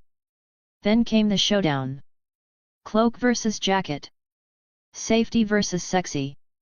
Practicality versus I look like the lead singer of a punk band who moonlights as a duelist. Jacket's hotter, Sirius decided aloud, because talking to yourself was normal when your only company was pop. A disgrace to your mistress and your noble house, Creaker announced, arriving in a puff of indignation and disappointment. The ancient house elf gave Sirius a once-over like he was a stain on the family tapestry. Master dresses like a common street wizard again, I see. Mistress would have fainted. Again. She did enjoy fainting. Yet, well, tell her ghost to hold her breath, Sirius snapped, shoving a dagger into his boot with the kind of enthusiasm usually reserved for butterbeer after Azkaban. I was disowned, remember? That means I get to wear leather and swear creatively without worrying about family dinners. Creaker sniffed, all wounded pride and drama club levels of judgment. Master is a blood traitor, he muttered. Born into glory, now plays dress-up with muggle weapons and smells of freedom. Say freedom like it's a disease one more time, and I'm sticking you in the sock drawer. Creaker recoiled like Sirius had offered him deodorant. The most ancient and noble house of Black belonged to great witches and wizards. Yet, and one of them used to hex my bedroom door shut so I couldn't leave. Real pillars of virtue, the lot of them. Sirius flexed his shoulders, grabbed his wand, and holstered it with a flourish that would have earned a slow clap at the ministry, and probably a few raised eyebrows from Snape. His boots combat, of course, clomped against the floor as he paced toward the mirror. You look like a rebellious painting in the Louvre, he told his reflection, grinning like the mirror had just flirted with him. Creaker made a noise halfway between a cough and a curse. Will Master be requiring the blood-mopping buckets, or just a cover story for the Prophet this time? Just the anti-Ponce spray, Sirius called back. Never know when Lucius Malfoy might start shedding glitter. Creaker vanished, but not before muttering something about respectable ancestors rolling in their crypts and pure blood shame. Honestly, Sirius would have thrown something at him, but the last time he did that, Creaker made all his underwear sing the Black family motto for a week. With a final smirk, Sirius grabbed his enchanted leather jacket, heavily warded, but also looked amazing in a duel, shoved a few emergency exploding snap cards in his pocket because chaos was a lifestyle, not a hobby, and vanished with a crack that left a scorch mark on the floor. Destination: Hogwarts. Mission: mystery, mayhem, and probably mouthing off to Snape. He arrived just outside the wards, boots crunching on gravel, the air around the castle thick with the kind of tension that usually comes before a storm or a Weasley prank gone nuclear. The smell of pine, stone, and impending doom hit him like an old friend. Or maybe an ex. From the castle, lights flickered on like sleepy giants blinking awake. Somewhere up there, Snape was probably muttering about overgrown teenagers with wand envy. Sirius grinned. "Home sweet bloody home," he said to the dark. Then he started walking shoulders back, jacket swaying, wand humming with anticipation. He was ready. Ready to hex. Ready to flirt. Ready to punch Lucius in the nose if the opportunity arose. The stars above him flickered like warning lights. Hogwarts wasn't just waking up. It was bracing itself. And so was Sirius Black. Mostly because he was pretty sure Snape was going to say something snide, and he needed a good comeback locked and loaded. Professor Severus Snape did not walk. He descended. Each step down to the dungeons was a judgment. Each swirl of his robes, an indictment of fate itself. And tonight, fate had most assuredly wronged him. Trailing behind him like a particularly useless party decoration was Lucius Malfoy, unconscious, still managing to look offended by the very concept of gravity, and reeking of something expensive, cloying, and French. Snape wrinkled his nose. "Oh yes, Lucius," he drawled, voice thick with disdain, "by all means, marinate in your cologne. Perhaps the werewolves will find you less palatable if they choke to death first." They swept past a terrified first year in the corridor. The boy dropped his pumpkin pasty and ran without a word. Sensible child. Snape filed that away under possibly not a complete dunce. Lucius floated on, hair pristine, robe slightly singed, expression frozen somewhere between aristocratic panic and faintly constipated disapproval. "You know," Snape continued, speaking to the unconscious body with the weary familiarity of a man who'd spent far too long around entitled sociopaths, "when I envisioned my Friday evening, I distinctly remember not including escort one treacherous twit of a Death Eater to his temporary prison cell. And yet here we are." He stopped in front of a heavily warded door at the far end of the corridor. It shimmered faintly with runes that would make most curse breakers politely excuse themselves and cry into their tea. With a flick of his wand, the door groaned open. The chamber beyond was utilitarian in the same way a guillotine is, brutally efficient, lacking in charm, and entirely intolerant of drama. Snape guided Lucius inside and dropped him unceremoniously onto the narrow cot with a thud that echoed in a way Snape found spiritually satisfying. "Do forgive the decor," he said dryly, conjuring glowing bindings around Lucius's wrists and ankles. "We had a dreadful accident with the last aristocrat who stayed here. He mistook the lava vent for a bidet." Lucius twitched slightly in his sleep. Snape narrowed his eyes. "No, don't wake on my account. Really. I'd like nothing more than to hear your sniveling excuses and poorly masked terror. But perhaps after I've brewed something lethal and regrettable." He paced the room with precise, predatory steps, casting layer after layer of containment spells. Soundproofing. Anti-apparition. Anti-portrait. Anti-monologue. "Yes," Snape muttered, adding one last charm, "let's see you deliver your operatic self-pity now, you flaxen nuisance. Try to pontificate and you'll break out in boils shaped like ministry bylaws." He turned, arms folding into the precise elegance of someone just barely holding back a string of hexes. His face hooked nose, black eyes, mouth drawn into a grim, sardonic line could have been carved from thunderclouds. What possessed you, Lucius? He asked aloud, bitter and low, even though the man was still unconscious. Did your common sense finally elope with your dignity? Did you think allying with Greyback was the logical next step in your descent from pure-blood pomp to full-blown imbecile? Snape rubbed his temples. Of course. Threaten your son, and suddenly you're singing like a canary that's overdosed on Verita serum. How noble! How predictable! He stepped toward the door, pausing only once to ensure the containment runes pulsed in a dull, menacing red. Everything was in place. Almost. His hand lingered on the heavy stone arch. His eyes darkened. Werewolves, he said quietly. At Hogwarts. He didn't shudder. Snape didn't do shuddering. But something sharp twisted beneath his ribs. The children. Merlin help him, the dunderhead, potion-spilling, cauldron-melting children. He loathed them on principle. They were noisy, nosy, occasionally flammable, and incapable of telling the difference between a bezoar and a bonbon. But they were his. His charges. His responsibility. And if Greybacks pack so much as breathed in their direction, they will regret it, Snape said aloud, voice like cut glass. I will personally ensure that their entrails are sorted alphabetically. And I shall enjoy it. His fingers tightened around the door frame. Children in danger, he sneered. As if the mandated curriculum wasn't torture enough. If Albus wanted to test my patience, he needn't have summoned a werewolf army, he could have simply handed me another batch of fourth-year essays on bezoars.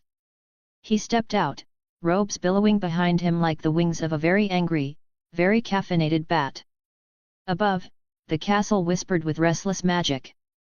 The torches flickered in warning. Halloween approached. And something dark was coming with it.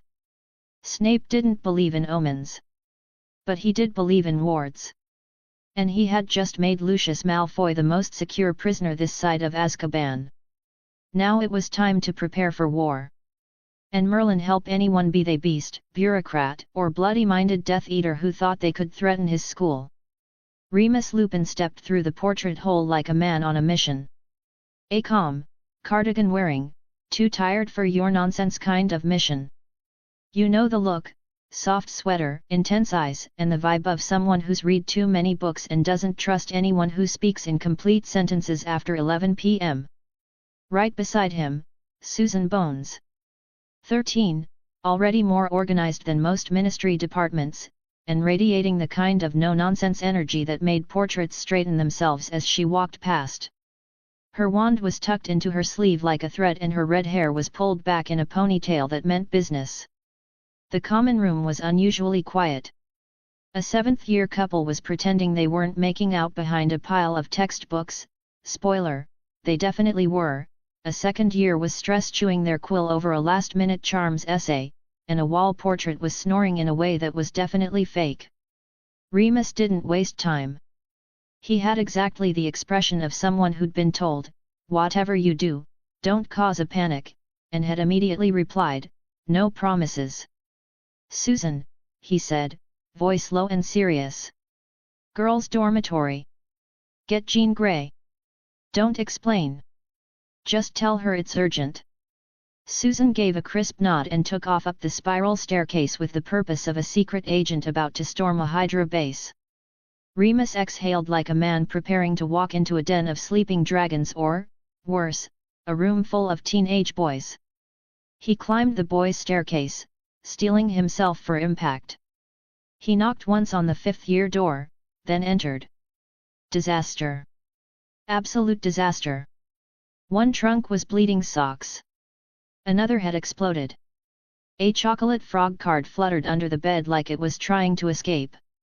And dead center in the chaos sat Harry Potter barefoot, hair halfway to supernova, wearing flannel pajama pants covered in tiny golden snitches and a t-shirt that said Weird Sisters World Tour 92 in letters that had been washed into tragic fading. He blinked. "Professor Lupin?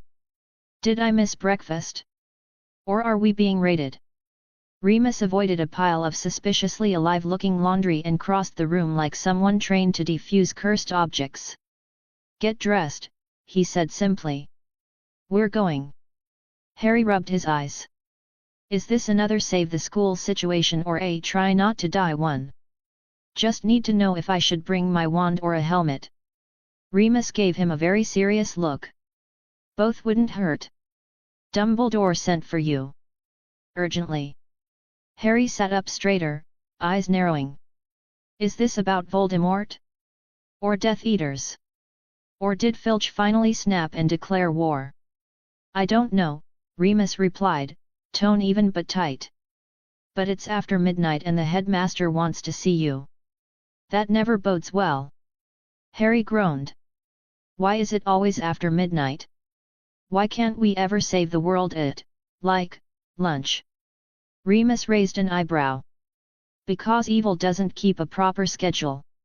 Now, dress up. You've got 5 minutes.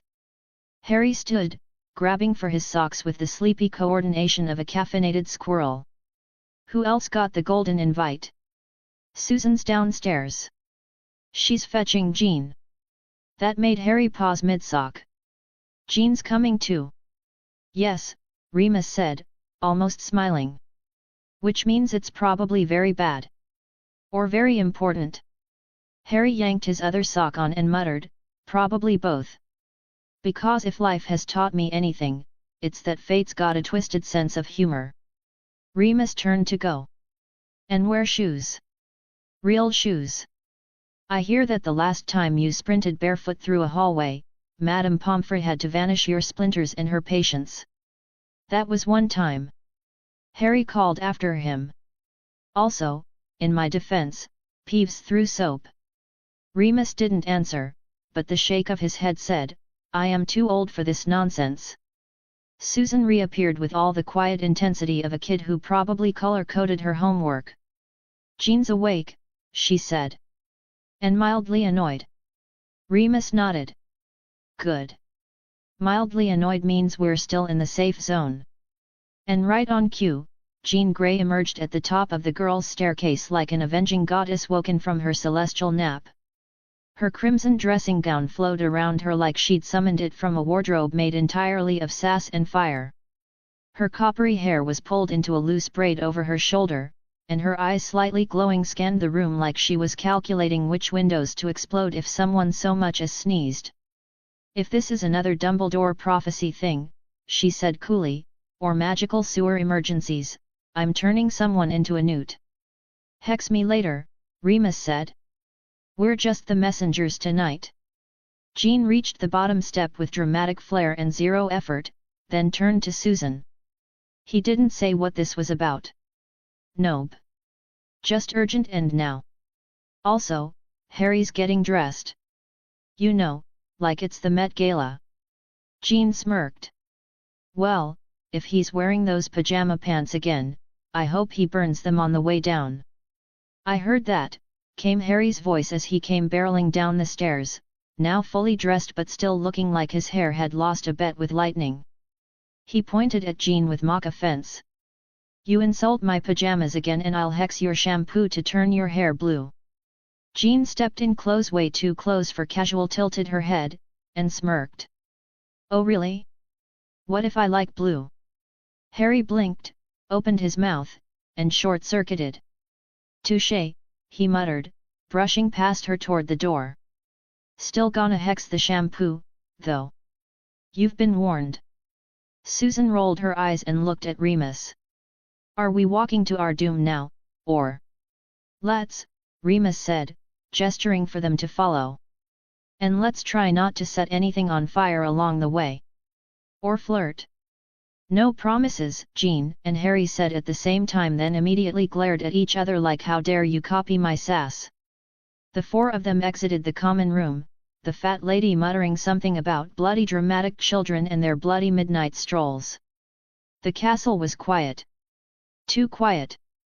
The kind of quiet that made you whisper even if there were no teachers around. Something was coming. And it wasn't just another history essay.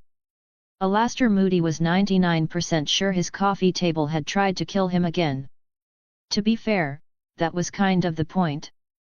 The table oak, cursed, and disturbingly sentient, had once bitten a Death Eater and developed a taste for blood. Moody kept it because it built character. And because replacing it would involve hiring someone, which meant background checks, anti-imperious protocols, and at least one round of Veritaserum tea. So yeah, the murder table stayed. His house, if you could call it that, looked like the love child of a doomsday bunker in a wizarding antique shop run by someone who thought paranoia was a personality trait. Spoiler, it was. At least if your name was Alastair Constant Vigilance Moody. The living room was a death trap disguised as homey. There were cursed skulls on every shelf, a mirror that reflected your worst fear, not a boggart. This one came with audio commentary, and a ceiling warded to collapse on intruders. Also, there were throw rugs. But they were spelled to screech like banshees if anyone stepped on them wrong. Moody was halfway through booby trap rotation number 3, Tuesday's setup had been too predictable, when the air shimmered. Fire. Trill. Phoenix. Fox landed on a bookshelf with all the arrogance of a bird who knew it could spontaneously combust and no one would question it. Moody didn't react. His good eye squinted, his magical eye spun a full 360, scanning for glamours, polyjuice, porte-clés traces, and anything else that screamed trap. It didn't scream. It politely hummed bad news. The phoenix held out a leg. Scroll. Gold thread. The magical equivalent of a red alert in all caps. And signed by the one man Moody trusted enough not to hex on sight. Dumbledore. Alastair. I wouldn't summon you unless it was absolutely necessary. It is. Bring your paranoia, your wand, and your 10,000 hidden knives. The children are in danger. Albus. Moody muttered something that would have made a goblin blush. Figures. He didn't waste time. Just nodded once, cracked his neck, and got to work. Step 1, Armory check. He swapped out his usual wand for the good one oak, dragon heartstring, last polished during the Goblin Rebellion, not a coincidence. Step 2, Battle coat. This coat had seen more action than a cursed battlefield. Moody slipped it on like a knight donning armor. Pockets? Stuffed with everything from doxy repellent to a cursed locket that only screamed on Tuesdays. Step 3, Paranoia Protocol. Boots? Reinforced. Traps? Activated. He whispered passwords to locks, charms, and one very temperamental doormat named Nigel. And then, he paused. Most wizards would apparate immediately. Not Moody. Operating from your doorstep was basically sending an RSVP to your own funeral. Nah. He was old, cranky, and had a routine for a reason. So he walked. Every 10 steps, he stopped. Eyeball spun like a malfunctioning compass, scanning for everything from animagi to invisible vampires. Yes, those were a thing, and no, they weren't sparkly. One shadow moved weird. He aimed a spell at it. Turned out to be a bush. Now it was a bush with trust issues. After half a kilometer and 5 false alarms, he stopped. No alarms. No movement. No sudden ambush. Either I'm being too careful. He paused, snorted, or I'm not being careful enough. And then crack. Moody vanished in a swirl of cloak and suspicion. Destination, Hogwarts. Mission, protect the kids. Mood, grim. Determined. Slightly over-caffeinated. Because if Albus Dumbledore said the children are in danger, then it was time to unleash a one-eyed, spell-slinging, coat-swirling nightmare with a wand in one hand and a vendetta in the other. Moody was coming. And Merlin help whatever poor bastard stood in his way. Nocturne Alley looked like someone had smeared regret over every brick. The rain hadn't helped, it had just turned the whole place into a greasy slip and slide of bad decisions. Perfect, really, for a man like Corbin Yaxley. His boots clicked against the cobblestones with the confidence of a man who either had backup or was the backup. People moved out of his way instinctively, like cockroaches fleeing light. One hunched figure made the mistake of glancing up, locking eyes with Yaxley. He flinched so hard he nearly knocked himself over. Yaxley smirked. That never got old. The bell over the door of Eldrin and Varro's acquisitions let out the same wheezy death rattle jingle it had the night before, like it resented its life choices. Inside the shop looked exactly how you'd imagine a magical fire hazard with trust issues would look. Nothing had been cleaned, sorted, or even acknowledged by basic human decency. The suspicious goblet on the shelf was now vibrating. Something under the rug hissed like it had unresolved anger issues. "Gentlemen," Yaxley drawled, voice smooth as poisoned honey. Eldrin jumped so violently he nearly impaled himself on a quill. "Merlin's saggy underpants, do you have to do that?" "I opened the door," Yaxley said, arching a brow. "Unless you'd prefer I apparate straight into your sinus cavity next time." Eldrin muttered something about restraining orders and dusted himself off, trying to salvage some dignity. It didn't go well. "You're early." "I'm punctual," Yaxley corrected, strolling in like he was inspecting a crime scene. "Which, in this case, means you've run out of time to screw things up." Varro peeked out from the back, holding what looked like the love child of a candlestick and a disco ball, wrapped in glowing string. He was sweating enough to irrigate a greenhouse. This one's for 12, Varro said, tiptoeing forward like the object might file a complaint. "Northern edge of the Forbidden Forest. 50 meters inside the tree line. Precise window, twilight. Very twilighty." "Is that a technical term now?" Yaxley asked, eyeing him like a snake deciding if it was worth the effort to strike. Yeah," Varro said, then immediately regretted it. Eldrin jumped in, grinning like he thought he was on The Apprentice. "It's fine, it's all fine. Took some finesse, but we work best under unreasonable, terrifying pressure. Don't we, Varro?" "Like diamonds," Varro said, voice cracking. "That are about to explode." Yaxley's gaze shifted to a box on the counter. Inside was what looked like a rusted cauldron lid with glowing runes and something twitching under a charm. "That," Eldrin said, nudging the box toward him like it was cursed, "because it probably was, will handle up to 50, more if they're, compact. Kids. Goblins. Werewolves that haven't eaten in a while." Yaxley didn't laugh. "You do realize werewolves don't come in travel size?" Varro winced. "It's been reinforced heavily. You've got about 5 seconds once it starts glowing before it triggers, so no dramatic speeches, yet." Yaxley picked up the lid, inspecting the runes. "Is it stable?" Varro made a sound like a cat choking on uncertainty. Eldrin, bless him, tried to help. "Define stable." "Like, in the sense that it will transport someone.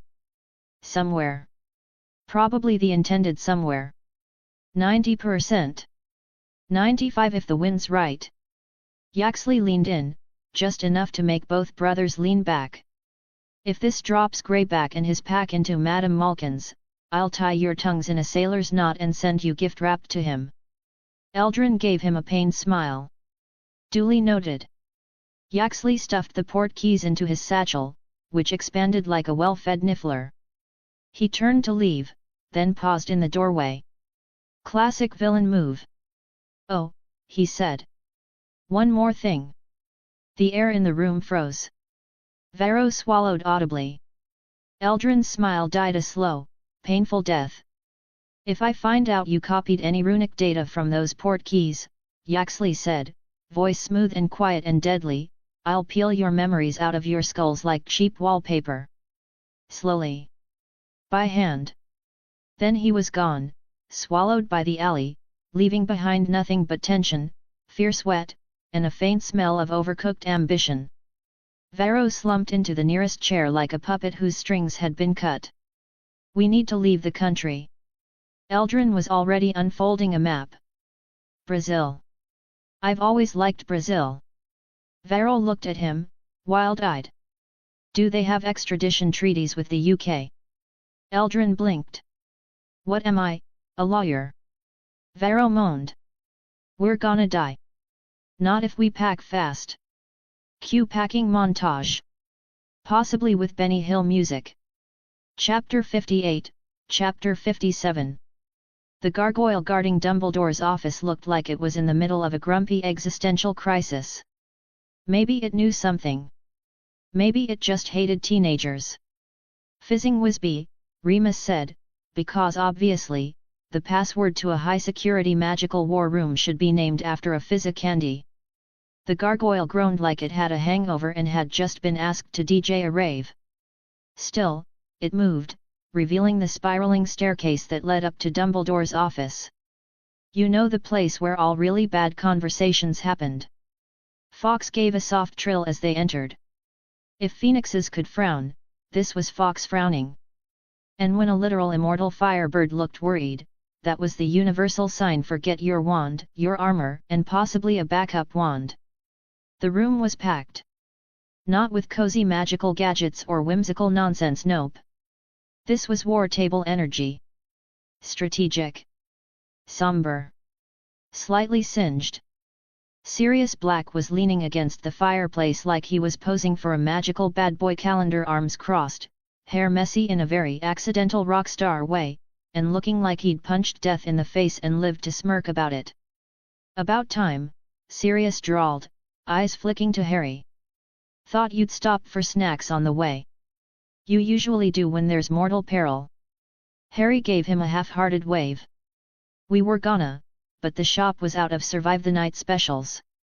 Tonks was perched backwards on a chair like a teenager who'd hijacked a teacher's desk. Her electric blue hair was tied up in a messy combat bun that said, I came to fight, but I'll still look cooler than you. Well, if it isn't the Trouble Trio, she said with a grin. And here I thought Hogwarts was quiet this year. Susan lit up slightly. Hey, Tonks. Amelia Bones stood near the desk, regal and composed and looking like she could win a duel and a legal case in the same breath. Her monocle glinted ominously. She gave Susan a nod that translated to, I'm proud of you. But also, don't screw this up. But also, I love you. But seriously, don't screw this up. And then there were two unfamiliar faces, except, of course, they weren't unfamiliar at all. Harry, Jean, Susan, said Dumbledore, calm as always, like he hadn't just invited 3 kids to a secret war council. Meet Aurors Alastair Moody and Kingsley Shacklebolt. Moody looked like someone had carved a grizzly bear out of bad decisions and wartime trauma. His magical eye was spinning in its socket like a roulette wheel of paranoia, currently locking on Harry's sneakers. Boy needs better boots, Moody growled. Can't outrun a werewolf in Muggle trainers. Might as well put bells on. Kingsley Shacklebolt was the complete opposite, tall, smooth, composed, dressed like Wizard James Bond and probably twice as deadly. He gave the trio a nod, voice as calm as still water. Welcome. Moody muttered, skip the pleasantries, Albus. We're here to kill monsters, not knit scarves. Dumbledore nodded solemnly. Of course. As some of you are not aware, I must inform you that Lucius Malfoy arrived at Hogwarts tonight. Harry made a face like someone had offered him a jelly bean flavored like betrayal. Why? Did he finally decide his cheekbones weren't getting enough lighting at home? Dumbledore didn't smile, but the corners of his eyes twitched. He claimed his wife Narcissa was ill. A sudden flu. Requested Draco return home for Halloween. Sirius snorted so hard he nearly dropped the mug of whatever he was pretending wasn't fire whiskey. Narcissa? Catch a flu? That woman thinks sneezing is a sign of weak bloodlines. Last time I coughed at a dinner, she summoned a house elf to burn the chair I was sitting on. Jean raised an eyebrow. And here I thought my family reunions were awkward. Remus chuckled dryly, arms folded, eyes scanning everyone like he was trying to predict who would break down first. His energy was pure calm professor with repressed trauma. Let's be fair. The Malfoys make dysfunction an Olympic sport. Anyway, Dumbledore continued, Lucius didn't want to notify me. He went directly to Professor Snape. That's a red flag wearing a Slytherin tie, Jean muttered. Exactly, said Amelia, her tone sharp as a slap. Snape followed protocol. Miraculously, Dumbledore said. He brought Lucius to me. And then promptly stunned him. Harry blinked. Wait, Snape stunned Malfoy? Did I hit my head? Is this a coma dream? Are we sure that wasn't some other guy on Polyjuice? Sirius smirked. Nope. That happened. And I'm buying him a drink later. Never thought I'd say that without a wand pointed at me. Moody growled, we interrogated Lucius. Legilimency. Amelia's monocle gleamed dangerously. Illegal. Effective, Moody barked. Would you rather we wait till the corpses start piling up? That shut everyone up. Dumbledore looked at Remus, and the temperature in the room dropped like the bottom of a Gringotts vault. Lucius was coordinating with Fenrir Greyback. Remus didn't move, but something in him fractured. His jaw tensed. Jean instinctively stepped closer, red hair brushing his sleeve. Protective. Steady. They've landed, Dumbledore said.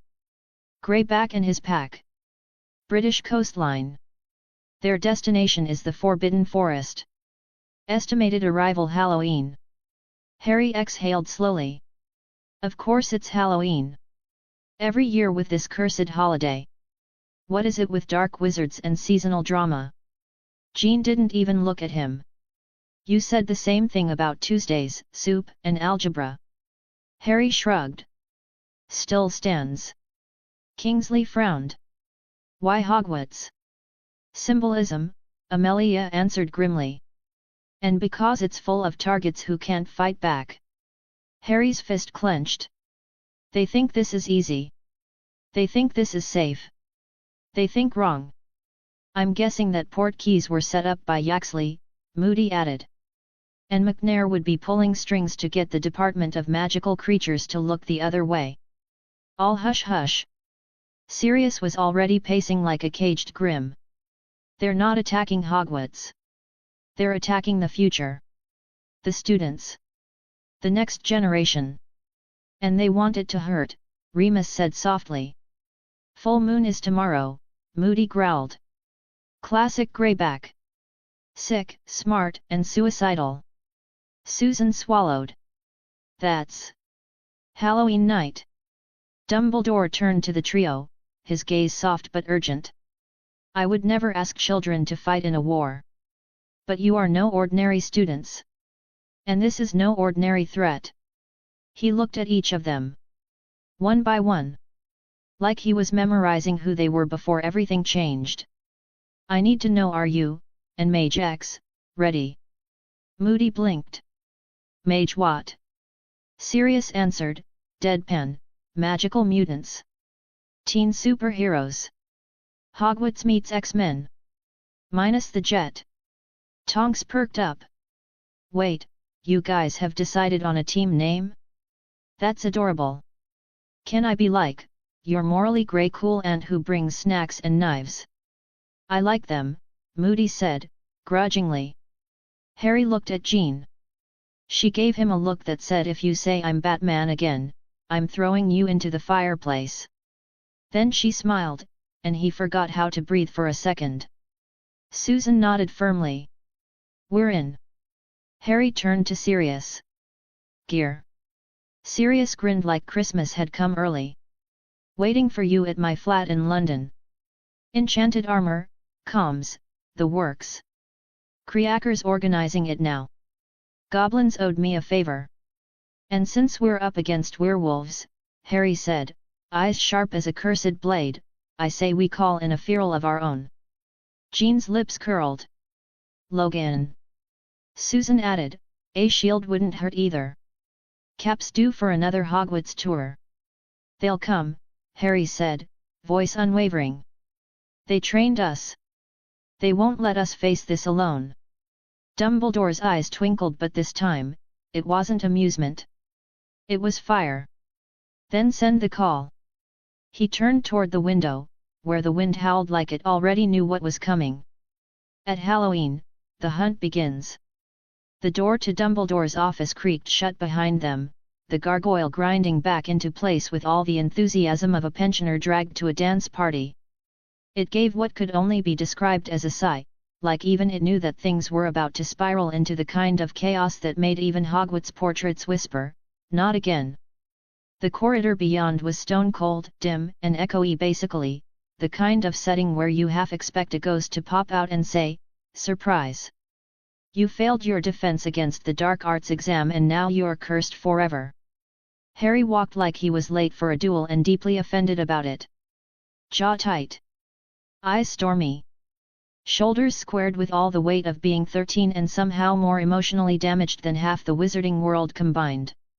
Silence stretched like taffy. And then, "Jean," he said without looking back. "Call the others." "Everyone." Jean's eyes flared gold, and for a second she looked like some kind of war goddess in disguise. A very annoyed, red-haired war goddess who was really tired of people using her brain like the Marauder's map. She nodded once. Her voice echoed in the minds of the castle like a psychic intercom. "Room of requirement. Emergency meeting. Now. Bring everything. No excuses unless you're literally on fire, and even then, stop, drop, roll and get your butt here." The responses came in waves: surprise, confusion, the mental equivalent of someone tripping over a rug, and then a collective pulse of readiness. Remus, walking just behind them, blinked and whistled low. "Still weird watching you do that." "Still weird doing it," Jean muttered, rubbing her temple. "Pretty sure I just tuned into Peeves' thoughts. I'm scarred forever." Harry smirked, just a twitch at the corner of his mouth. Sirius, as always, looked like trouble in leather form: messy hair, long coat, a smirk that had broken hearts and started duels.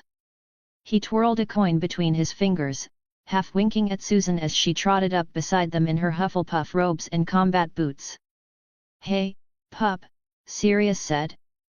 "You sure your girlfriend can handle that much power without exploding a toilet?" Jean raised an eyebrow. "Wouldn't be the first time." Harry didn't miss a beat. "She exploded 2 last week." 3, Jean corrected. Sirius whistled. "That's my future daughter-in-law." "Sirius," Harry said through gritted teeth. "Don't worry," Sirius grinned, clapping him on the back. "You'll have time to elope after we fight the apocalypse." Harry sighed loudly. Susan grinned and elbowed Jean. "You two are so married already." Jean blushed, but didn't deny it. "Shut up, Bones." They reached the corridor's edge. Harry stepped aside, pulling a sleek, enchanted mirror from his jacket. It shimmered like moonlight poured into glass. He looked into it and said, "Logan." The mirror shimmered again and there he was. Wolverine himself, looking like someone had just interrupted his nap. He had a cigar clenched between his teeth and a permanent growl in his voice. "Took you long enough, bub," Logan said. "Thought maybe you'd finally realized calling me always ends with bloodstains and therapy." "Good guess," Harry said. "Werewolves. Forbidden Forest. Halloween. Full pack. Greyback leading." Logan's smirk vanished like someone had flipped a switch. "That rabid son of a," he stood, already reaching for his gear. "All right. I'm in. Gimme 10 minutes. Make it an hour," Harry replied. "Sirius will coordinate port keys with his American contact." Logan grunted. "Fine. But the place better have scotch. None of that elf wine garbage." Harry didn't answer. He just flipped the mirror again. "Steve Rogers." This time, the image resolved to a shield facility that looked like it had been designed by people who really liked glass and hated comfort. Steve was standing by a tactical display, blue eyes narrowing as he registered Harry's face. "Harry. What's going on?" "Werewolves," Harry said. "Not the cool, misunderstood kind.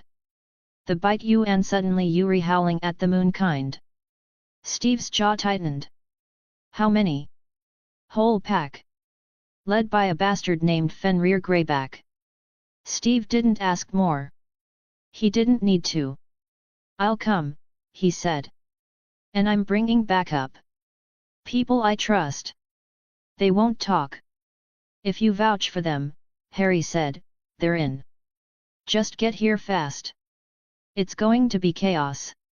Steve nodded. "I'll coordinate with Logan. See you soon." The mirror dimmed. Harry slipped it back into his jacket and let out a breath like he'd just wrestled a mountain troll. Jean stepped beside him, brushing her fingers against his briefly, just enough for comfort, not enough for distraction. "They're coming." He nodded. "Both.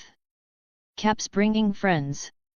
Remus, who had been quiet long enough that everyone forgot he was there, smiled faintly. "Good. We'll need more than wands and hope this time." Sirius cracked his knuckles. "Time to see if those American supers can keep up with British chaos." Harry looked out toward the castle Hogwarts, his home, his sanctuary, his personal magnet for magical disasters. Behind him stood his friend, his godfather, his werewolf mentor, and a girl who could read his mind better than he could read his own. Ahead? War. "Let's find out," he said. And Hogwarts, ancient and knowing, whispered back with the sound of 100 staircases shifting. "Bring it on." Sirius vanished down a side corridor like a bat out of magical hell, his leather jacket swishing behind him as he muttered under his breath about port keys, lost artifacts, and, if Harry's ears weren't deceiving him, something about bloody wands. Harry's only response was a smirk. He could already hear Sirius grumbling, likely getting distracted by some cursed object he'd found and forgetting about the actual mission at hand. "All right, team," Harry said, taking the lead up the spiral staircase.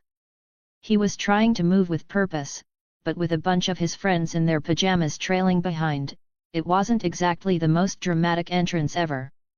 Plus, he had an entire school year of pranking to think about. There was definitely a portrait on the 4th floor wearing bunny ears thanks to Fred and George. Long story. Don't ask. Jean was by his side, her hand brushing his in that way that made Harry wonder if they were about to start some kind of telekinetic slow dance. He could practically feel the electric charge between them, even if they weren't exactly holding hands. Her voice popped up in his head, soft and steady as always. "You're stressed.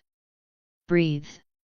"I am not stressed," Harry muttered, though the fact that he said it while exhaling like he was doing yoga probably proved her point. "I just need to find the right joke to make Lupin laugh." Jean snorted. "That's your big problem? Lame jokes for the werewolf expert."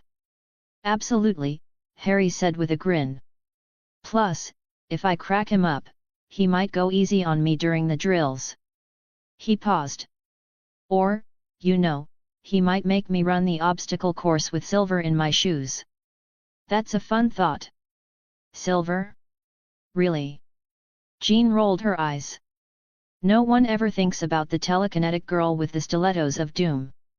"Did you just give me an attack name?" Harry said, eyebrow raised. "I'm gonna steal that."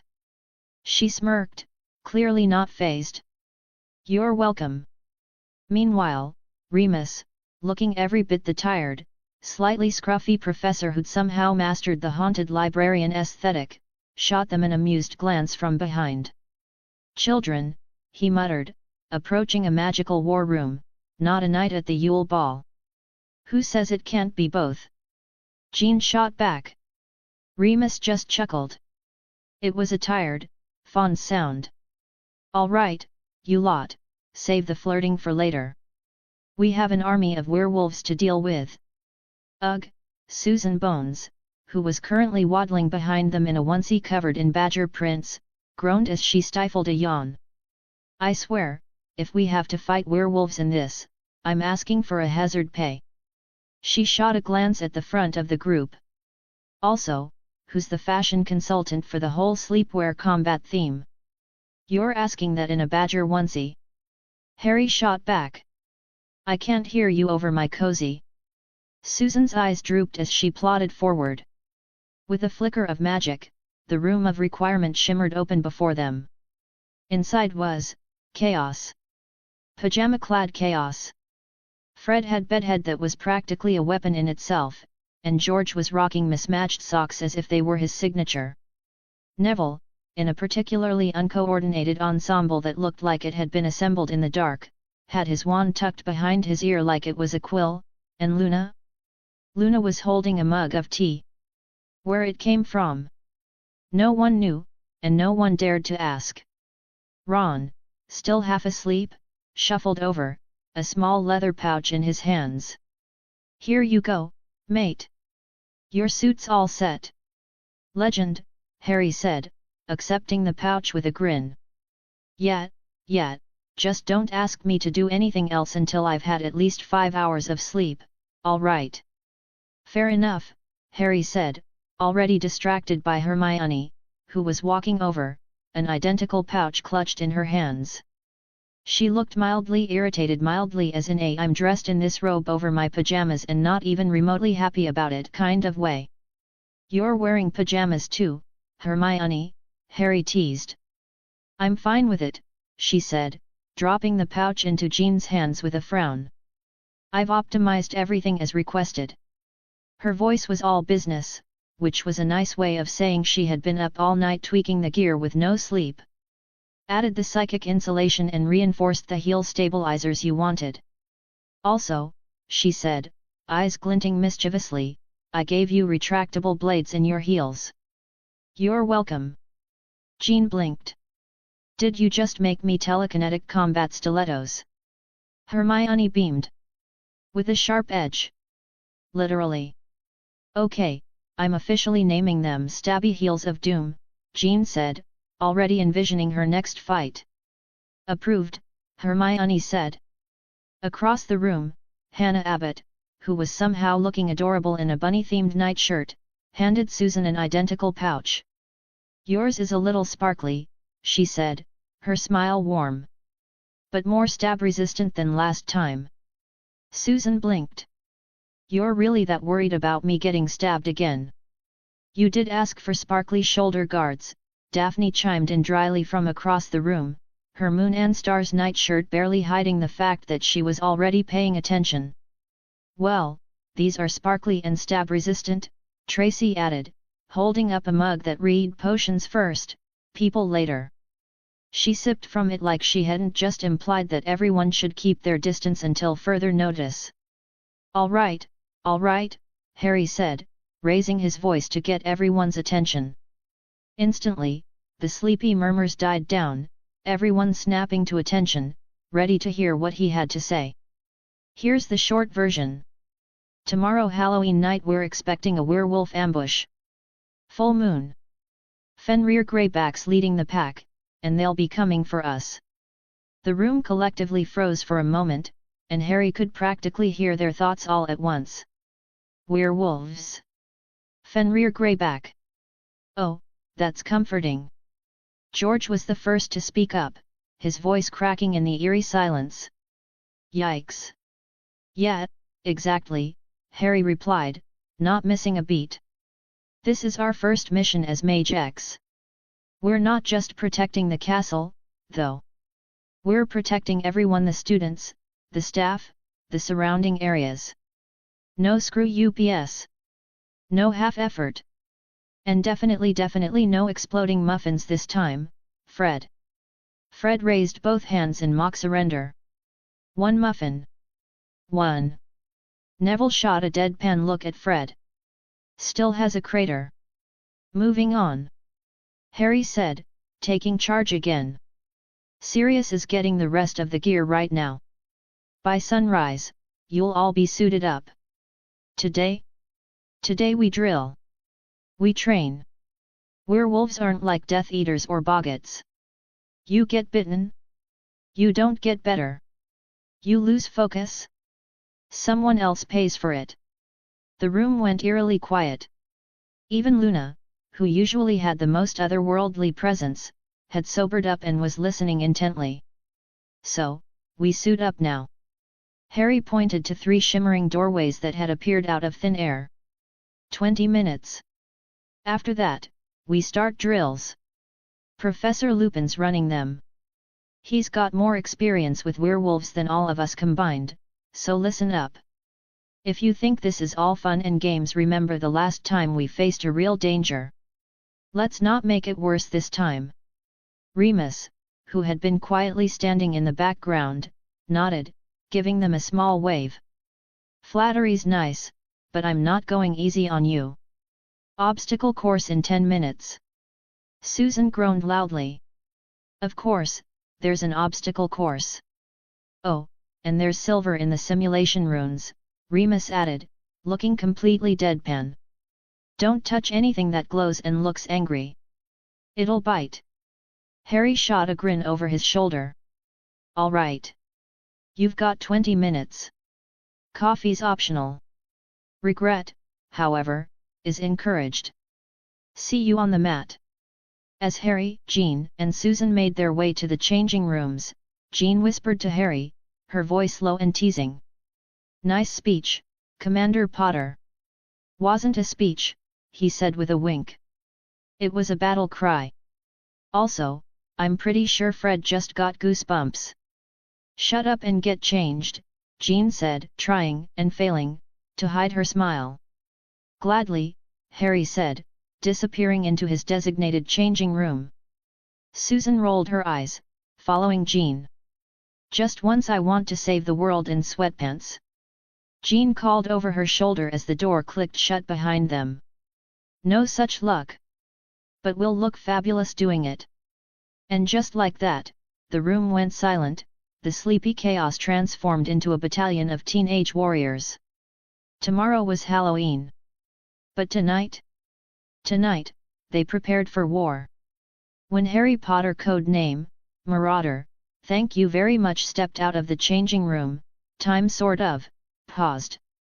Not dramatically, like a thunderclap or lightning bolt. More like the slow-mo moment in a movie when the hero walks out of the shadows and the soundtrack goes full orchestra.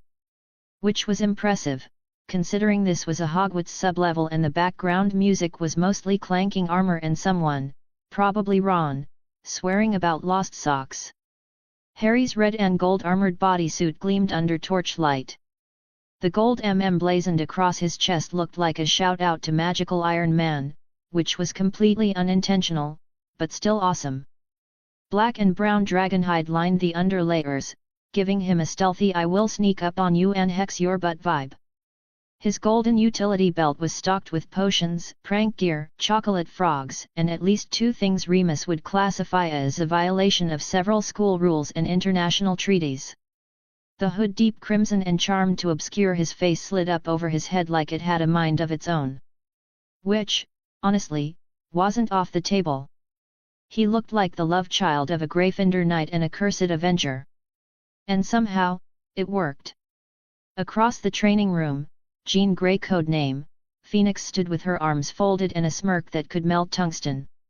Her emerald combat suit shimmered with gold detailing and the blazing silhouette of a phoenix stretched across her chest like she'd dared fire itself to challenge her, and fire had just said, "Okay, boss." Her long red hair practically glowed, like she'd threatened her hairstylist with telekinesis. Nice hood, Marauder, Jean said, pushing off the wall. Very brooding hero meets dramatic flair. You practicing your smolder? Harry rolled a shoulder, trying to look nonchalant. I don't smolder. I seethe. It's an important distinction. Susan Bones, code name, Veritas, was adjusting her armor nearby. Hers was black and yellow, like a Quidditch uniform redesigned by a paranoid aura with a flair for the theatrical. Protective plates covered her chest and shoulders. A black X stretched across her front, and a hood similar to Harry's flickered to life with a low hum of magic. Wait, do we all have hoods now? She asked, raising it and watching her face vanish like she'd triggered stealth mode. Because if so, I vote we form a band. The Hoodlums. Or a biker gang, Harry added. Wizarding Hellions. Picture McGonagall's face. Jean snorted. She'd transfigure your broom into a mop and assign you to clean the entire astronomy tower. Again, Susan pointed out. Before Harry could fire back with a snappy comeback about educational mop-based punishment, the door banged open. Enter, Sirius Black aka the Man, the Myth, the leather-clad Chaos Wizard. Looking like he'd just strolled off the cover of Hot Wizards Monthly, Sirius wore a long black coat, combat boots, fingerless gloves, and a grin so dangerous it should have come with its own ministry warning label. Look at you lot, he barked, striding across the mat like he owned the room. You're like a cross between an action movie cast and a fashion disaster. I love it. He tossed out leather supply pouches to the rest of Team MageX, who were emerging in various states of battle readiness and bedhead. Fred Weasley caught his mid-air with a grin. Wicked, thanks. George fumbled his and knocked over a training dummy. Neville Longbottom opened his and immediately got glitter-bombed in the face. His expression suggested betrayal. Possibly treason. Luna Lovegood didn't blink. Ron groaned. It's too early for leather armor. Hermione smacked him with hers. Suck it up, Weasley. You're in a covered unit, not a Sunday brunch. Sirius turned to Jean and slowed. His grin softened, just a fraction. No mask, he asked, tilting his head. Jean blinked. Didn't really come with accessories. Sirius made a face like that was personally offensive. He reached into his coat, rummaging like he was pulling out a cursed sword. What he produced instead was a golden and emerald circlet shaped like phoenix wings curling around the temples, center dipped just above the brow. It looked ancient. Regal. A crown for a battle-born queen. It's enchanted, Sirius said. Face glamour. Your team will see you, but enemies won't. Plus, it ups your dramatic entrance score by about 20 points. Jean took it like it might vanish. It's beautiful. So are you, Sirius said, winking. But this'll keep that a secret from the baddies. Harry made a strangled noise that might have been a cough. Or a jealous owl. Jean smirked at him sideways. Relax, Commander. He's old enough to be my magical dad. Sirius clutched his chest. Excuse you. Cool magical dad. Susan muttered, Remus is the cool one. And like he'd been summoned by sarcasm, Remus Lupin entered the room.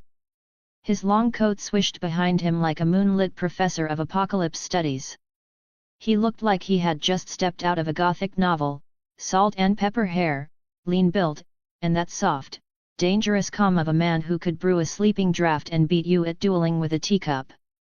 You're all late, Remus said mildly. I've already designed 4 new drills, fixed 3 runes, and brewed coffee that may be sentient. Susan perked up. Is it friendly? Remus tilted his head. It growled. Sirius clapped him on the shoulder. At least it didn't bite you this time. Harry clapped his hands. All right, MageX, warm-up's over. You've got 10 minutes to gear up and get your heads in the game. Because. Obstacle course, Remus said cheerfully. With silver rune traps. And 2 boggets. Fred paled. I miss the muffins. Jean slid the circlet into place. Her face shimmered and blurred, glowing faintly behind the spellwork like a goddess caught mid-ascension. She turned to Harry. How do I look? Harry blinked. Then blinked again, like his brain had short-circuited. Like the last thing Greyback's ever gonna see, he said honestly. Jean smiled. Perfect. Behind them, Ginny and Tracy were arguing about wand holsters. Daphne and Hannah were doing synchronized stretching like it was the Wizarding Olympics. Percy was lecturing Angelina about protocol. Alicia and Katie were timing themselves on the climbing wall. Cedric was calmly sharpening a throwing knife while Luna fed a niffler. It was chaos. It was family. And as the team lined up, Harry glanced at his reflection in a shattered mirror. Marauder stared back. He looked ready. Because tomorrow was Halloween. And tonight, they were going to war. The changing room doors swung open like dramatic stage curtains, and the energy shifted faster than you could say oxyo-fashion statement. The casual chaos turned into something more intense, like Hogwarts just teamed up with the Avengers and hired a stylist with serious flair. First to strut out? Cedric Diggory.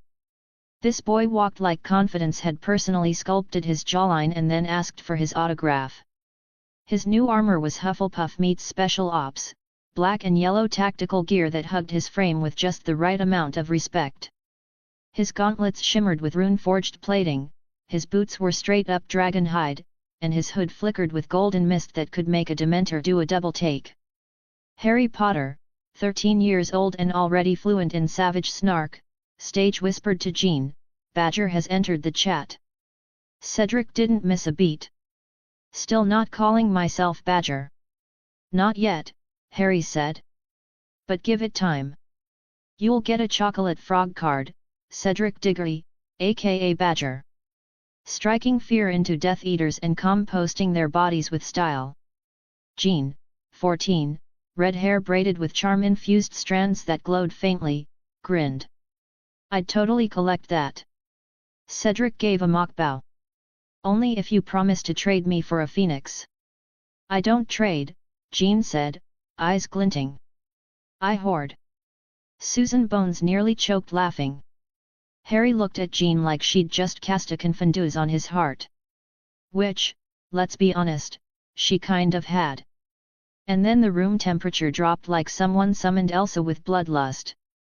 Daphne Greengrass entered. Or glided. Or conjured herself into existence. It was hard to tell. Her armor was winter reimagined as fashion-forward lethality, glacial blues, shimmering whites, and enchanted frost that clung to her like armor and art. Her gauntlets crackled with runes, and her wand sat neatly in her right gauntlet. Snowflakes literally formed around her as she walked. Harry blinked. 10 galleons says she's about to sass someone into therapy. 20 says it's Ron, Jean whispered.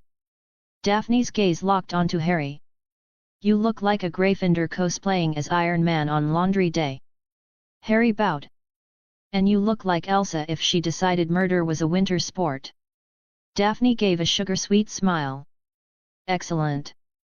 That was the goal. Burn, ice type. Super effective." Next came Neville Longbottom, aka Thorn. The boy had grown into his bones and then some. His armor looked like a forest had declared war and picked him as its champion. Green and brown, reinforced at the joints, with heavy boots that could flatten a troll. A vine-like pattern curled up his sleeves, pulsing with druidic energy. Fred gave a nod. "Mate, you look like you're about to take root and uppercut a whomping willow." Neville didn't even flinch. He pulled a tiny seed from his pouch. It sprouted mid-air into a plant with teeth. George clapped. "Adorable. Terrifying. I'm in love." Then came Luna Lovegood. Floaty, radiant, dreamlike. Her armor was blue and gold, like a comet had a fashion crisis and decided to sparkle about it. Her radish earrings glowed with subtle runes, and her gauntlets shimmered with enchantments you probably weren't qualified to understand. Light literally followed her as she twirled. "Hello," Luna said cheerfully. "I'm not late. Time is just early." Hermione opened her mouth. Closed it. Opened it again. "Let her have this one," Harry said. "That was poetry." Luna turned to Neville. "Your plant says it's hungry." Neville blinked. "It talks to you." "It sings," Luna said seriously. "Mostly about compost." Jean leaned toward Harry. "We need a team psychic." Harry grinned. "We have one. She just prefers earrings over helmets." "Cedric, still adjusting his gauntlet, muttered, "So we've got Marauder, Phoenix, Veritas, Thorn, Halo, Ice Queen, and I'm Badger. Temporary code name." Harry shouted. "You can graduate to Badger Prime. Lord of the Burrows. The Burronator. Sir digs a lot." Cedric groaned. "I hate everything." "That's fair," said Sirius, finally stepping forward from where he'd been leaning against the wall like a leather jacket-wearing catastrophe. Joe Manganiello levels of disaster, with stubble that said "I've seen things" and a grin that said "I encouraged them." "All right, you magnificent nightmares," Sirius said, clapping. "You look fierce, fabulous, and only slightly less dangerous than a blast-ended scroot on espresso." Remus drifted in behind him like a caffeinated cryptid, calm and elegant in a coat that billowed just a bit too dramatically to be an accident. Lee Pace in full mysterious mentor mode. "The wards are up," Remus said. "The traps are live. And the sentient coffee has claimed a chair in the briefing room." Luna perked up. "Did it bring biscuits?"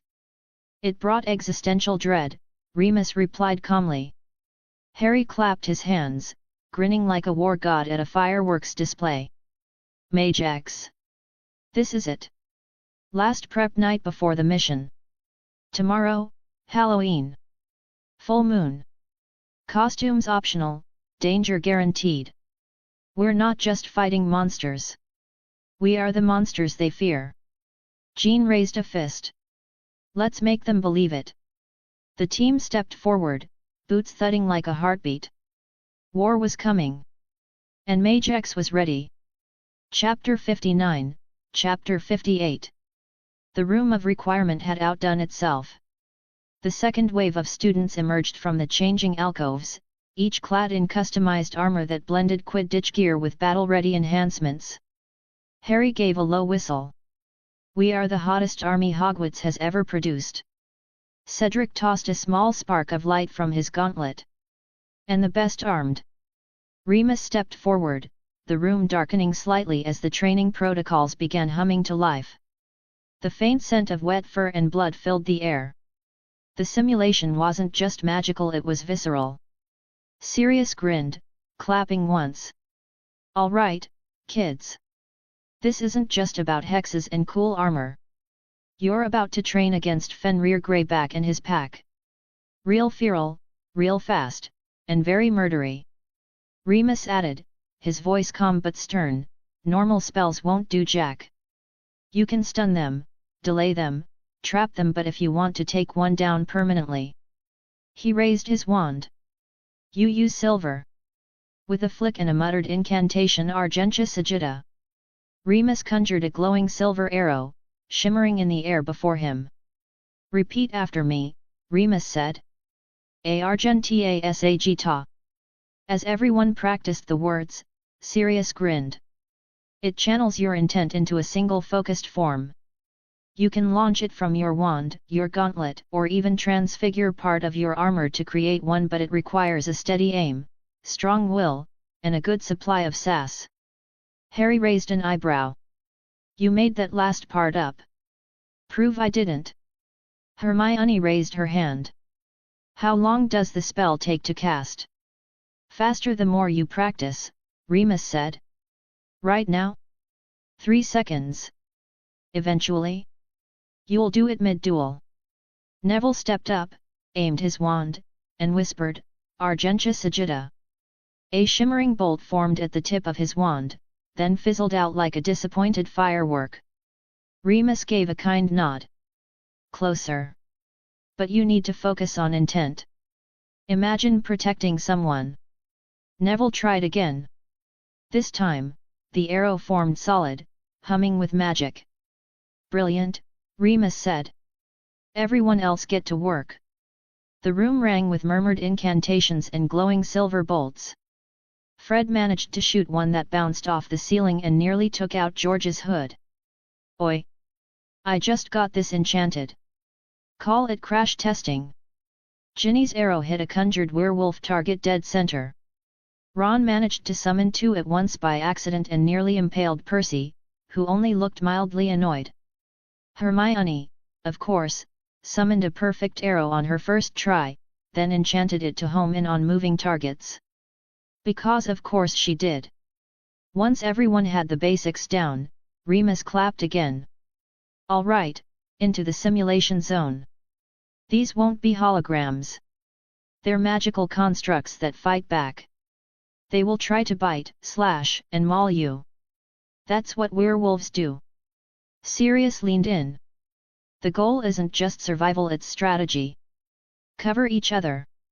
Use terrain. And if it all goes to hell? Harry raised a brow. Run screaming. Wrong. Sirius shouted. You run screaming while firing silver arrows and hurling insult-based hexes.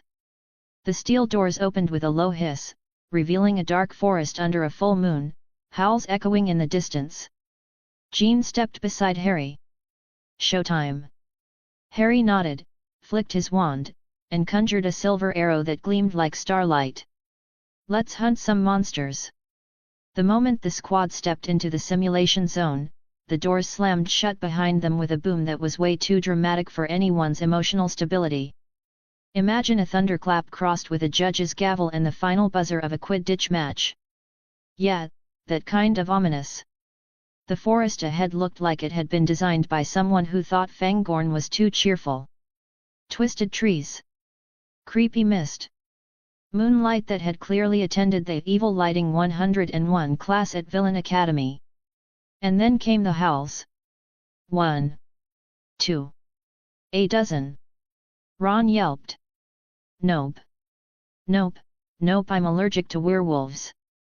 It's a real thing, asked Madame Pomfrey. The first werewolf didn't care. It launched itself at Ron like a nightmare furball. He screamed, tripped over his own boots, and tried casting a spell that sounded suspiciously like Argentia. Argentina? Arg. Next to him, Neville's face did the thing where it forgot how to emotion. That's too many teeth, he squeaked, dropping his wand. That's way too many teeth. Angelina and Alicia, both with Quidditch reflexes and zero patience for nonsense, loosed enchanted arrows only for them to spark out with a sad little fizzle. Oh come on, Alicia shouted. I enchanted these myself. Yeah, well, maybe next time skip the glitter charm, said Angelina, shoving her sideways to avoid getting mauled. Percy, ever the professional, was mid-rant. Form up. Maintain ministry protocol, AC. One werewolf tackled him like a linebacker. Ginny Weasley did not have time for that. She launched herself into a flying kick that would have made Bruce Lee blink. Back off the bureaucrat. Tracy blinked out of sight invisibility reflex, nice only for a werewolf to sniff her out and chase her screaming around a boulder. I knew this cloak smelled too much like lavender. This is why I don't buy from ETSE. Fred and George were panicking in stereo. Plan Zeta. Fred shouted. Left it in my other pants. Why do you even own other pants? Fred lobbed a smoke bomb. It exploded. Half the team choked. Smoke bombs are for exit strategies, genius. That was the exit strategy. Hannah Abbott, bless her terrified Hufflepuff soul, was sobbing while firing shaky silver arrows. I don't like this. I want to go back to herbology. I like plants. Katie Bell managed to transfigure a tree root into a whip and actually tripped a werewolf, which was kind of awesome until another one tackled her mid-celebration. Then, boom! A werewolf disintegrated into a burst of silver light. Harry landed like a comet from Gryffindor heaven, red and gold cloak flaring dramatically behind him. His fist glowed with raw power, his hair tousled just enough to be unfair, and his smirk was the exact amount of cocky to drive werewolves and teenage girls equally insane. Seriously? This is your panic mode? He punched another werewolf mid-leap. It exploded. Jean floated down beside him, calm as a goddess of war, with her signature red hair flaming in the moonlight and her eyes lit up like she was running on raw power and mild irritation. A werewolf lunged at her. She didn't even blink. It froze in midair like someone had hit pause. With a flick of her fingers, she yeeted it across the forest like a particularly ugly beach ball. You had one job, Jean said, not looking at anyone in particular. Ron raised a shaky hand. Survive. Passable answer, Harry said, smirking. -3 points for pants wetting. Susan Bones appeared like a magical sniper, wand swirling like she was born to duel. Silver vines erupted from the ground and slung 2 more werewolves skyward.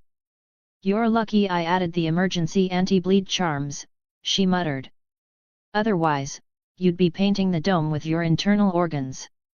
Charming, Percy wheezed, wiping werewolf drool off his lapels. Then more werewolves showed up. 6 of them. All bigger, meaner, and with worse breath. Harry grinned. Jean raised an eyebrow. Susan sighed like she was grading a pop quiz. Harry cracked his knuckles. Tag in. Jean smirked. Educational purposes only. Susan conjured a glowing dome around the rest of the panicking students.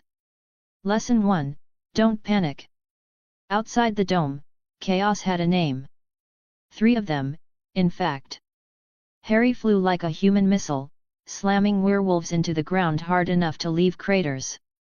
One clawed his chest and the wound healed before the others could blink. He picked up a tree. A tree. And used it like a bat. Jean hovered overhead, tossing werewolves around like they weighed nothing. One tried to bite her. It ended up telekinetically gagged and floating upside down. Focus. Breathe. You have the magic, use it. Her voice echoed in their heads. Susan moved like a ballet dancer with a death wish. Her spells were elegant, deadly, and delivered with a muttered sarcasm that even Fred admired. Silver flames. Binding chains. Severing wind. Boom. Boom. Boom. Inside the dome, the others were watching like Hogwarts had suddenly turned into a Marvel movie. Fred whispered, "We are so out of our league." Ginny, bruised but defiant, grinned. "Nah. We're just still in the prequel." Neville, teary-eyed, clutched his wand. "I want to be that cool." Ron groaned. "I want clean pants." Then, flash. Simulation froze. Everything paused. A loud buzzer sounded. Sirius's voice echoed above, equal parts snarky uncle and late-night radio host. "Congratulations, Panicky Pants. You have successfully reached the absolute chaos level of our simulation. Final grade, H for hysterical screaming. Special mentions, Ginny, for the savage kick, and Percy, for keeping ministry dignity alive through literal spit." Remus's voice followed, calm and smooth like a velvet glove over a sword. Lesson 1, Panic kills. Next time, breathe. Think. Work together. And maybe just maybe aim before you cast. Harry floated down, brushing werewolf guts off his armor. Ready for round 2. Everyone groaned. Jean landed beside him, eyes still glowing faintly. "This time," she said sweetly, "we turn off the safety dome." Ron turned green. "We had safeties." Sirius laughed like a man who definitely had no regrets. "Oh yeah. Welcome to jungle school, kids." The dome had dropped. The mist had cleared. And the werewolves, well, the nightmare-inducing illusions faded like bad dreams after a triple-shot espresso. All that remained were some minor cuts, a couple of frayed nerves, and the kind of awkward silence you only get after completely wiping out in front of your crush. Remus, tall, gorgeous, and vaguely tragic in a way that would have made Victorian poets cry, was at the far end of the room fiddling with the controls like the world's hottest IT guy. His long coat swirled as he muttered to himself, "Need to recalibrate the aggression matrix, or maybe disable the trauma response triggers." "Who installed that?" "Sirius." From the shadows, Sirius Black, who looked like he'd just stepped out of a Calvin Klein ad for battle-worn but still smoking, grinned. "You're welcome."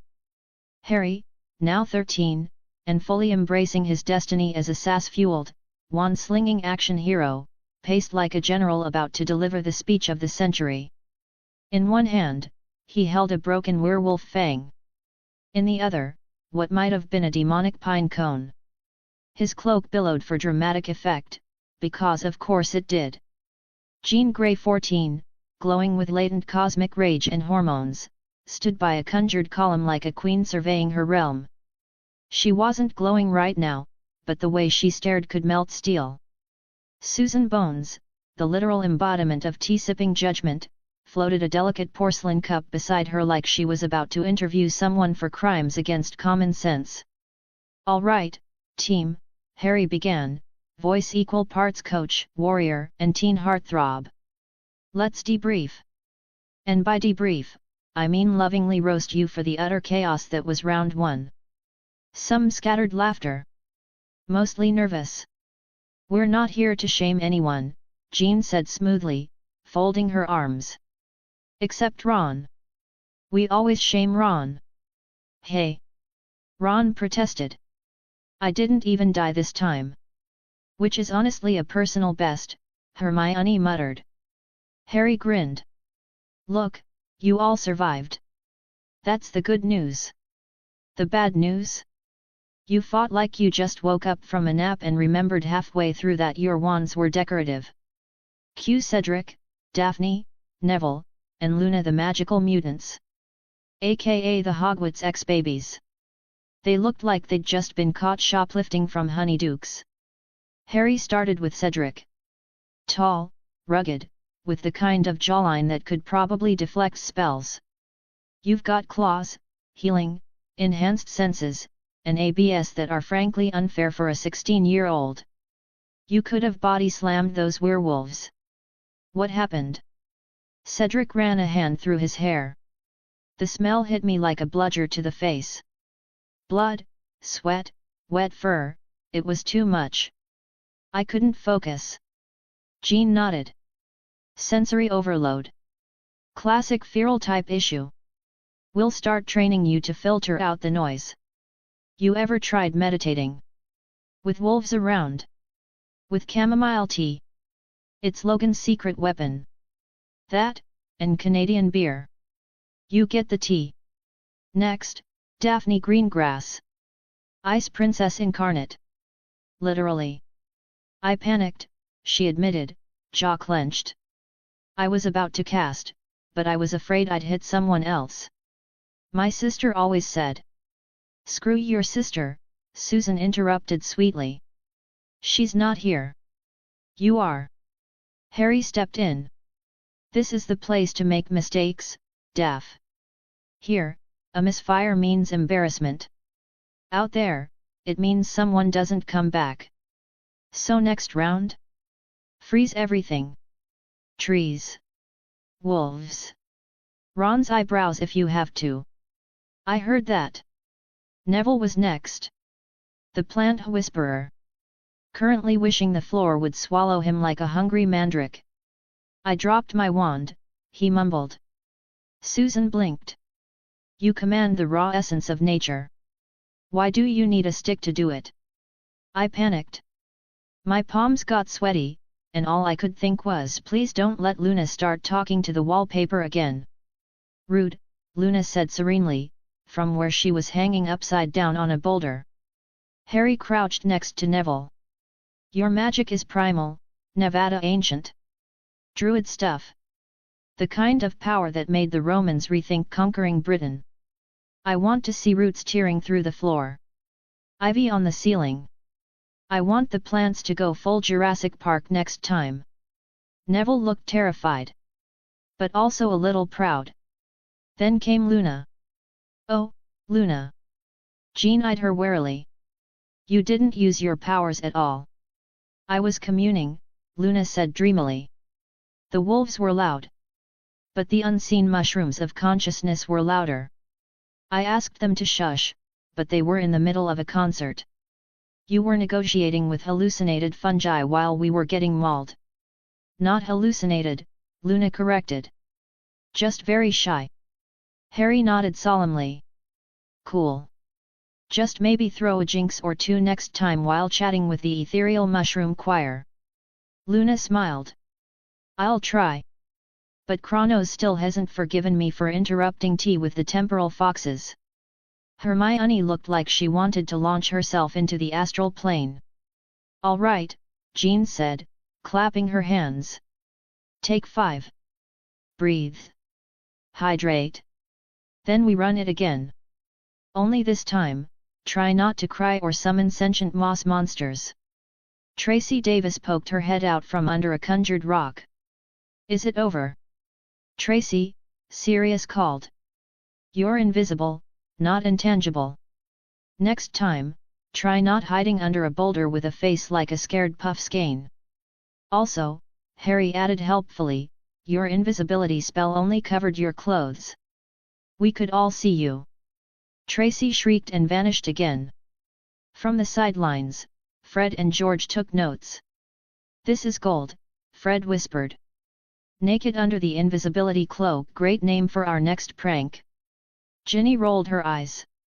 You two act like you're 12. Emotionally, said George. Alicia, Angelina, and Katie high-fived in the background while Percy loudly tried to explain how this was all a violation of magical protocol. Jean glanced at Harry as the group slowly began to rally. You handled that well. Harry smirked. You say that like you're surprised. She leaned in. I'm never surprised by you anymore. Susan fake coughed. Get a room. Technically, this is a room, Sirius said. Remus finally straightened up. Simulation reset in 30 seconds.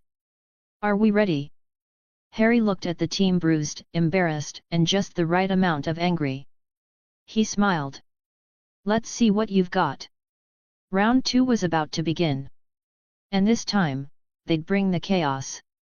Probably. Round 2, Harry said, cracking his knuckles like he was prepping for a rap battle and not, you know, fighting imaginary werewolves. And this time, let's try not to suck. The room dimmed like someone had just hit the dramatic lighting setting, and the dome shimmered into place, giving everyone a split second to realize, oh joy, here we go again. This time, the wolves were bigger. Scarier. Smelled like death and gym socks. Probably had ABS. But the team? They weren't the same hot mess express from round 1. Cedric, aka Hufflepuff's answer to Wolverine, didn't even blink. He launched forward, ducking a leaping wolf, flipping it like it owed him money, and drove his claws into its side with a grunt that said, I've watched every X-Men movie and I took notes. Much better, Jean's voice crackled through the comms. You're actually terrifying now. Thanks, Cedric grunted, body slamming another one like it was Monday and he hadn't had coffee. Daphne Greengrass stepped onto the battlefield like she was on a runway in a blizzard. Frost trailed behind her, high heels clicking over newly formed ice. 3 wolves got frozen mid-snarl. Ron peeked from behind a boulder. Did you just ice skate into battle? Jealous much? Daphne purred, conjuring a sleek spear of ice and flinging it with the flair of a Disney princess raised by assassins. Neville? Oh, Neville! Sweet, sun-loving, formerly horribly anxious Neville slammed his palm to the ground. The earth answered. Roots exploded upward like caffeinated cobras, one wolf yelping as it was yanked underground. Yeah, baby. Neville grinned, eyes glowing green. We do not mess with Mother Nature. I told you, Harry said, smirking. He's the angry grandson of Gaia. Luna, ethereal as ever, wandered through the chaos like she was looking for seashells. She whispered something, maybe to the air, maybe to an invisible friend named Kevin.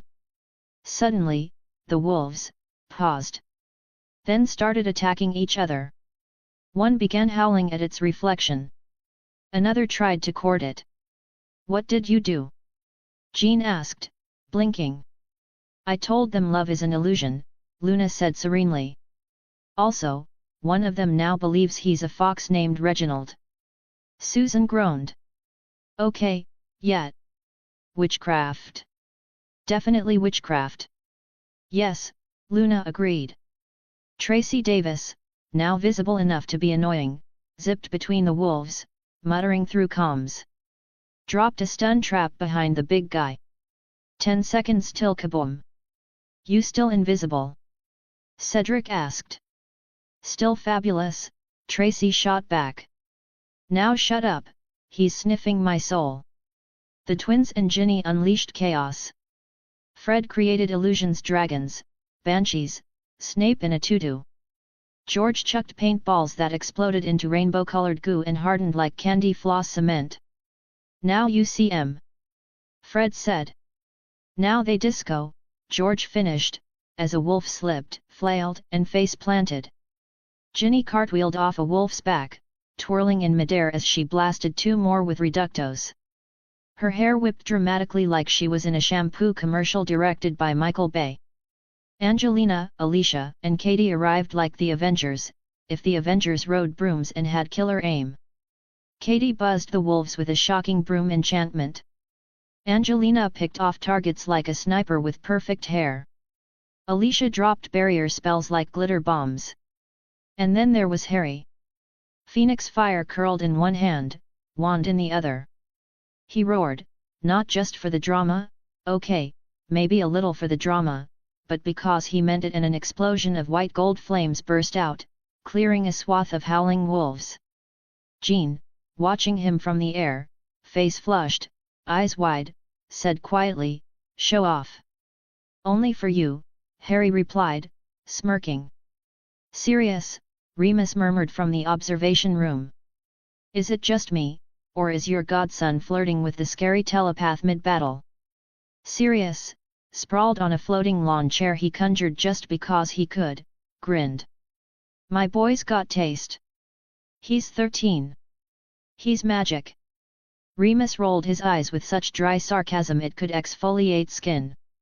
Back inside the sim, the last wolf lunged and got decked in the face by Susan Bones, who uppercutted with a glowing gauntlet spell she'd been quietly brewing for the past 3 minutes. "Bones out," she said, blowing the magical dust off her knuckles. Simulation complete. Dome dropped. Sweaty, panting, adrenaline-fueled chaos teens, grinning. Jean landed next to Harry, eyes locked with his. "Better." Harry looked around at his team, his chaos crew, his family, and smiled like the protagonist of every series right before the next catastrophe. "Next time," he said, "we fight dragons." There was a collective groan. "Just kidding." He was definitely not kidding. Harry clapped his hands like he was about to lead a Hogwarts improv troupe called Spellbound and Slightly Unhinged. "All right, before we hurl ourselves back into the magical equivalent of Jurassic Park, Full Moon Edition, let's talk strategy," he announced, pacing in front of the squad like he had a clipboard, a whistle, and zero chill. "Because while I deeply admire the chaos aesthetic, Neville, that vine whip. 10 out of 10 some of us are forgetting we have an actual spell that turns werewolves into sparkly mist." Jean, leaning casually against a floating column of runes, raised a skeptical eyebrow. "You mean Argentia Sagitta?" Harry pointed at her like she'd just named his favorite ice cream flavor. "Bingo! The silver arrow. The werewolf stunning, sparkle-inducing, Remus-approved spell we literally learned an hour ago." Susan, cradling a teacup like it was a wand of emotional support, muttered, "You mean the one we learned like a choir performance?" "Very glee, that whole number." "Exactly!" Harry exclaimed, grinning. "So let's try it again together for the people in the back." "Argentia Sagitta," the group chanted like a bunch of half-hearted backup singers. Harry winced. "Try again, or I'm making you wrestle Hagrid." "Blindfolded. In a swamp. While he sings Celestina Warbeck." "Argentia Sagitta," they shouted like their lives depended on it. Spoiler, they kind of did. Jean stepped forward, red hair catching the simulation light like she was stepping out of a dream sequence. The magical column dissolved behind her with a satisfying shimmer. The spell works best when you're calm, focused, and not shrieking like you found a blast-ended screw in your sock drawer. Picture an arrow, not a squiggle, not a spaghetti noodle. And silver. It has to shimmer. Let it fly. Also, Susan added, raising her mug like it was a mic, please aim. Whoever shot the ceiling last time, I felt that in my soul. A small, ghost-like voice whispered, that was me. We know, Tracy, Jean and Susan said in perfect unison. Sirius, lounging upside down on a hovering couch like it was perfectly normal, gave Harry a sideways glance. Are you sure you're not related to me? That whole speech was very, me. Pretty sure I got it from you by osmosis, Harry quipped, then mock gasped. Wait. Am I growing chest hair prematurely? Nah, you've got years before you match this majestic fluff, Sirius said, flipping his hair like a shampoo commercial. Remus, still dignified and mysterious at the back of the room, because of course he was, sipped his tea like a morally conflicted elf prince. Silver disrupts the werewolf's regenerative magic. It's not a kill spell, it's a stun, a disorient, a chance to run or strike. Use it wisely. Why do you think he taught it to us? Susan chimed. Remus is the hot werewolf professor with first-hand experience. Still here, Susan, Remus said mildly, not even looking up. Still true, Susan replied, without a trace of shame. Jean rolled her eyes with a grin and added, think dodgeball, but make it magical warfare. Silver arrows, screaming beasts, and trauma. Lots of trauma. Fred perked up. Do we get points for flair? George elbowed him. We always get points for flair. Hermione stepped forward with her planning face on. You know the one. Like she was about to rewrite the laws of physics for extra credit. Let's pair up. No solo acts. Luna with Daphne. Cedric with Neville. Susan with Tracy. Fred and George, do not blow anything up unless someone says the word pineapple. That's your trigger word. Define blow up, Katie Bell asked. Define pineapple, George countered. Define sanity, Alicia muttered. Ginny just cracked her knuckles. I'm ready to punch a werewolf in the snout. Ron groaned. Just don't use Axe body spray again, mate. That Hugo Boss moment was tragic. Worse, moaned several voices. Cedric sniffed himself. Can I use scent blockers this time? Because that wet dog funk is like a crime against my nostrils. Approved, Jean said. But no more cologne. One more masculine musk moment and I'm hexing everyone. Remus's voice carried over the chaos like a stage manager about to raise the curtain. Simulation resetting in 5, 4. Harry twirled a broken werewolf fang between his fingers like it was a mic he was about to drop. He grinned at the squad. All right, you beautiful disasters. You've got the spell. You've got the sass. Let's make round 3 the one where we stop being tragic. Luna, ever the mystic, raised a hand. What if we achieve enlightenment and evolve into beings of pure light and sass? Bonus points, Jean deadpanned. And then the dome shimmered back to life. The mist rolled in. The howls began again, closer this time. Hungrier. Round 3 had begun. They had silver. They had teamwork. They had deeply questionable judgment. And they had Harry. Which meant things were about to get legendary. A sleek black Quinjet sliced through the orange-pink horizon and touched down just beyond the tree line with the grace of a ninja ballerina. The ramp lowered with a hiss of compressed air and an unnecessarily dramatic whoosh. Because of course it did. Steve Rogers led the way down, looking every inch the All-American poster boy in his Captain America gear. If Justice had a jawline, it would be his. Behind him, Natasha Romanoff stalked down the ramp like a panther in black leather, her face doing that thing where you couldn't tell if she was planning to hug you or break your neck. Clint Barton brought up the rear, spinning an arrow between his fingers and wearing the expression of a man who'd seen too much, and desperately wanted to keep it that way. "Place looks quiet," Steve said, scanning the peaceful-looking mansion grounds with suspicion. He was a World War II vet, a super soldier, and a guy who didn't trust calm scenery unless someone was playing the Star-Spangled Banner in the background. "For a school full of mutant teenagers," Natasha said, arching an eyebrow. "That's never a good sign." Clint snorted. $5 says someone explodes in the next 10 minutes. No offense, but mutant puberty sounds like an OSHA violation. They approached the front steps, where a familiar gruff figure leaned against a porch column. Wolverine, yes, that Wolverine stood in full X-suit glory, arms crossed, a cigar tucked behind one ear like it was the most normal thing in the world, and holding what looked suspiciously like a tin can. "'Bout time you showed up," Logan growled. "I was starting to think you got lost at the Wizard of Ounce's place." Steve eyed the can warily. "Is that the porte-carte?" Logan raised an eyebrow.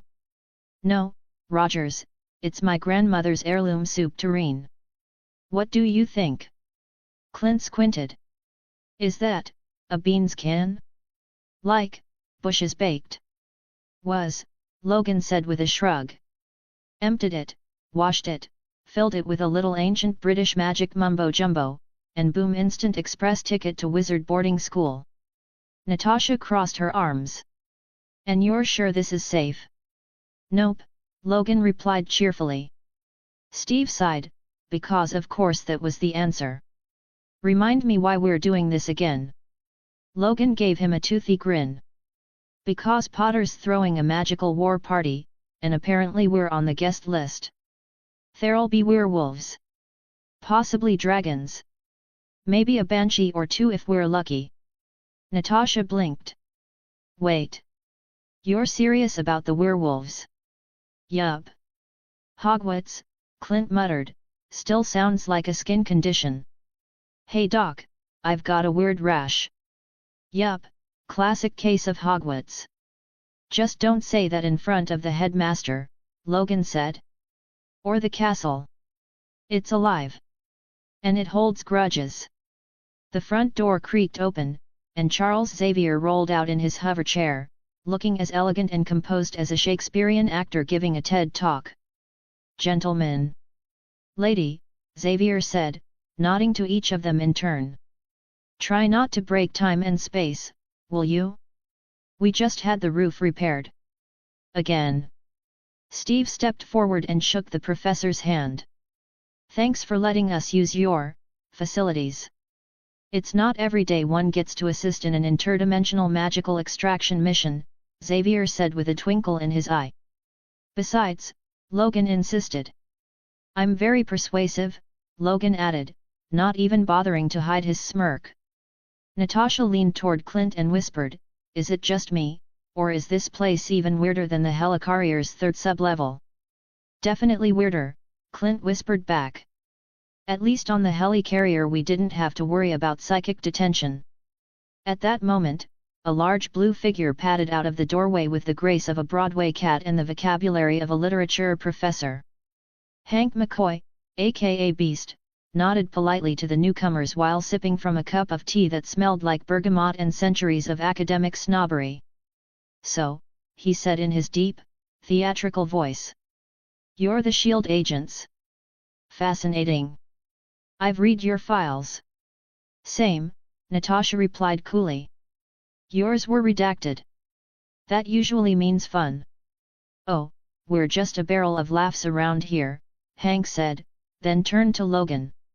"You're sure this tin can will take them to Hogwarts and not, say, the middle of the Bermuda Triangle?" 50-50, Logan replied. "But that's half the fun." "Comforting," Clint muttered. "You sure Fury signed off on this?" Steve didn't meet their eyes. "Technically, he doesn't know. And let's keep it that way." Clint groaned. "Oh great. You pulled a Rogers. Don't tell Fury," he says. "Next thing you know, we're fighting enchanted squirrels and a sentient chessboard." "Actually," Hank said thoughtfully, the chessboard only animates during exams. Steve took the kin, adjusted his shield, and nodded. You all ready? Do I have a choice? Clint asked. Nope, Logan said cheerfully. I hate magic, Clint muttered. Get in line, Natasha said. They circled up, each placing a hand on the kin. On 3. Steve asked. Why is it always on 3? Clint said. Because saying 2.5 feels silly, Logan answered. Ready. 1. Wait, Clint said. What if I get motion sick during magical travel? You paint the inside of your mask, Legolas, Logan deadpanned. 2. This is a terrible idea, Natasha muttered. 3. There was a sudden yank, like a magical vacuum cleaner had decided their collective ankles looked tasty. With a flash of blue-white light and a sound like someone operating a freight train, the 4 Avengers vanished from the Xavier lawn, leaving only the tin can behind. It hit the porch with a plink and rolled to a stop. Xavier turned to Hank. Did I remember to tell them time moves differently at Hogwarts? Hank sipped his tea. You did not. They're probably arriving in the middle of the chaos, then. Logan does love a dramatic entrance, Hank said. Xavier smiled faintly. He really does. Chapter 60, Chapter 59. With a crack like a thunderclap and a flash of blue magic that smelled vaguely of ozone and regret, the Portkaya did its thing, which is to say it yanked 4 world-class superheroes halfway across the planet and dumped them like mismatched laundry just outside the gates of Hogwarts. Steve Rogers landed in a textbook perfect 3-point stance, like he'd just won the gold medal in superhero Portkaya landings. Logan, on the other hand, hit the dirt in a crouch, claws halfway unsheathed, eyes narrowed like something was about to attack him. To be fair, it usually was. Clint Barton looked like someone had shoved him out of a moving car. Okay, he gasped, wobbling upright and clutching his bow like it could save his pride. That is not how physics is supposed to work. I think my spleen is in my throat. Welcome to magic, Natasha Romanoff said coolly, already upright and dusting off her red and black suit like the teleportation had been a minor inconvenience on par with a wrinkle in her sleeve or a badly timed meeting with Nick Fury. Steve stood, stretching out like he'd just come off a long run. That, he said with a grin and a Captain America glint in his eye, was a Portkaya. Seriously? Clint squinted at him. You knew that was gonna happen and you still didn't warn us. I warned you, Steve replied. You just didn't listen. I thought you meant figuratively disorienting. Not spin me like a bloody Beyblade and throw me into Scotland disorienting. Logan snorted. You get used to it. I don't want to get used to it. They all turned to look at what lay before them. Hogwarts Castle rose in the distance, shrouded in mist and mystery. The forest to the right rustled with secrets. Magic practically buzzed in the air, thick and heady, like ozone before a storm or, as Clint would describe it, that weird feeling when you're pretty sure your microwave just judged you.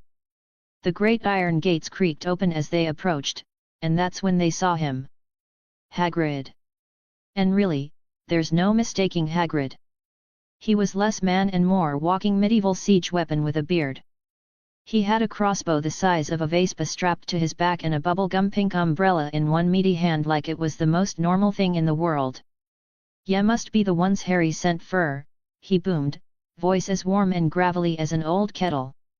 "Captain Rogers. Clint Barton. And..." He stopped. His eyes landed on Natasha, and the rest of the world just vanished for him. "Lily," he whispered. Natasha blinked. "I'm sorry, what?" Logan took a half step forward, voice low and gravelly. "Hagrid. That's not her." Steve placed a calming hand on the half-giant's arm. "This is Natasha Romanoff. Black Widow. An Avenger." Hagrid didn't seem to hear him. "She looks just like her," he muttered. "Same red hair. Same eyes. That look like she's already figured out the best way to hex ya if ya try anything funny. Bloody hell. Clint raised an eyebrow. Lily who? Did we just stumble into a Shakespeare play? Steve's voice dropped. Lily Potter. Harry's mom. Natasha's entire body stilled, except for a twitch in her jaw. Potter? She asked. Yeah, Steve nodded. The woman who died protecting her son. Voldemort killed her when Harry was a baby. You look just like her, Hagrid said again, still staring. She were one o' the bravest witches I ever knew. Heart as big as this castle. And stubborn. Merlin help ya if ya crossed her in charms class. Natasha's hands clenched. She didn't show it on her face, but inside her mind was a storm. She looked like someone's mother. She didn't know whether to laugh, cry, or punch something. Maybe all three. The Red Room had stolen everything from her: her name, her past, her future. They'd even made sure she'd never have kids. That wasn't just cruelty. That was control. Permanent control. And now this wizarding man Mountain was telling her she might have a doppelganger? A woman who'd died a hero? A mother? Nat. Clint's voice was softer now, more friend than Archer. You okay? She didn't answer right away. Her lips were set in a firm line. Her eyes flicked between Hagrid and the castle behind him, weighing ghosts she didn't know she had. I don't know, she said finally. Logan folded his arms, eyes on the horizon. Kid's got power. Wizard and mutant. Knows more than he should. Smart, too. He asked for us. Asked for you. Why me? She asked. He didn't ask specifically for you. Doesn't even know you're common. Logan said. But maybe he's got a thing for badass women in tactical gear. Clint grinned. Don't we all? Steve rolled his eyes. Focus. Hagrid finally seemed to come back to himself. He cleared his throat, a little embarrassed. Sorry. It's just, ya gave me a bit of a shock, ya did.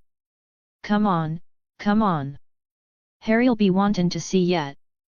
Blimey, he's gonna lose his mind when he sees ya all here. Natasha didn't move right away. Then she spoke quiet, but with that same fire Hagrid had seen in someone long gone. Tell me about Lily, she said. And just like that, the gates of Hogwarts swung wide open. Because this wasn't just a mission anymore. It was personal. The walk up to the castle was what you'd get if you threw The Lord of the Rings, Scooby-Doo, and a haunted house into a blender, hit puree, and sprinkled the result with a dash of awkward silence. Trees loomed like they'd been coached in dramatic posture. Mist curled around their ankles, slow and deliberate, as if it had stage directions from a ghostly choreographer. And the castle, well, the castle made every Halloween movie set designer look like they were underachieving. Gothic towers stabbed the sky. Windows glowed with golden light like the place ran on pumpkin spice. Somewhere, Dracula was probably weeping with envy. Hagrid's footsteps kept rhythm with the awkward tension, each one heavy enough to make the dirt path whimper in protest. The massive crossbow on his back swung with each stride like an oversized toddler's toy, and his eyes kept sneaking sideways glances at Natasha like she might vanish if he blinked too long. You know, Clint muttered to Steve, elbowing him lightly, we're one black cat and a couple floating candles away from a full-on Disney ride. Steve gave a low chuckle. Wait till the portraits start talking. They talk. Clint hissed, like someone had told him the walls were alive. Great. What do the brooms do? File taxes. They fly, Logan said, gruffly. And hit harder than you'd think. Took a bruised rib while watching a Quidditch practice session once. Clint blinked. The hell's a Quidditch? Imagine rugby, air traffic violations, and a severe lack of adult supervision, Steve replied. Don't worry, Hagrid rumbled, his voice warm and gravelly, we'll catch ya up. But first, I reckon ya want to know about Lily. That shut everyone up. Even Clint, whose mouth usually had no off switch, quieted. Hagrid looked at Natasha again, softer this time. Like someone seeing a painting come to life. Lily Potter, well, Lily Evans back then was brilliant. Not just book smart, mind, though she had that in spades. She had this fire about her. Like she could burn the world down if you gave her a reason, but she'd rather warm it instead. Natasha's voice was cool and cautious. And Muggleborn means? Her mum and dad weren't magical, Hagrid said gently. Ordinary folk Muggles, we call 'em. She was one of us by magic, not by blood. Clint scratched his head. So you're saying she was the Wizarding World's version of a Bronx kid getting into MIT? Suppose that fits, Hagrid said, blinking. Sounds like a setup for a backhanded compliment, Natasha muttered. Smart for a Muggleborn. Hagrid's face went redder than a Gryffindor banner. What? No. Not at all. We don't care about stuff like that, skin or blood or, you know. Steve tilted his head. You sure about that? Well. Hagrid suddenly found the moss on a nearby rock very interesting. Not everyone. Some still bang on about blood purity and the like. Like the Nazis, Steve said flatly. Hagrid flinched like he'd been slapped. Some of Emery know better. Logan cracked his knuckles. She was Muggleborn, yet. But she still outdueled half the pure-blood snobs who looked down on her. That's what really scared em. They were almost at the castle now, where a pair of massive oak doors stood like bouncers to the world's creepiest private school. And just when Clint was about to ask if the doors came with a theme song, there was a soft click. The doors swung open. Not by hand. Because of course not. Inside, the flicker of candlelight danced on ancient stone, illuminating the silhouette of a man who looked like a fashion accident involving a jelly bean jar and a wizard-themed Vegas show. Long silver beard. Half-moon spectacles. Robes that shimmered like someone had mugged a rainbow. Clint leaned toward Logan.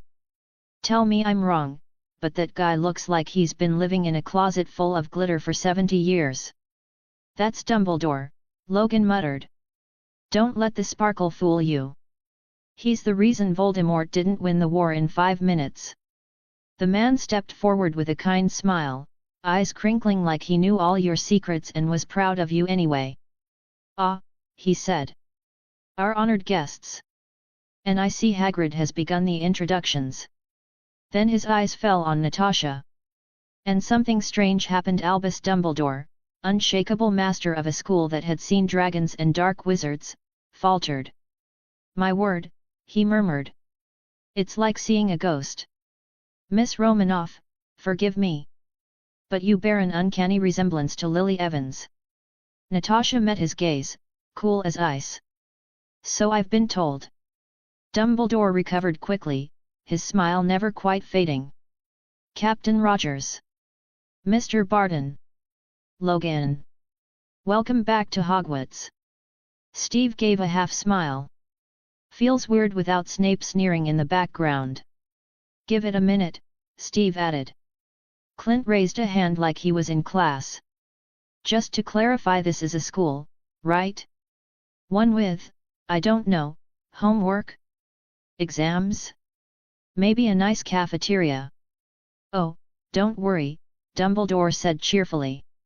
The death traps are mostly extracurricular. Mostly. Clint echoed. Hagrid let out a booming laugh. He's jokin'. Mostly. Okay, nope, Clint muttered. That word's doing a lot of heavy lifting right now. Dumbledore gestured down a flickering corridor that seemed to stretch forever. Come.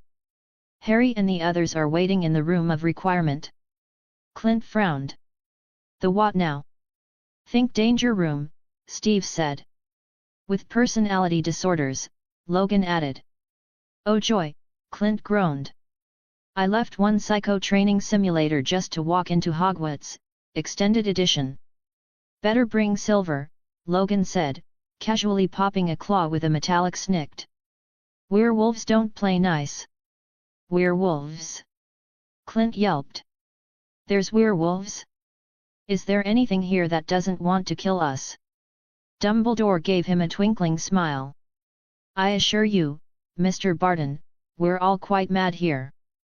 As they moved deeper into the castle, the air thickened with magic and history. Every brick, every portrait, every floating torch seemed to watch them. Listen to them. And somewhere, hidden behind a door that wasn't always there, a room shifted and breathed in anticipation. Harry Potter was waiting. And class? Class was about to begin. They'd barely made it 10 steps into the castle before Hagrid gave a gruff wave and made a beeline for the nearest exit. Gotta check on Buckbeak, he mumbled. And get his stew on the fire. Chicken stew for the hippogriff, not for us. Although I suppose if you're really hungry. No worries, Clint said, hands raised. You don't have to feed us magical bird horse soup to avoid the feels. Hagrid looked vaguely offended, vaguely guilty, and mostly like a guy who just remembered he left the oven on. Right. Well. Ya lot be careful. Hogwarts can be unpredictable this time o' year. Isn't it always unpredictable? Natasha asked dryly. Hagrid paused. Yeah, no, that's fair. Anyway, off I go. And just like that, the half-giant shuffled away, his boots thudding against the stone like someone dropping furniture down a staircase. Clint watched him go. Did he just use a mythical creature as an emotional escape hatch? Logan lit a cigar he was absolutely not supposed to have indoors and blew smoke like a disapproving dragon. Classic Hagrid. They pressed on. Their boots echoed down endless corridors lined with stained glass, odd statues, and staircases that moved like they were playing Dance Dance Revolution on espresso. The paintings watched them as they passed, whispering to each other in what Clint was pretty sure was British. The castle had vibes. Not necessarily good ones. Natasha matched pace with Dumbledore, who walked like a man with nowhere to be but who still got there before anyone else. Tell me about her, Natasha said quietly. Lily Potter. What was she really like? Dumbledore didn't answer right away. Instead, he nodded politely to a suit of armor that saluted him back, because apparently politeness extended to medieval tin cans here. She was brilliant, Dumbledore said at last, his voice thick with memory. Lily had a mind sharper than any blade and a heart that could make the coldest winter feel like spring. She was radiant. She had a gift for seeing through people past their masks, their flaws, their fears. And she never once let that stop her from loving them anyway. Natasha's expression didn't change, but something in her posture shifted. She understood that kind of strength. She made James Potter a better man, Dumbledore added. No easy feat, mind you. Sounds like a miracle worker, Clint muttered. Oh, he grew up, Dumbledore chuckled. Eventually. Mostly. And Harry? Natasha asked. What of the boy? He has her fire, Dumbledore said. And James's recklessness. A dangerous combination. But if you wish to truly know them both, talk to Sirius Black and Remus Lupin. They were Lily's closest friends. They knew her best. They're both here? Steve asked, surprised. Dumbledore nodded. In the room of requirement. Along with others who've answered the call. Looks like we're not the only ones assembling, Natasha said. Clint glanced around at the moving staircases and sentient architecture. Okay, but this Hogwarts edition didn't come with a GPS. Where are we going, exactly? 7th floor, Dumbledore said. Just ahead. They turned a corner, and suddenly the corridor widened. Sunlight filtered through tall windows. There was a stillness here, the kind that made your footsteps sound louder than they should. And right across from a very boring-looking stretch of stone wall hung a tapestry that was, decidedly not boring. Okay, hold up, Clint said, squinting. Is that guy teaching trolls how to ballet?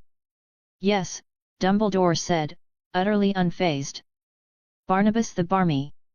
He attempted to train 8 trolls for the Nutcracker. It ended, explosively. I mean, A for effort, Clint said. F for spine alignment, Logan muttered. Those trolls went full WWE. Steve just blinked. This is it. Dumbledore nodded. Indeed. The room of requirement lies just opposite Barnabas and his ill-fated artistic pursuits. Natasha raised an eyebrow at the blank wall. Looks like a wall. It is a wall, Clint said. A very solid wall. I'm not seeing a secret passage or magic door. No runes. No password. Hogwarts, I am disappointed. Watch, Logan said, smirking. Dumbledore stepped forward, his robes swishing dramatically, because of course they did. The man could probably tie his shoes and make it look like a Shakespearean monologue. Without a word, he began to pace back and forth in front of the wall. Once. Twice. 3 times. Clint was about to open his mouth probably to say something deeply sarcastic involving invisible paint and bad interior design when the wall shimmered. With a soft whoosh, a door materialized out of thin air. Not just any door, either. This one looked like it belonged in the throne room of a fantasy epic. Rich dark wood, intricate carvings, an iron handle that said you better have a quest to be touching me, mortal. Clint's mouth hung open. Okay. That's new. The room of requirement appears, Dumbledore said gently, only when one truly needs it. Steve studied the door like it might start reciting the Pledge of Allegiance. And what are we about to walk into? Dumbledore turned to them. The twinkle in his eyes had dimmed, just a little. The past, he said. And possibly, the future. Then he opened the door.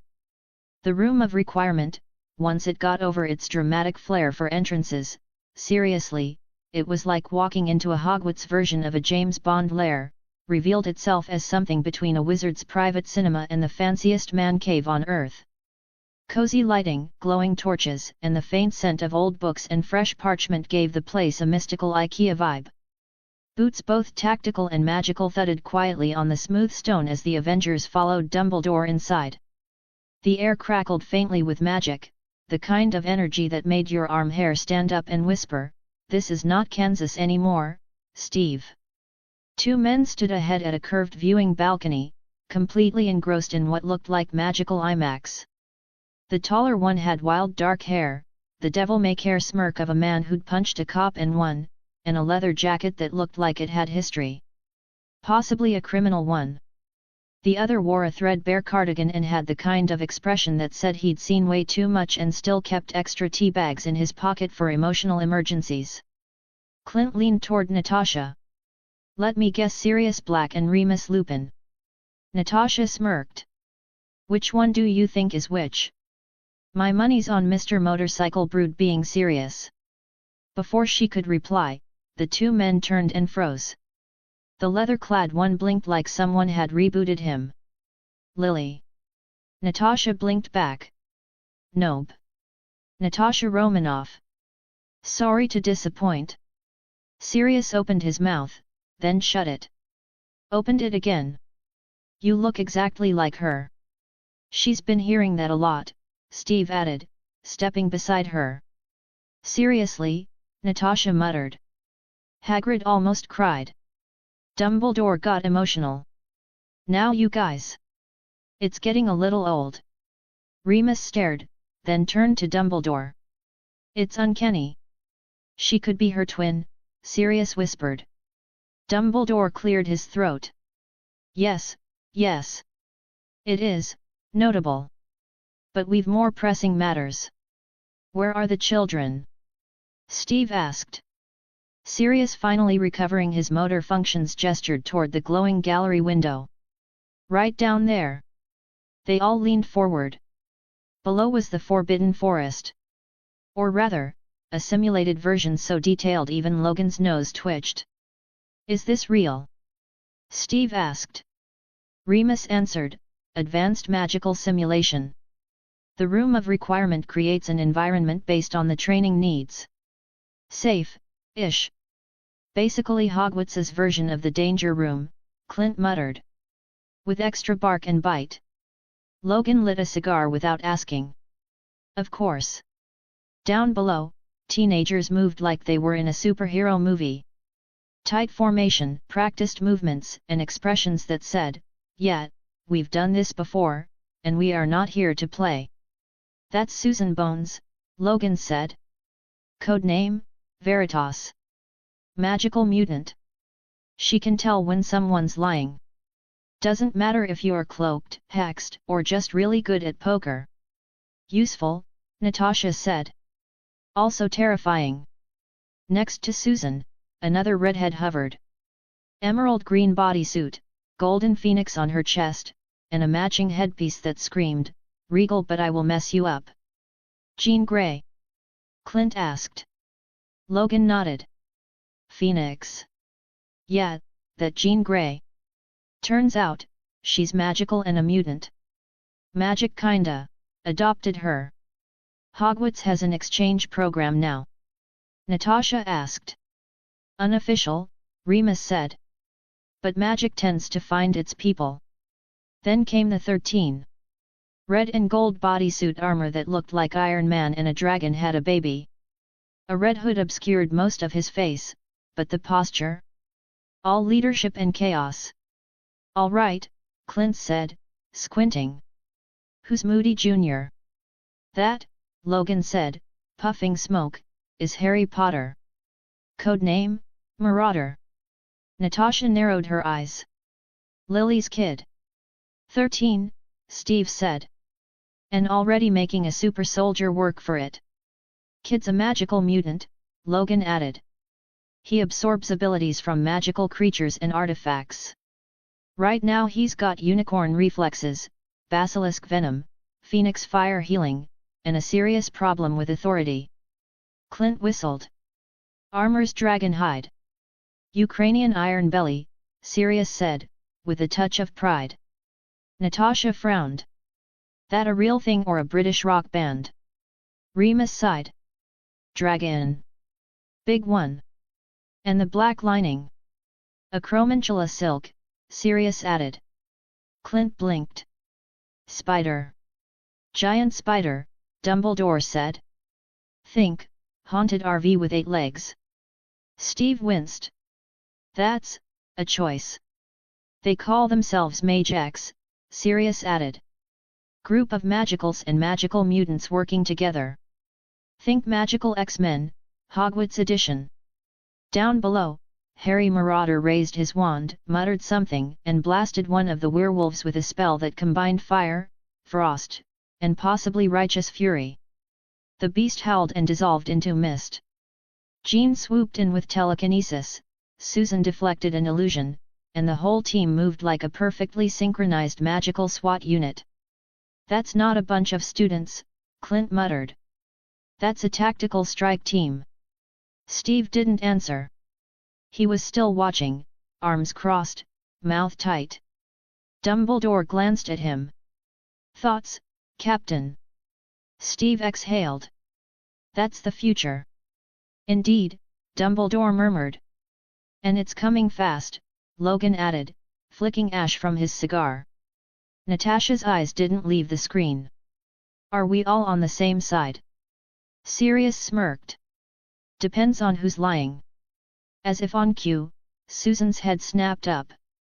Her gaze locked with the magical viewing window like she felt them. Her eyes narrowed. Logan muttered, kids creepy like that. And somewhere deep in the stone walls of Hogwarts, War whispered back. Clint Barton leaned forward in his seat like he was watching the final round of a magically enhanced cage match. Okay, let me get this straight, he said, pointing dramatically at the projection of the battlefield. Harry's a magical super soldier with a phoenix complex, Jean could probably terrify the boogeyman into therapy, and the other redhead. He glanced sideways at Natasha, who was quietly watching the screen with that unreadable spy expression of hers. He winced. Sorry, that redhead can tell if you're lying even when you're thinking about lying. Natasha arched a perfectly groomed eyebrow. I like the nickname, Veritas. Might use it. Clint cleared his throat. Cool, cool, terrifying. But what about the rest of the Wizarding X-Men over here? Who's the tank? Steve Rogers leaned against the console with his arms folded and the world's most patriotic smirk on his face. You mean him? He gestured toward the left flank of the fight like he was introducing the next Avenger on a game show. Clint followed the direction of his finger. Then his eyes bugged out like a cartoon character spotting a giant stack of pancakes. There he was. A wall of muscle in yellow and black moved like someone had fed a panther espresso and told it to go nuts.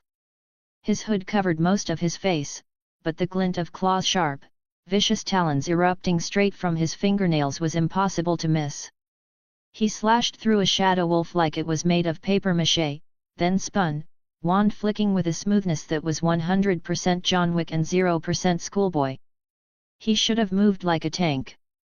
He moved like a dancer who bench-pressed tanks for warm UPS. Okay. Nope. Clint slapped a hand on the table. That's illegal. Steve. Logan. Did you two have a baby and forget to send a birth announcement? Logan, lounging nearby with a cheap cigar hanging out of his mouth and a look like he was 10 seconds from calling someone bub, snorted smoke like an offended dragon.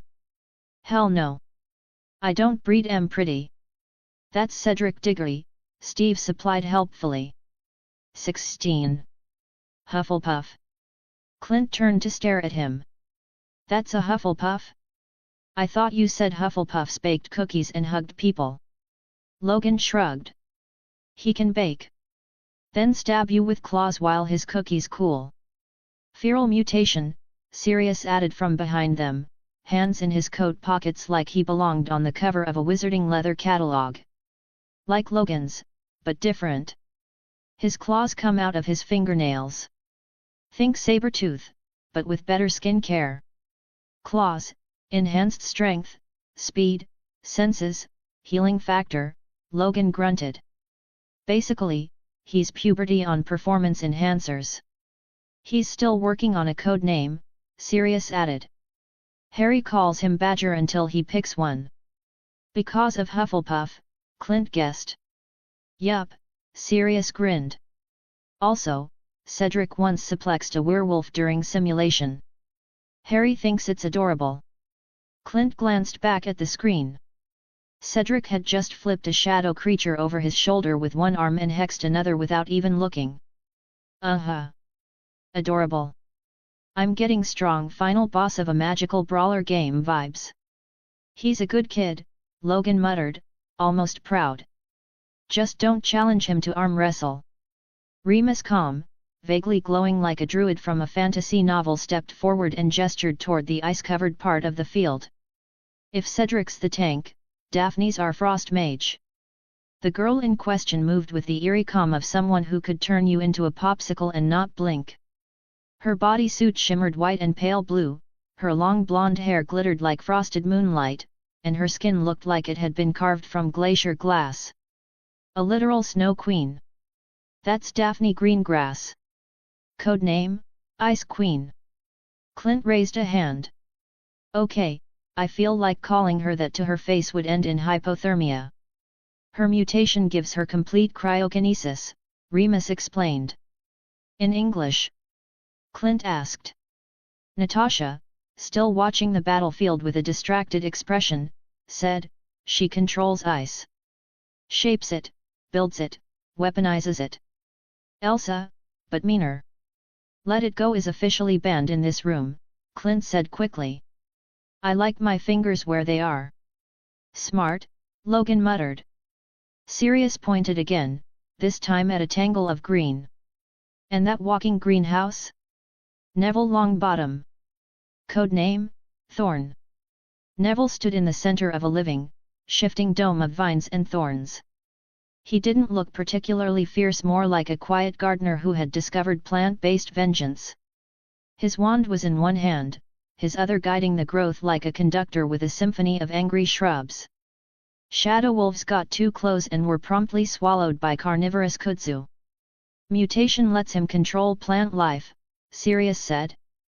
Roots, vines, thorns, you name it.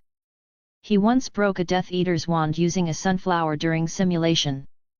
Okay, Clint said slowly, so now I have to fear Hufflepuffs and the gardener. Save the best for last, Logan grunted, nodding toward the edge of the screen. Clint's eyes widened again. Is she floating? Yep. Luna Lovegood hovered a good 6 feet above the battlefield, glowing faintly like a magical nightlight blessed by a unicorn. Her blue and gold bodysuit sparkled, her silver blonde hair haloed around her like she'd personally told gravity to take a hike. And those radish earrings? Somehow they made her look more otherworldly, not less. That's Luna. Codename, Halo, Logan said. She's talking, Steve noted. Indeed, Luna's eyes were closed, and she was murmuring softly, like she was either praying or reciting a poem only she understood. Below her, shadow wolves began unraveling into ribbons of golden light and vanished. Her mutation is aura reading, Logan said. She sees emotions, intent, magic. Everything people try to hide.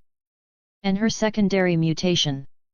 Natasha asked, though her eyes flicked again toward Harry on the other side of the screen. Logan took a deep drag of his cigar. She talks to metaphysical forces. Clint blinked. Define metaphysical. Luck. Gravity. Fate. Magic. Stuff you don't normally send a text to. And they talk back. Steve said. They obey, Logan said. She calls Mraxperts and Nargles and other nonsense. And when she asks nicely, reality listens. Clint sat back like someone had just handed him a philosophical migraine. So, she's got a full RPG party in her brain, and she's the only one with the group chat password.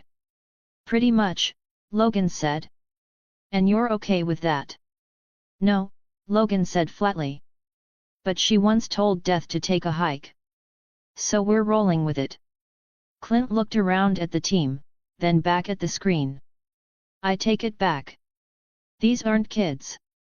These are god-level boss fights waiting for the wrong trigger. Steve nodded. Welcome to MageX. Sirius smirked. Don't worry. You get used to the insanity. Remus smiled gently. Eventually. Natasha said nothing, her eyes still on Harry, her thoughts spinning faster than the battlefield. Because Harry moved like someone she'd seen before. Fought like someone she should remember. And for the first time since the Red Room, the widow felt something like recognition.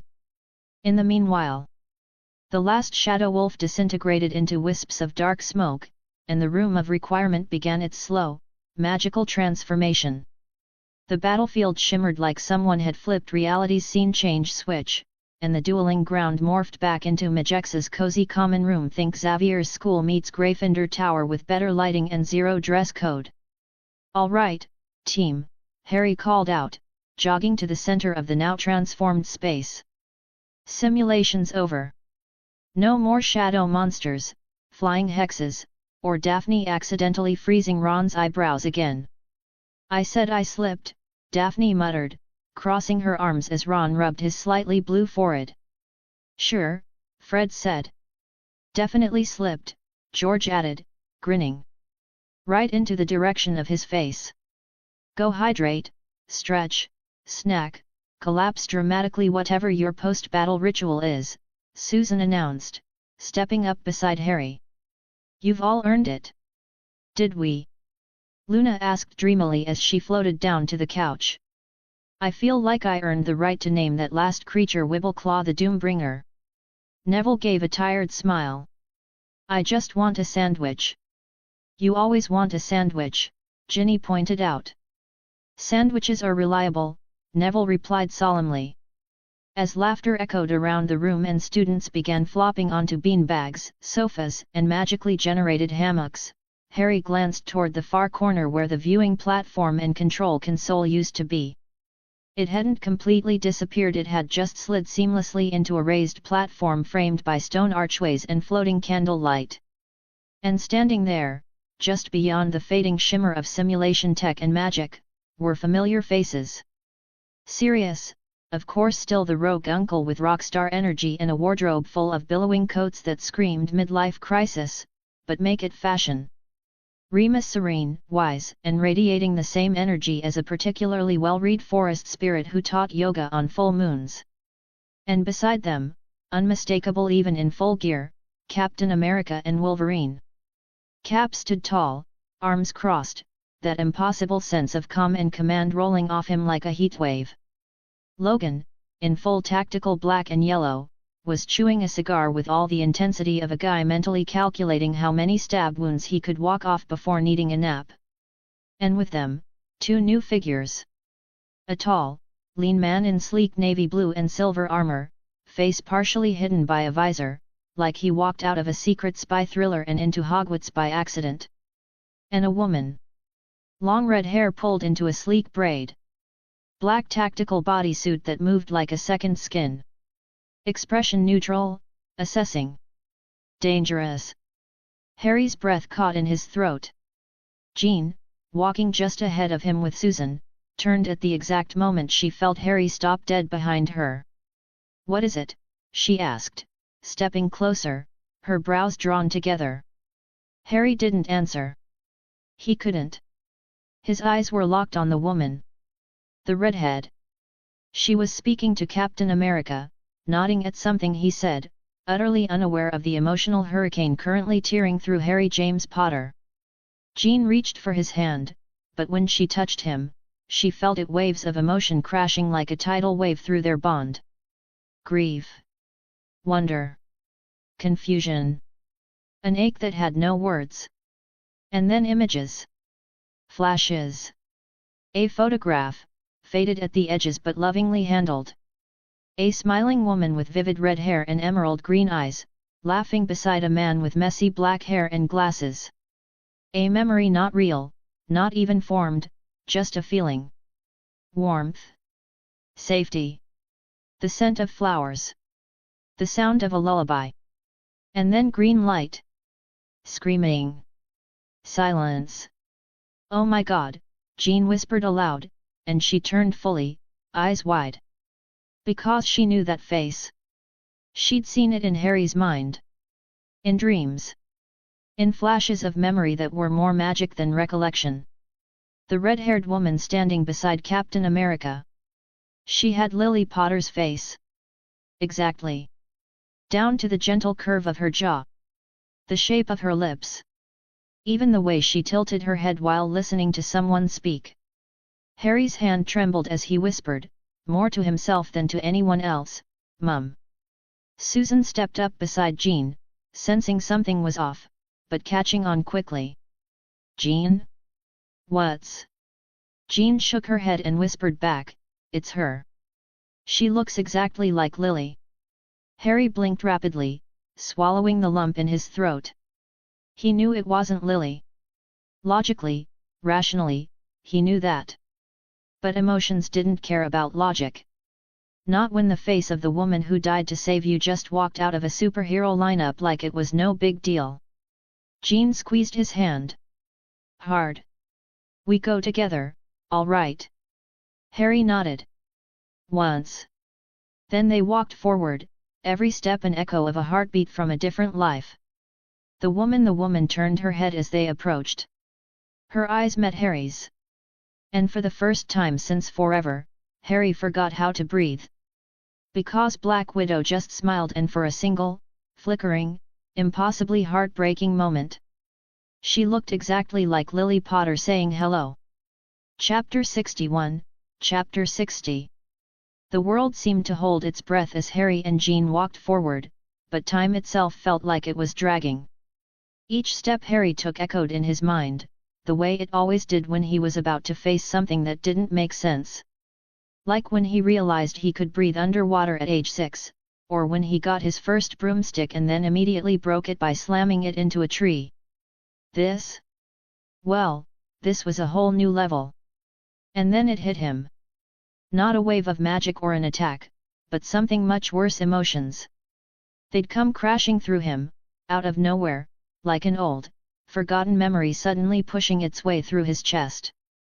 Because standing right in front of him was Natasha Romanoff.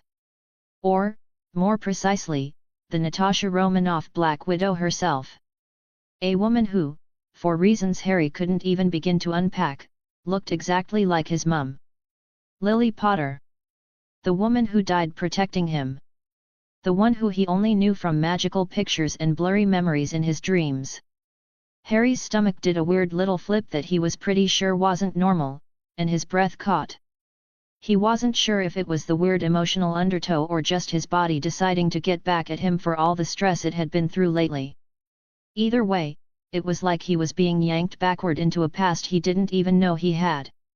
Jean, sensing the sudden spike in Harry's emotional state, turned to him.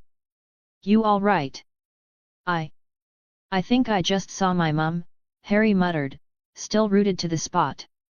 He knew it wasn't his mum logically, he was well aware. But his heart wasn't feeling particularly logical right now. It was way too busy wondering if he was about to fall over from shock. Jean gave him a knowing glance, squeezing his hand. "Yeah, she does look a lot like her, doesn't she?" "She really does," Harry whispered, almost as if the words were stolen from his throat. Natasha had noticed them by now, and she turned her head, her gaze locking with Harry's. For a split second, Harry wondered if his heart was going to explode from all the overwhelming emotions rushing through him. He tried not to blink, just in case he was imagining this. But nope, Natasha Romanoff was still standing there, looking exactly like Lily Potter. "Hello, Harry," Natasha said, her voice warm, but it held a curious edge, like she, too, had just stumbled into a world of confusion and unexpected déjà vu. The words hit Harry like a full-body jolt of ice-cold water. His breath caught, and his heart stopped for a beat, and that wasn't something Harry Potter was known for doing, even in the most dangerous of situations. I'm not going to lie.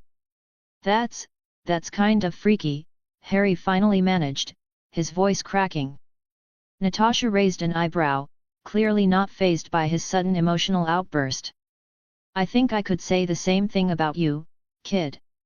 "Oh, yeah? You think?" Harry replied, throwing his hands up. "Because, let's be real, you look exactly like my mum. Who died protecting me. So yeah, I'm just a little thrown off right now." Jean gave him a gentle nudge. "Tone it down, Harry." "I'm just saying," Harry muttered, clearly not ready to calm down about it. Who doesn't freak out when they see their dead parent's face on a world-class assassin? "I get it," Natasha said with a small sigh, stepping forward, her face softening just a bit. "You're probably wondering if I'm your long-lost twin sister or something." "Actually, yes," Harry replied, crossing his arms. "That's exactly what I'm wondering. Should I be calling you Lily number 2? "Not exactly," Natasha quipped, her lips curling into a faint, amused smile. "I mean, you wouldn't be the first person to think so. But I don't know who my family is. I don't even have a last name until they gave me one in the Red Room." This stopped Harry cold. "Wait, what?" Natasha shrugged, a gesture so casual it was almost unnerving, considering the depth of what she'd just said. "Yeah. You know, the usual. Kidnapped as a baby, raised to be an assassin. Standard Tuesday stuff." "Yeah, definitely your standard Tuesday," Jean remarked sarcastically, her voice dripping with disbelief. "Kidnapped as a baby? Did they also give you an evil lair while they were at it?" Natasha's lips twitched into a grin. "Don't get me started. But, yeah, my life's been a bit complicated." She hesitated, her gaze dropping for a moment. "I never knew who my real family was. I only found out today, about her." Harry watched Natasha carefully. She was standing tall, but her eyes. They were different from the Black Widow he'd seen on TV. There was something raw there. Something vulnerable. And it just so happens, Natasha continued, voice a little softer now, I look exactly like her. Your mum, I mean. Lily Potter. Jean squeezed Harry's hand a little tighter, sensing the whirlwind of emotions passing through him. Are you sure? I mean, that's a big claim, Nat. You know how that sounds. I know. I don't know it, not for sure. But it's hard to ignore. Natasha's voice dropped to a whisper. She looked like me. She might have been my twin sister. I don't know. But, it's all I've got. Harry's head spun. He thought he might actually pass out. Instead, he settled for blinking rapidly, trying to clear the haze in his mind. So you think, what? That my mum's your twin sister? I think, Natasha said, swallowing hard, it's possible. I don't even know who I am, Harry. I don't know my real name, my real family. I was just... You were just like me, Harry interrupted, a sudden realization sinking in. A kid who didn't get to choose their fate. A kid who got dealt a bad hand and had to make the best of it. Natasha met his gaze, her eyes flickering with something that wasn't quite sadness, but something deeper. She didn't answer right away, but Harry could tell she understood. So, Harry said, taking a deep breath, what do we do now? I mean, do we go hunt down whoever made you a part of their creepy, evil assassin club and find out who your real family is? I've got a lot of questions and not nearly enough coffee for this. Yeah, that sounds about right, Natasha said with a half smile. But first, we should probably take a minute to process the fact that I look like your mum. Right. That. Processing. Harry rubbed the back of his neck awkwardly, but despite the chaos swirling in his mind, he found himself grinning. Guess we should talk about that. Over coffee. Or something stronger, Natasha said, arching an eyebrow, a wicked glint in her eyes. Oh, you definitely have my attention now, Harry said, the corners of his mouth curving upward as Jean rolled her eyes at him. Boys, she muttered under her breath, but even she couldn't hide the smile tugging at her lips. And as the group of them, Black Widow, the Avengers, Harry, Jean, and the rest stood there, trying to figure out just what the heck had happened, one thing became abundantly clear. This was going to be one hell of a story to tell. It was one of those moments that could only happen when you throw a bunch of magical people and superheroes into the same room. The air in the room of requirement was thick, like someone had forgotten to turn on the fan or, more likely, like the weight of impending doom had a gravitational pull all its own. Everyone was still buzzing from Natasha's heart-to-heart, and by everyone, I mean everyone except for Logan, who had somehow convinced the entire group that there was something seriously wrong with his eye. Seriously, though. For a guy with a healing factor, he sure liked playing the "I've got something in my eye" card. But before anyone could comment on it, again, or before Clint could make a snarky remark about Logan's emotional fragility, again, Dumbledore did that thing he does. You know, that little throat clear that's equal parts polite, and I'm about to drop some hard truth on you, so brace yourselves. I do hope, he began, his voice smooth but carrying a weight that made the air feel even heavier, that we haven't forgotten why we're gathered here. He glanced around the room, eyes twinkling behind his half-moon glasses. A pack of werewolves, led by Fenrir Greyback. Does that ring any bells?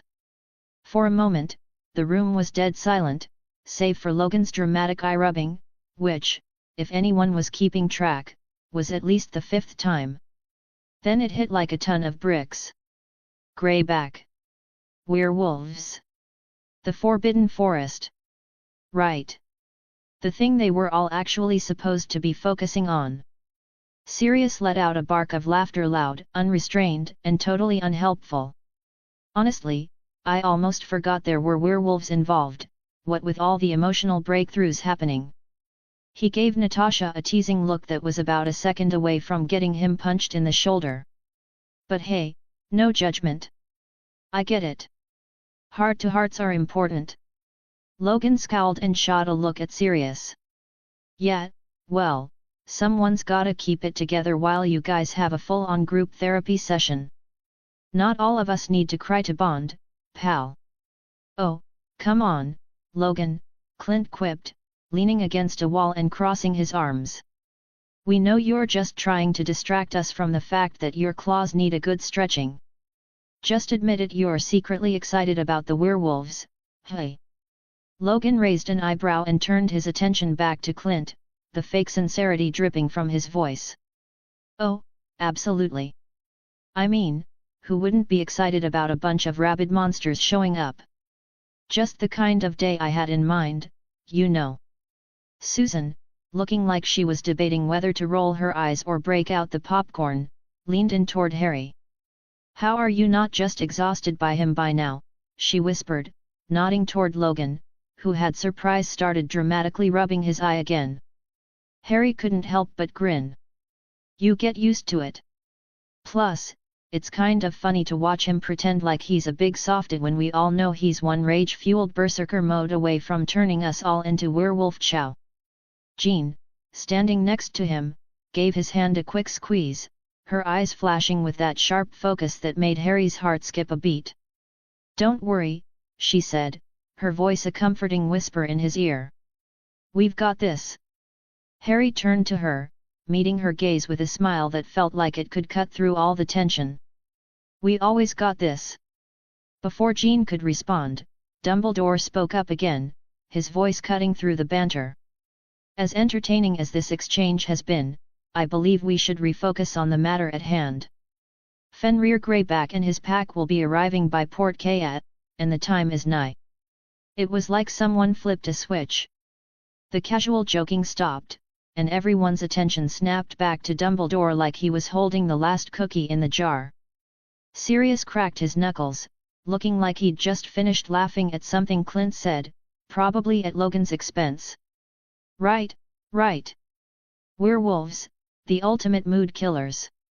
Let's get to work, then. Remus, ever the voice of reason, even if he did have a bit of a werewolf-related bias, nodded seriously.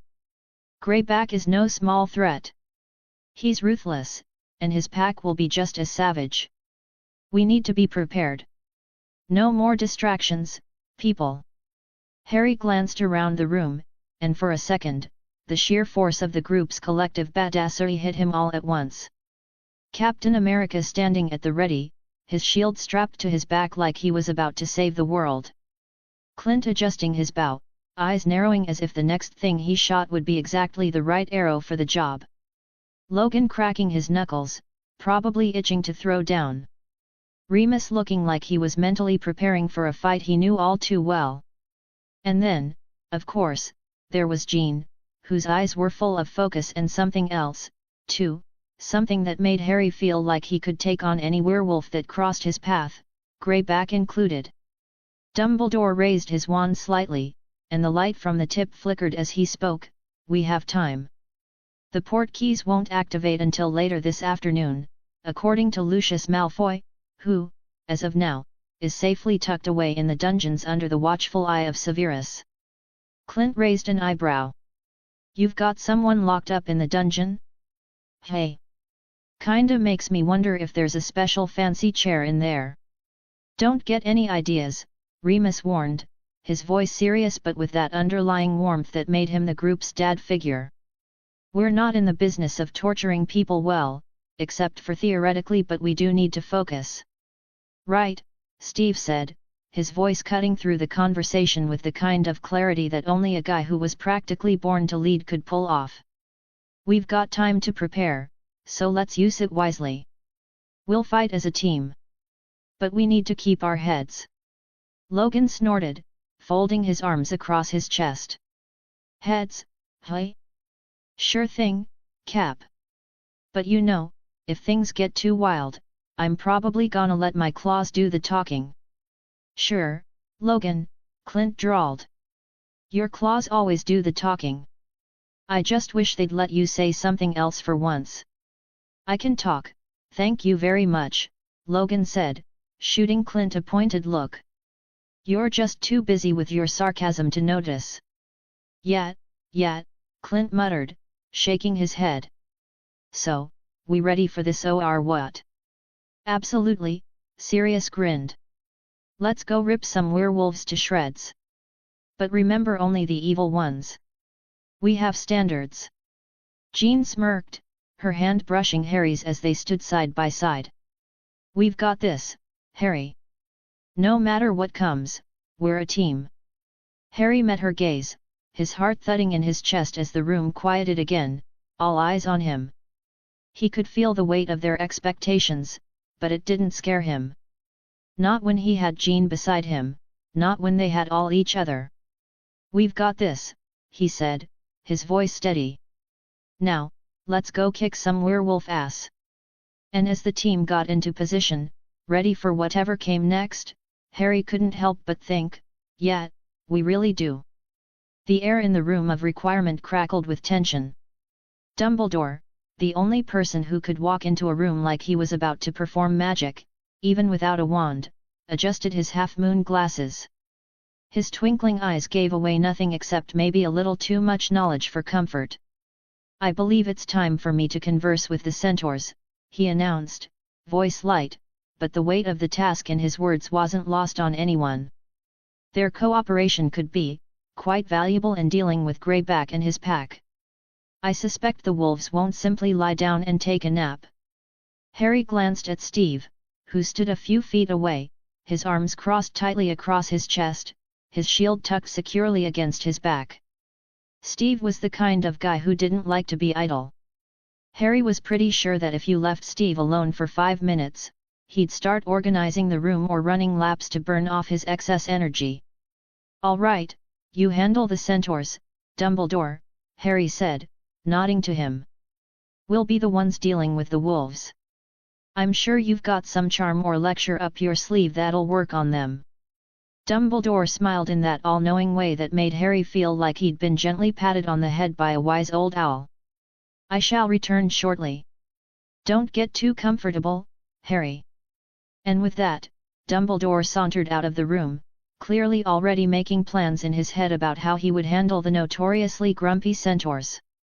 No doubt, he was probably thinking about bringing them tea or doing a little dance to show off his twinkling wizard feat.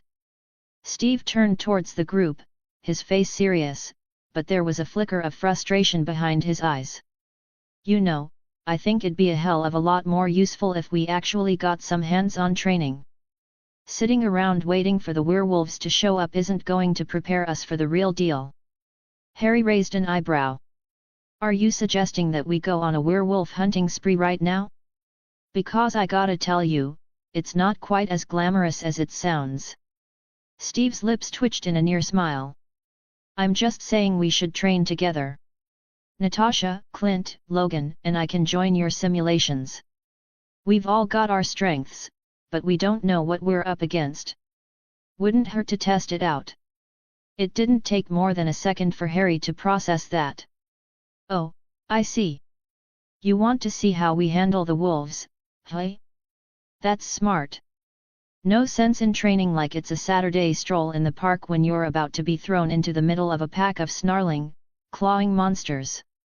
Exactly, Steve said with a nod, straightening up and cracking his neck. We're all good in a fight, but I want to know how these wolves fight. I want to know how you guys move, how you react. Jean, standing by Harry's side, shot him a knowing look. I'm all for the training, but remember, Harry, we've been running simulations for hours. Don't burn them out too quickly. She turned to Natasha and Clint, her eyes bright. These simulations aren't exactly easy. Natasha, who'd been standing there with arms crossed, gave a lazy smirk. We're not exactly delicate flowers, Jean. Give us some credit. Clint leaned against the wall, looking far too casual for someone about to deal with werewolves. Yeah, as long as there aren't any giant spiders in the simulations, I'm good. Harry grinned. No spiders, Clint. But there are plenty of surprises. Should we be worried? Clint asked, raising an eyebrow. Only if you're allergic to silver, Harry replied, turning to the rest of the group. We've got a lot of werewolf-specific prep to do, and I'm going to need to make sure Natasha and Clint are caught up. They've been trained for all kinds of things, but this is a whole new beast. Steve gave a little snort of amusement. Hey, we've trained together before, Harry. Don't act like I'm some newbie. Right, Harry said, rolling his eyes. You've trained the world's deadliest assassins and spent decades fighting supervillains. I'll try to remember that while you're being eaten alive by a werewolf. Could happen, Steve said, with a grin. But, you know, I've got that shield, so I'm not too worried. Yeah, I'm sure that shield's going to help you out when they rip you to pieces, Harry said, barely suppressing his chuckle. Logan, who'd been uncharacteristically quiet up until now, stepped forward, eyeing the group with a mix of amusement and impatience. You kids keep talking about silver.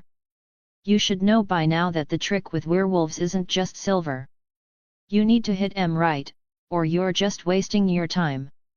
Harry raised an eyebrow. And you've been keeping that little tidbit to yourself, old man. Logan shrugged, looking almost bored. Thought you'd figure it out by now. Harry opened his mouth to retort, but Jean beat him to it. All right, enough with the banter, you two. We've got work to do. Right, Harry said, giving Jean a playful grin. You're absolutely right. Now, as much as I love talking about how we're all going to die, let's get to it. We need to introduce Natasha and Clint to MageX, and make sure they've got the right gear. We'll go over the details with them, and then... Not to interrupt, kid, Sirius said, stepping forward, but Remus and I will handle the gear. You go do your thing, introduce your new recruits, and we'll make sure they're properly armed. Wouldn't want them going out there with just their good looks and old-school spy tricks, right? Remus, who'd been quietly observing the entire conversation, chuckled softly. Sirius is right. You don't want to be caught in the middle of a werewolf fight with just a couple of daggers and a nice suit. We'll sort it out. Thanks, guys, Harry said, giving them both a nod. All right, let's get this show on the road. He turned to face the far side of the room, where the rest of MageX was still recovering from the simulations. Hermione was sitting on the floor, panting slightly, while Ron was busy glaring at Fred and George, who were laughing at something only they found funny. Ginny was adjusting her broomstick, Percy was muttering about tactics, and Neville was pacing back and forth, his mind clearly already back in the game. All right, everyone, Harry called, raising his voice to cut through the chatter. We've got some new faces joining the team. You already know Steve and Logan, but I'd like you to meet Natasha and Clint. They are going to be working with us from now on. I trust you all to give them the usual warm MageX welcome. Fred slapped George on the back, grinning. Does that mean we're allowed to punch them, or are we sticking to the whole no physical violence rule? We've got a lot of werewolves to take down, Harry replied with a grin, so let's make sure they're ready for the job. After that, we'll go over the gear. Silver's a must. Steve and the others exchanged looks, clearly ready for whatever came next. I'm just hoping we don't have to fight any werewolves that turn into giant spiders, Clint muttered, eyes narrowed as he surveyed the room. Hermione chuckled softly, shaking her head. That's a no, Clint. But we do have plenty of other surprises in store for you. Bring it on, Natasha said, cracking her knuckles, her eyes lighting up with a mix of excitement and focus. We're ready. And just like that, the mood in the room of requirement shifted. It was no longer just a place of weary recovery, it had become a war room, one where silver weapons, tactics, and training collided with the undeniable buzz of impending battle. The Forbidden Forest was a place that most students wisely avoided. Shadows moved where light should have been, and even the wind seemed to whisper secrets too ancient for comfort. But Dumbledore walked as if the trees themselves bent to greet him, his long robes trailing behind like a whisper of moonlight. He moved deeper into the woods, his hand resting on the head of his wand, but not out of fear. No, it was reverence. Dumbledore knew that the centaurs didn't tolerate arrogance or intrusion. You walked into their territory like a guest entering an ancient temple respectfully, and with no illusions about your own importance. The first arrow thunked into the tree beside him with a dramatic finality that might have startled a lesser wizard. Dumbledore simply stopped walking and waited, his blue eyes scanning the darkness beyond the arrow. "Firenze," he said gently. "I trust you still recognize my voice." From the shadows emerged the familiar silhouette of the pale-haired centaur, his powerful equine body stepping into the moonlight with effortless grace. His eyes, deep as starlight, regarded Dumbledore with something approaching fondness. "You walk in bold steps, Albus Dumbledore. Few would enter our domain uninvited." Dumbledore gave a small smile.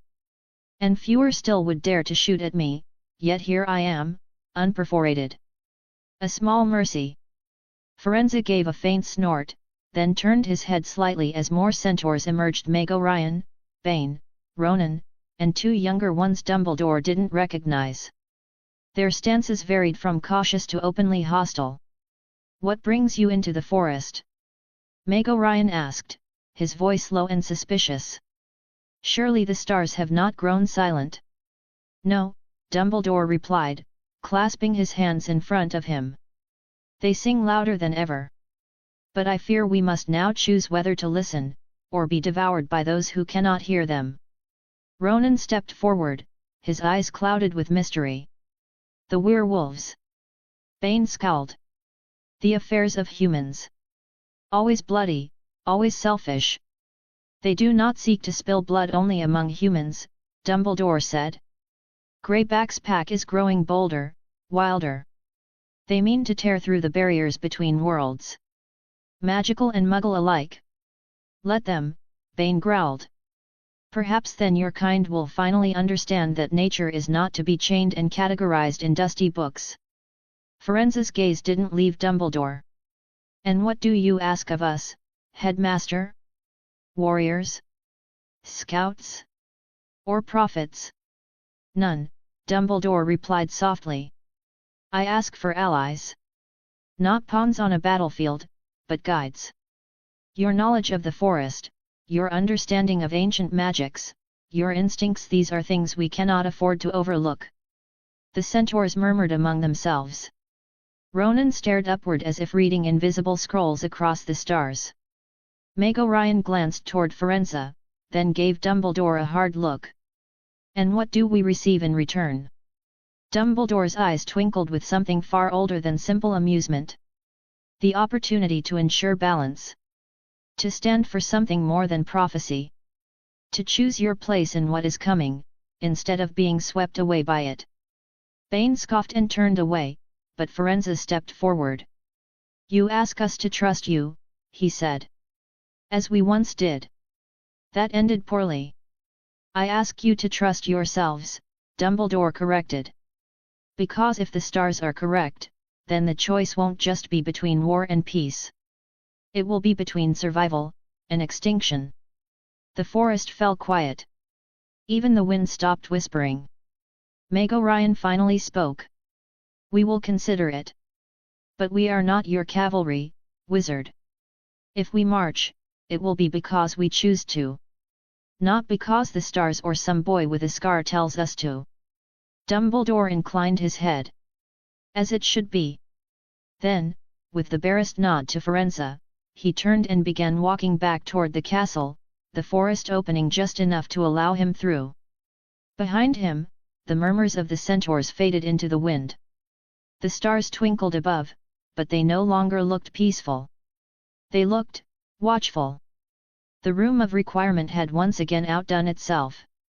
This time, it had transformed into a dense, fog-laden forest, complete with gnarled trees, tangled underbrush, and an eerie soundtrack of distant howls that would make any horror movie director green with envy. Harry stood at the center, his eyes glowing faintly gold, a testament to the phoenix fire simmering beneath his skin. His Gryffindor red armor glowed dramatically because, of course, it did. The golden runes etched into his gauntlets shimmered, hinting at the power they contained. "All right," Harry announced, his voice cutting through the tension like a hot knife through butter. "Sim's loading up 5 alpha-level lycanthropes, 24 betas, and a couple of fun new mutations I cooked up between breaks." Jean arched an eyebrow, her fiery red hair cascading over her shoulder. "You built Werewolf DLC while you were having a meltdown." "Of course I did," Harry replied with a grin. "Because I'm a multitasking monster." Beside him, Susan groaned. He's been waiting hours to say that out loud. "I'm not apologizing," Harry said, unapologetically. "Now, MageX, you know the drill positions. Avengers, hope you stretched." Steve Rogers stepped forward, adjusting the straps of his shield with the kind of slow, dramatic purpose that screamed, "Yes, I did wake up this morning and choose Captain America-level violence." "All right, team," Steve said, glancing at Natasha, Clint, and Logan. "Let's see how well we play with the wizard kids." "Not kids," Jean muttered. "We're teenagers with trauma and absurd power levels. There's a difference." "I've seen gods with fewer issues," Logan growled, rolling his shoulders. "Cedric. You ready, kid?" Cedric stepped up beside him, claws sliding out of his fingertips with a clean snikt. He gave Logan a sharp grin. "Born ready." "Attaboy," Logan said, proud in his very grumpy, claws and cigar way. Hermione pulled her hair back in a sleek ponytail, wand in one hand, a glowing holographic map hovering over the other. "Sim has locked their scent signatures. Susan, Ginny, you're on perimeter. Ron, shield duty. Neville, you've got the left flank. Luna, try not to talk to the fog. Again." "But the fog's lonely," Luna said serenely, already trailing her fingers through it. "The Raxperts told me so." Clint blinked. "Okay. So, that's normal." Fred grinned. "For Luna? That's her in first gear. And if she starts singing to the moon, that's third," George added.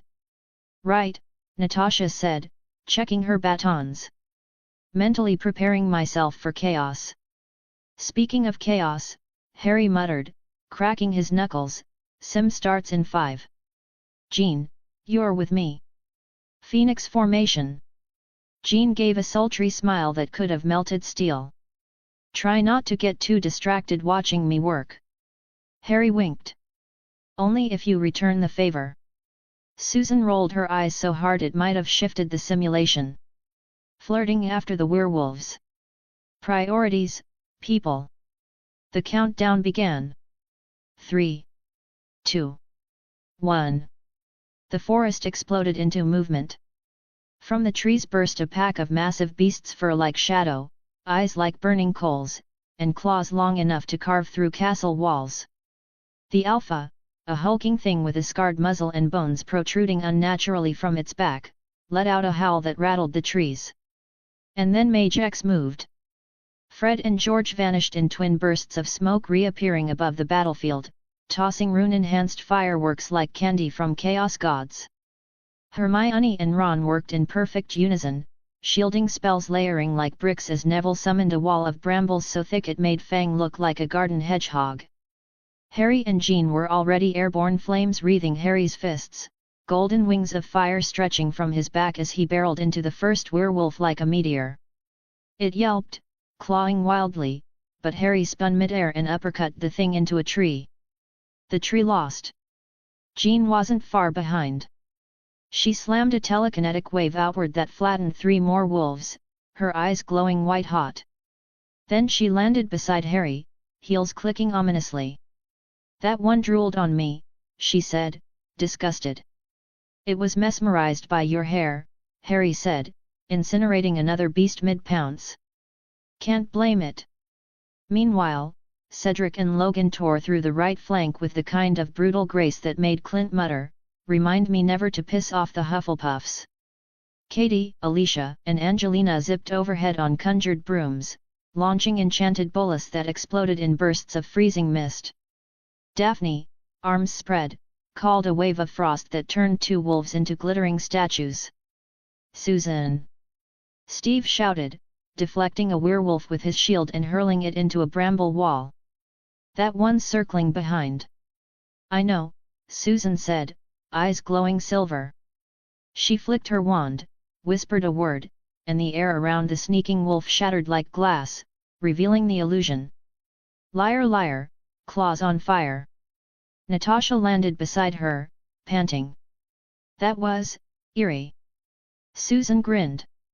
That's the point. Overhead, Luna hummed to the mist, speaking in a soft tone only she and, presumably, the fog could understand. They don't like the werewolves, she said suddenly. The mist wants to help. Tracy said, casting hex after hex with deadly precision. You let me know when the mist starts paying rent. Back in the fray, Harry let out a roar not magical, just Harry as he caught the alpha by the throat and slammed it into the dirt. The creature snarled, trying to break free, but Harry's grip tightened. Let me guess, he said, his voice low, golden fire flaring across his arms. You thought this was gonna be easy? The wolf hissed, snapping its teeth. Harry leaned in, grinning like the apocalypse in a hoodie. Bad call, Fido. He ignited. The alpha yowled, writhing in a pillar of fire until it vanished into smoke. Silence followed. Then the simulation flickered and died. Steve, breathing hard, turned to face the group. Well, that was intense. Logan let out a low whistle. You kids been busy. We don't really do quiet afternoons anymore, Hermione said, brushing dirt off her robes. Clint flopped onto a conjured rock. Someone bring me water, a towel, and maybe a therapist. You did great, Ginny said brightly, tossing him a bottle. Only got bit once. Twice, Clint muttered. Pretty sure one of them licked me too. Susan clapped her hands. All right, good job, team. That was our hardest simulation yet, and no one died. Emotionally? Percy asked. Because I may have trauma. Harry, standing dead center, his cloak still smoldering at the hem, gave a sharp nod. We're getting better. Stronger. Faster. The wolves won't know what hit them. Jean moved to his side, sliding her fingers into his. And if they do? She asked, raising a brow. Harry smirked. Then we hit them again. Harder. Chapter 62, Chapter 61. The room of requirement had transformed into something straight out of a nightmare, a vast, open field with enough space to see trouble coming from miles away. The sky above was dark, menacing, the kind of sky that made you question your life choices. The breeze was unsettling, carrying with it the scent of danger. Susan, ever the practical one, stepped forward with a clipboard. Because of course, she had a clipboard. She was Susan, and Susan always had a clipboard when things were about to get real. All right, listen up. Susan called out, her voice sharp enough to cut through the tense air. After that last little show of strength, it's clear we've got some work to do. Fenrir's pack isn't just about raw power. These wolves are smart. They're strategic. And let's just say their teeth are even sharper than yesterday's batch. Logan, meanwhile, was already pacing like a caged animal. His claws slid out with an ominous snicked. Enough talk. Let's get to the point, he grumbled, his voice low and dangerous. We're gonna be facing something worse than what we just dealt with. I can smell it in the air. Fred, as always, had his own way of coping with tension. If it's another forest, I'm officially requesting a beach next time. At least there, sand doesn't bite. George, not missing a beat, added, the only thing worse than sand is a werewolf with sand in its fur. Trust me, I've tested both. Harry, cracking his neck with a satisfied pop, smirked at the banter. His eyes flickered, glowing briefly with that molten gold phoenix power alive and well. We're not here for jokes, guys. Focus. Today, it's about testing reflexes, stamina, and making sure none of us get bit more than once. Steve, standing tall in the middle of the group, gave a stern nod. Drills first. Then we'll get into tactical work. No one goes solo unless it's absolutely necessary.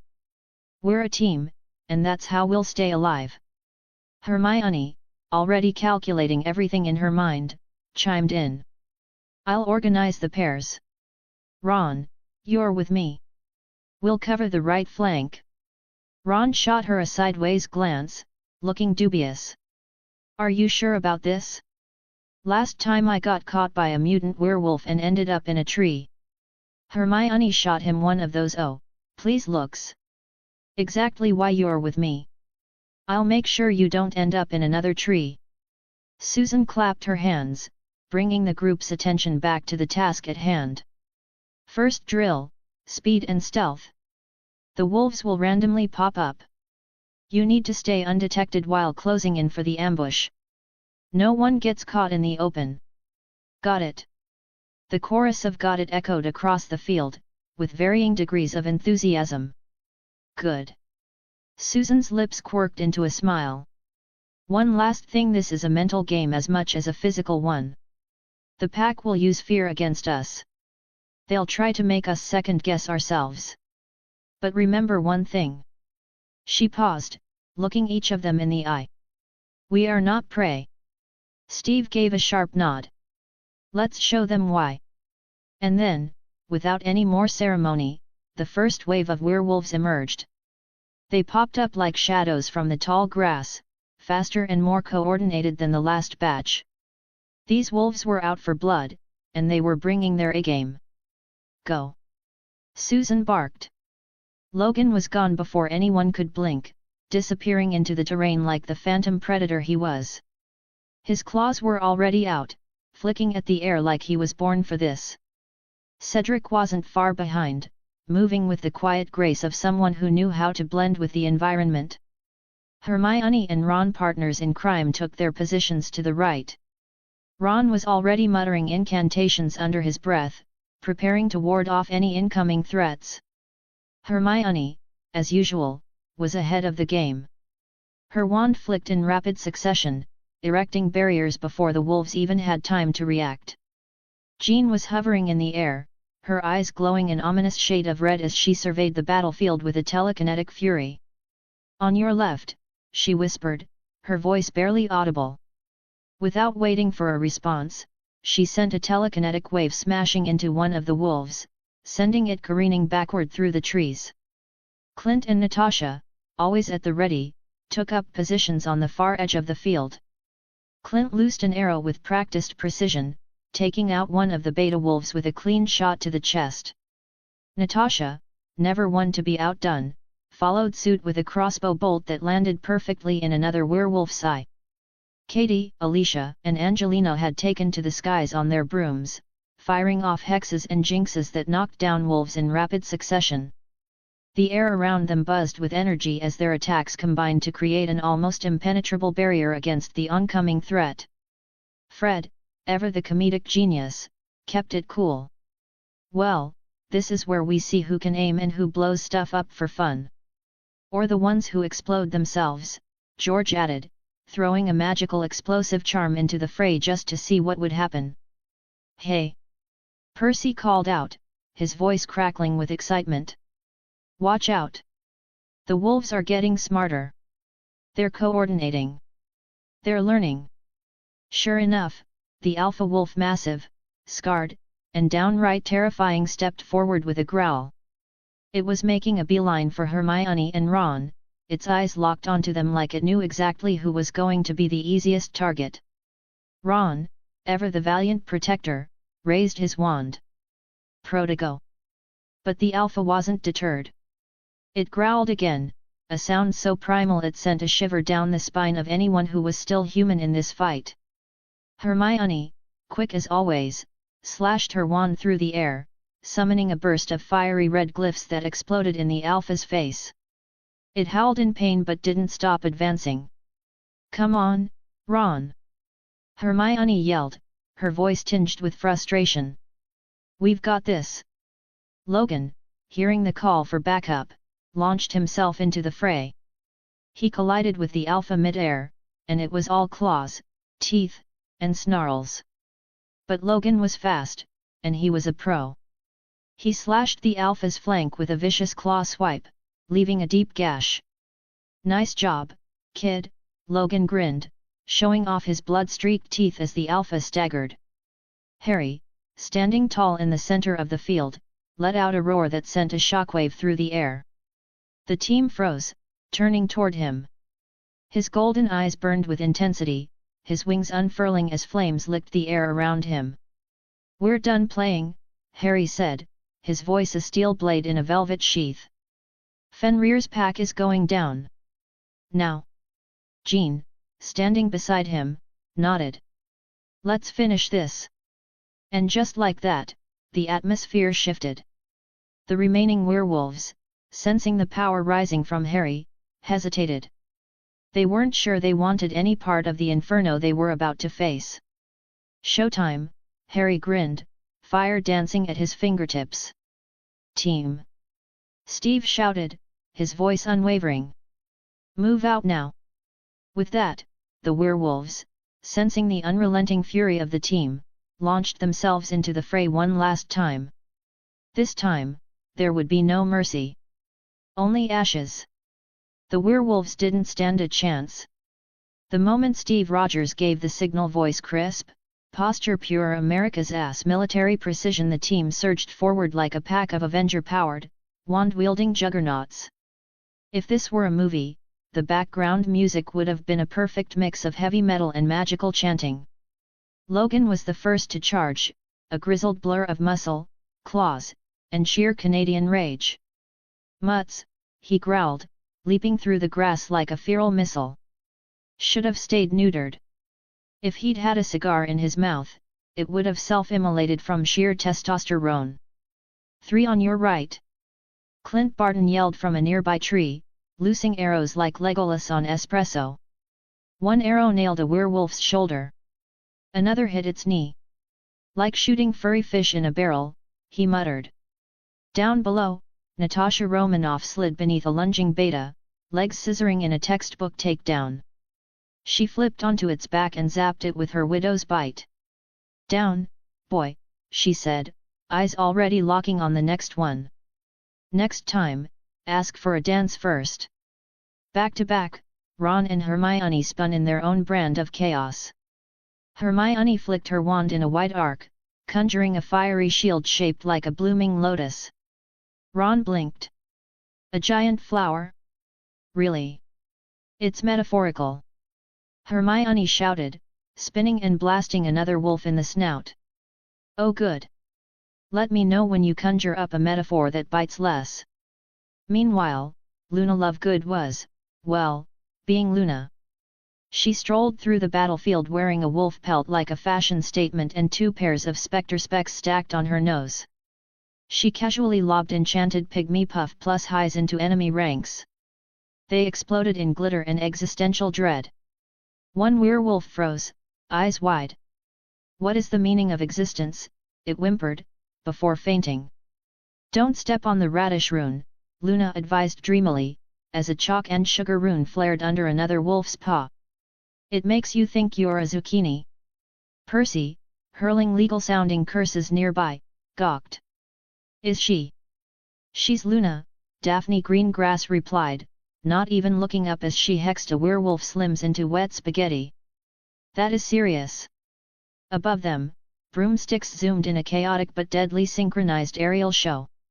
Alicia, Angelina, and Katie dove and twisted like Quidditch had been weaponized. Wing formation!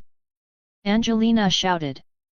And someone tell George to stop humming the Top Gun theme. Too late. Alicia yelled. Fred's harmonizing.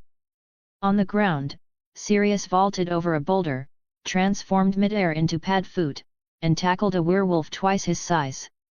They rolled through the mud like a violent washing machine. Remus moved beside them like a ghost of elegance and fury, wand slashing in smooth, deadly lines. Left flank, Padfoot. Sirius growled a reply and head-butted the werewolf so hard it yelped. Back in human form, hair wild and grin wilder, he winked. Thanks, Moony. You're prettier when you're mad. Focus, Remus murmured. Flirt after the bloodbath. Dumbledore stood at the field's edge, robes flapping, beard gently swaying like a wise wind chime in a hurricane.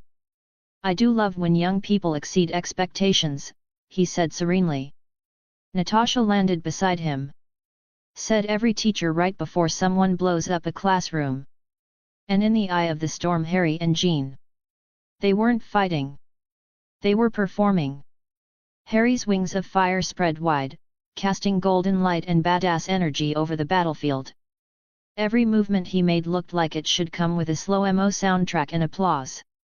Jean hovered just above him, red hair blazing like it had its own spotlight. Her telekinetic aura shimmered red-hot around her. She landed beside Harry, fingers brushing his with a crackle of heat. You always this dramatic? She asked, eyes glittering. Harry grinned. Only on days ending in Y. A werewolf lunged. Bad move. Harry spun, wands in both hands. Stupefy, he shouted, blasting it into next week. His other wand ignited a firestorm that turned the next 3 wolves into smoky regrets. Jean didn't even blink. She lifted a wolf mid-lunge with her mind, twisted it mid-air, and slammed it into the ground like it owed her money. Hey gorgeous! Harry yelled. Mind tossing me that big one? Jean quirked an eyebrow. What'll it cost you? Dinner, butterbeer, eternal devotion, maybe a foot rub. Deal. She hurled the alpha straight into Harry's waiting fist. Crack. The thing exploded in golden fire mid-air. Fred popped out of a bush. Did he just punch a werewolf into fire? George finished. Merlin's pants, Fred breathed. He's hot. Jean smirked. I know. Steve jogged over, shirt torn, blood splattered, but still somehow radiating team leader hotness. Status. Clear, Remus reported. Except. Cedric tensed. The grass parted. Fenrir Greyback stepped forward. Towering. Snarling. Ugly enough to make trolls swipe left. I remember you, boy, Fenrir growled. Harry rolled his shoulders, wings flaring. That's funny. After tonight, no one will remember you. Jean floated beside him, eyes burning. You've got this. Want a tag team? She smiled. Thought you'd never ask. Fenrir charged. They did too. What followed was a symphony of fire, telekinesis, savage one-liners, and painful regrets for Fenrir.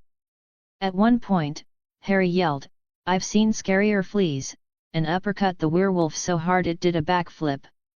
Jean threw Fenrir into a tree with her mind, and Harry immediately lit the whole tree on fire while it was still midair. In the end, Fenrir lay unconscious, smoldering, and very possibly questioning his life choices. Harry dusted his hands. Well, that was cathartic. Jean stepped close, brushing a stray ember off his cheek. Still up for that dinner? Harry grinned. Only if you're buying dessert. The simulation room dimmed, flickering from smoldering battlefield to sterile white walls. The scent of charred fur and ozone vanished, replaced by that ever-present new gear smell somewhere between ozone, leather polish, and just a hint of magic-induced adrenaline. Harry cracked his knuckles. That went well, he said casually, despite the scorch marks still smoking on his boots. Remus stepped forward, looking like an exhausted professor who'd just survived a week-long parent-teacher conference. Well enough, he said. But now we need to make sure no one ends up as a chew toy. Sirius, of course, was already perched on top of a weapons crate like a wolfish king on his throne. His hair was tied back, shirt slightly unbuttoned, and he looked like he'd just walked off the set of a vampire action movie. All right, children, he called. Class is in session. Today's lesson, how not to die when a furry with rabies tries to bite your face off. Logan growled from the corner, lighting a cigar without looking up. You describing werewolves, or my Tuesday bar fights? Sirius pointed dramatically. Column A, meet column B. Remus sighed, muttering, I'm surrounded by idiots, under his breath in perfect Gandalf voice. With a flick of his wand, the crates burst open because of course Sirius insisted on flare revealing racks of glittering, rune-edged gear, each item screaming don't worry, we've got this. Steve stepped forward and picked up his newly upgraded shield. Vibranium at its core, but now with thin rivulets of silver glowing faintly under magical runes. He gave it an appreciative nod. This'll hold, he said, turning it in his hand. It'll do more than hold, Remus added. Hit a werewolf with that and it'll bounce back twice as hard. Think magical pinball. Sweet, Steve said, testing the weight. Cap out. Logan approached a case labeled for the angry Canadian. Inside, a pair of gauntlet attachments sleek, silver reinforced, clearly made to go over his knuckles and claws. He snorted. I don't need upgrades. Sirius gave him a look. Right. And I don't need to breathe, but here we are. Logan grunted but slid them on. Hey! Not bad. Natasha lifted a pair of throwing daggers, their hilts edged with Romanov symbols and wards that shimmered faintly under the lights. Elegant, she murmured. Remus nodded. Blessed by a very grumpy goblin priest. He charged extra for being woken up. Something about unholy hour and fanged lunatics. Money well spent, Clint said, examining his own loadout silver-tipped arrows, plus a collapsible shortbow made of dragon bone and ash wood. Lightweight, silent, deadly like me, he said. Sirius slung an arm around Remus. We're calling this line Leakin Slayer. Patent pending. There's even a jingle, Remus added drilly. Don't get mauled, don't get bit, Leakin Slayer's got that werewolf kit. Fred and George shouted from the hallway, waving a banner that might have been one of Ginny's old Quidditch jerseys. Clint blinked. Did they just? Always, said Harry, who had already levitated the next crate open and was examining a sword that shimmered with a phoenix feather in its hilt. Jean walked over, raising an eyebrow. Is that a magic sword or are you just happy to see me? Harry grinned. Por que no los dos? She rolled her eyes, but she was smiling. You're impossible. And yet somehow, wildly lovable, Harry replied, flipping the sword with a flourish that was equal parts Errol Flynn and pure Gryffindor show-off. Oh Merlin, Hermione muttered, watching from behind her book. He's getting worse. Or better, Daphne countered, arms crossed, smirking. Depends on how you define better, Tracy said, sipping her butterbeer. Natasha flipped one of her daggers expertly. We just need a full moon and a suicidal death wish. Good, Logan growled. I was getting bored anyway. Steve turned to Sirius and Remus. Do we know where we're headed? Sirius and Remus exchanged glances. As a matter of fact. Sirius said, a grin forming. Greyback's pack will most likely drop by the western border, Remus said, tone suddenly sharp. They're experimenting. Recruiting. And not for a school musical. Time to crash a furry convention, Harry muttered. Natasha smirked. You mean another one? Fred and George popped their heads back in. Do we get to come? No, shouted everyone else at once. Worth a shot, George said.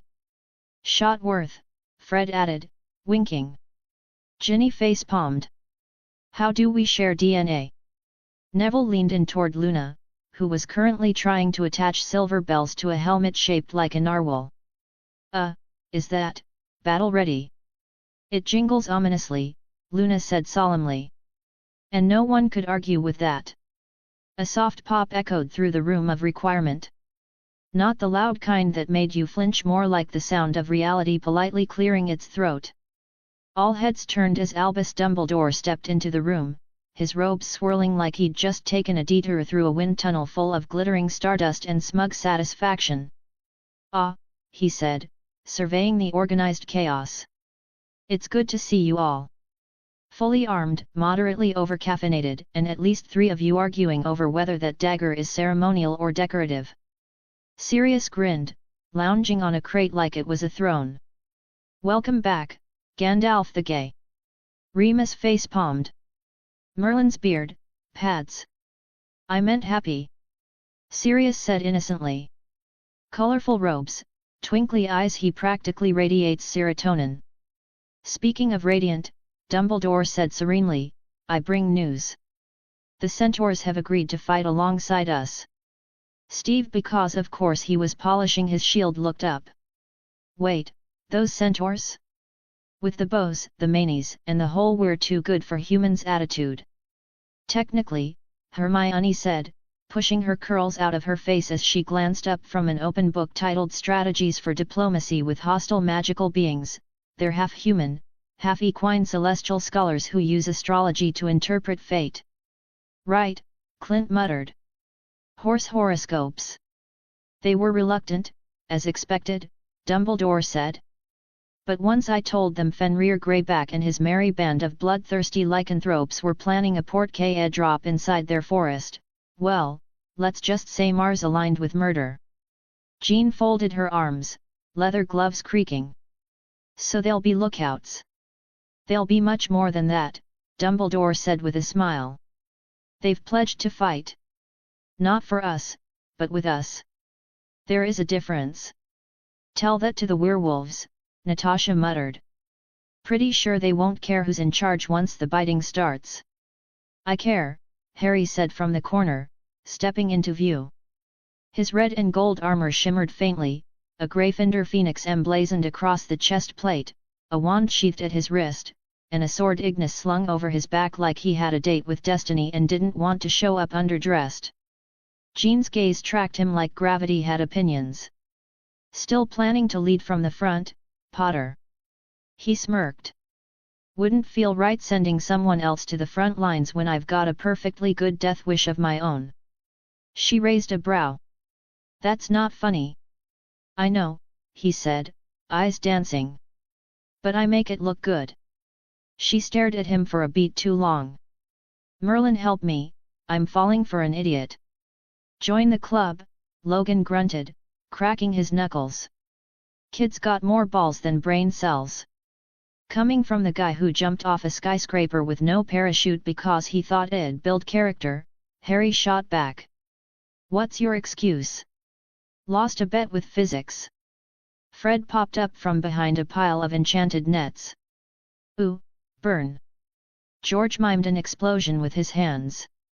"Somebody call Saint Mungo's. That ego's got third-degree sass damage." Dumbledore's eyes twinkled like he was watching his favorite sitcom. "Yes, quite. Now, if I may." Everyone turned back to him. "The centaurs report the werewolves will arrive in 3 days. They'll portkey into the Forbidden Forest, specifically, Shadowmere Glade." "That's near Hagrid's old hut," Ginny said, frowning. Remus nodded grimly. "Which is dangerously close to our outer wards." "Then we intercept," Steve said, stepping forward. "We take the fight to them before they can regroup." "Wait," Ron said, hand raised like he was still in class. "Are we sure the centaurs won't, shoot us by mistake?" "They've been informed," Dumbledore replied. "They'll recognize our allies." "Even Sirius?" "Oi!" Sirius barked. "I am devastatingly handsome." "That's different from dangerous." Katie flipped a dagger, caught it, and gave him a look. "Debatable." Angelina tightened the straps on her vambrace. "We've got 3 days to prepare." "We don't need time," Alicia said, testing the balance on a pair of throwing axes. "We need strategy." "And a playlist," Luna chimed in dreamily, walking in with a giant flower crown, a toad-wearing chain mail, and what looked suspiciously like a bag of sugar bombs. Music keeps the nargles distracted. Tracy blinked. Was that a toad in armor? Yes, Luna said seriously. His name is Sir Croaksalet. Harry nodded approvingly. Knights of the Round Ribbit. I dig it. Of course you do, Jean muttered. Come on, Red, Harry said, stepping close enough that she could feel the warmth radiating from him. You love me. Like a fire loves gasoline, she said sweetly. Explosively and with no survivors. That's the dream, he said with a wink. Clint clapped his hands. All right, team. Can we all agree not to die? Define die, Daphne said, casually sharpening her sword. All right then. Fred said. Let's get ready to unleash some magical hoop-ass. Language, Steve muttered. Harry turned to face them all. We don't have a prophecy backing us. We don't have fate guaranteeing we'll win. But we've got each other. We've got magic, muscle, brains, arrows, sarcasm, and thanks to Fred and George a frankly irresponsible amount of explosives. George raised a hand. We call them surprise party crackers. Hermione sighed. They level small buildings. Exactly. Susan stepped beside Harry, brushing her shoulder against his in solidarity. So who leads the charge? Harry looked around the room at warriors, misfits, mutants, and magic. I do, he said. Because I've got silver in my blood, fire in my veins, and a wand that thinks losing is a personal insult. And because you're an egomaniac with a martyr complex, Jean added, half teasing, half terrified. Guilty as charged, Harry said, and drew Ignis in one smooth motion. The blade sang. 3 days. 3 days until the werewolves arrived. And when they did, this room of requirement, of resolve, of ridiculous personalities and reckless courage would meet them with steel, spellfire, sass, and a symphony of chaos. Because they weren't just ready. They were the storm. Somewhere along the British coastline, miles from the nearest Muggle tourist trap and several emotional miles from anything resembling dental hygiene, sat a cave that practically had a neon sign reading, Villains Welcome. BYOB, bring your own blood. Inside, Fenrir Greyback was pacing like a werewolf auditioning for Magic Mike, Druid Edition. He was shirtless because of course he was, and every step sent a fresh waft of sweat, testosterone, and pure predatory energy through the cave. If intimidation were a cologne, he'd be bathing in it. He said before twilight, Greyback growled. His voice wasn't made for lullabies, it was more the type that came with flashing warning signs and a complimentary rabies shot. He's always late, muttered Ren, twitchy as ever, gnawing on his knuckles like they owed him money. Probably stopped to punch a street mime or kick a puppy or something. Real gentleman, that Yaxley. Greyback didn't stop pacing. If he's playing games. He's not, said Skarn, the group's official biceps model and unofficial brain donor. He's got our ride, right? Magic doodads. Portkeys and junk. You don't even know how portkeys work, Ren scoffed. I don't need to, Skarn said proudly. I just smash whoever I land near. Before anyone could argue the merits of magical transportation versus brute force, there was the familiar pop of apparition, followed by the unmistakable scent of expensive cologne and ego. Yaxley appeared at the mouth of the cave, dry as a politician's promise and twice as smug.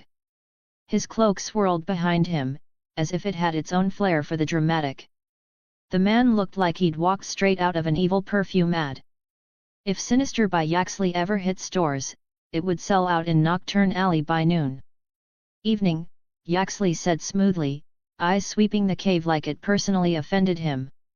You all look exactly how I imagined.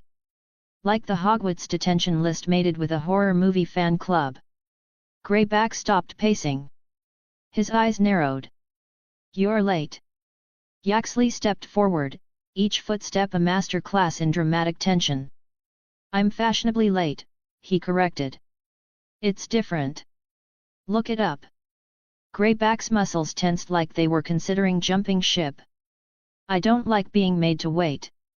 Oh no, Yaxley said with mock concern, has the big scary werewolf been inconvenienced? Should I knit you a sympathy cardigan? The growl that escaped Greyback's throat could have melted steel. A lesser man would have flinched, but Yaxley? He just kept walking, cool as a cursed cucumber. I've got your toys. He dropped a satchel onto a nearby rock with a thud. Out spilled 3 objects, one that looked like a goblet lid trying to escape its responsibilities, another that resembled a frisbee made by a very angry goblin, and finally, something that looked suspiciously like a doorknob trying to grow a heartbeat. They're set to activate just after twilight, Yaxley explained. 50 meters into the Forbidden Forest. Windows tight. You miss it, and you'll be hiking. And let's be honest, you lot don't exactly scream low profile. Greyback crouched next to the items, sniffing them like he expected one to bite back. You're sure they'll work? Nope, Yaxley said, beaming. But they'll either take you to Hogwarts or somewhere equally scenic. Maybe Albania. I hear the dragons are lovely this time of year.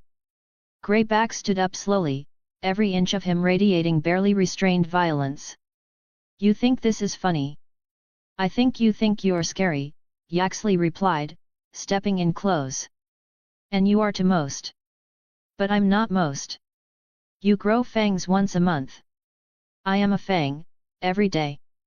Now, let's play nice before someone ends up as a footnote in Magical Mishaps Monthly. Ren winced. Even Scarn looked nervous. Greyback, however, didn't blink. He leaned in until their foreheads nearly touched. You ever threaten me again, he said, voice low and lethal, I'll chew your pretty little face off and use your wand for a toothpick. Yaxley's smile turned razor sharp. I'll pencil that in. Right after tea with the inferi and charming lessons with Umbridge. Then he turned and walked away, because of course he did. Yaxley didn't exit rooms, he haunted them on the way out. At the edge of the cave, he paused. It was in his contract, never leave without a final zinger. One last thing, he said, glancing over his shoulder. If anyone starts biting early, or chews on a student not on the list, I'll make sure what's left of you ends up in Hagrid's compost pile. And I won't need a full moon. Pop. Gone. Silence fell. Greyback cracked his knuckles like they owed him money. I really want to bite that guy. Get in line, Ren muttered. Scarn pointed at the doorknob thing. Which one's ours again? Ren sighed. All of them, Scarn. We're splitting up, remember? So we don't all land in a pond or on top of Hagrid's pumpkins. Oh. Right. Scarn frowned. I dibs the glowy one. Real specific, Ren groaned. Greyback crouched near the port keys again, this time more serious. His eyes gleamed with anticipation. Get ready, boys, he growled. Twilight's coming. Meanwhile, in the Forbidden Forest, several centaurs paused mid-trot. Something in the air changed. The kind of change that usually came before thunderstorms, invasions, or really stupid decisions. Did you feel that? One murmured. Another nodded grimly. Humans, he said. And not the annoying kind. The dangerous, covered in fur and bad ideas kind. They vanished into the trees like ghosts. Because something wicked was about to portray its way into Hogwarts. And this time, the full moon wasn't waiting for an invitation.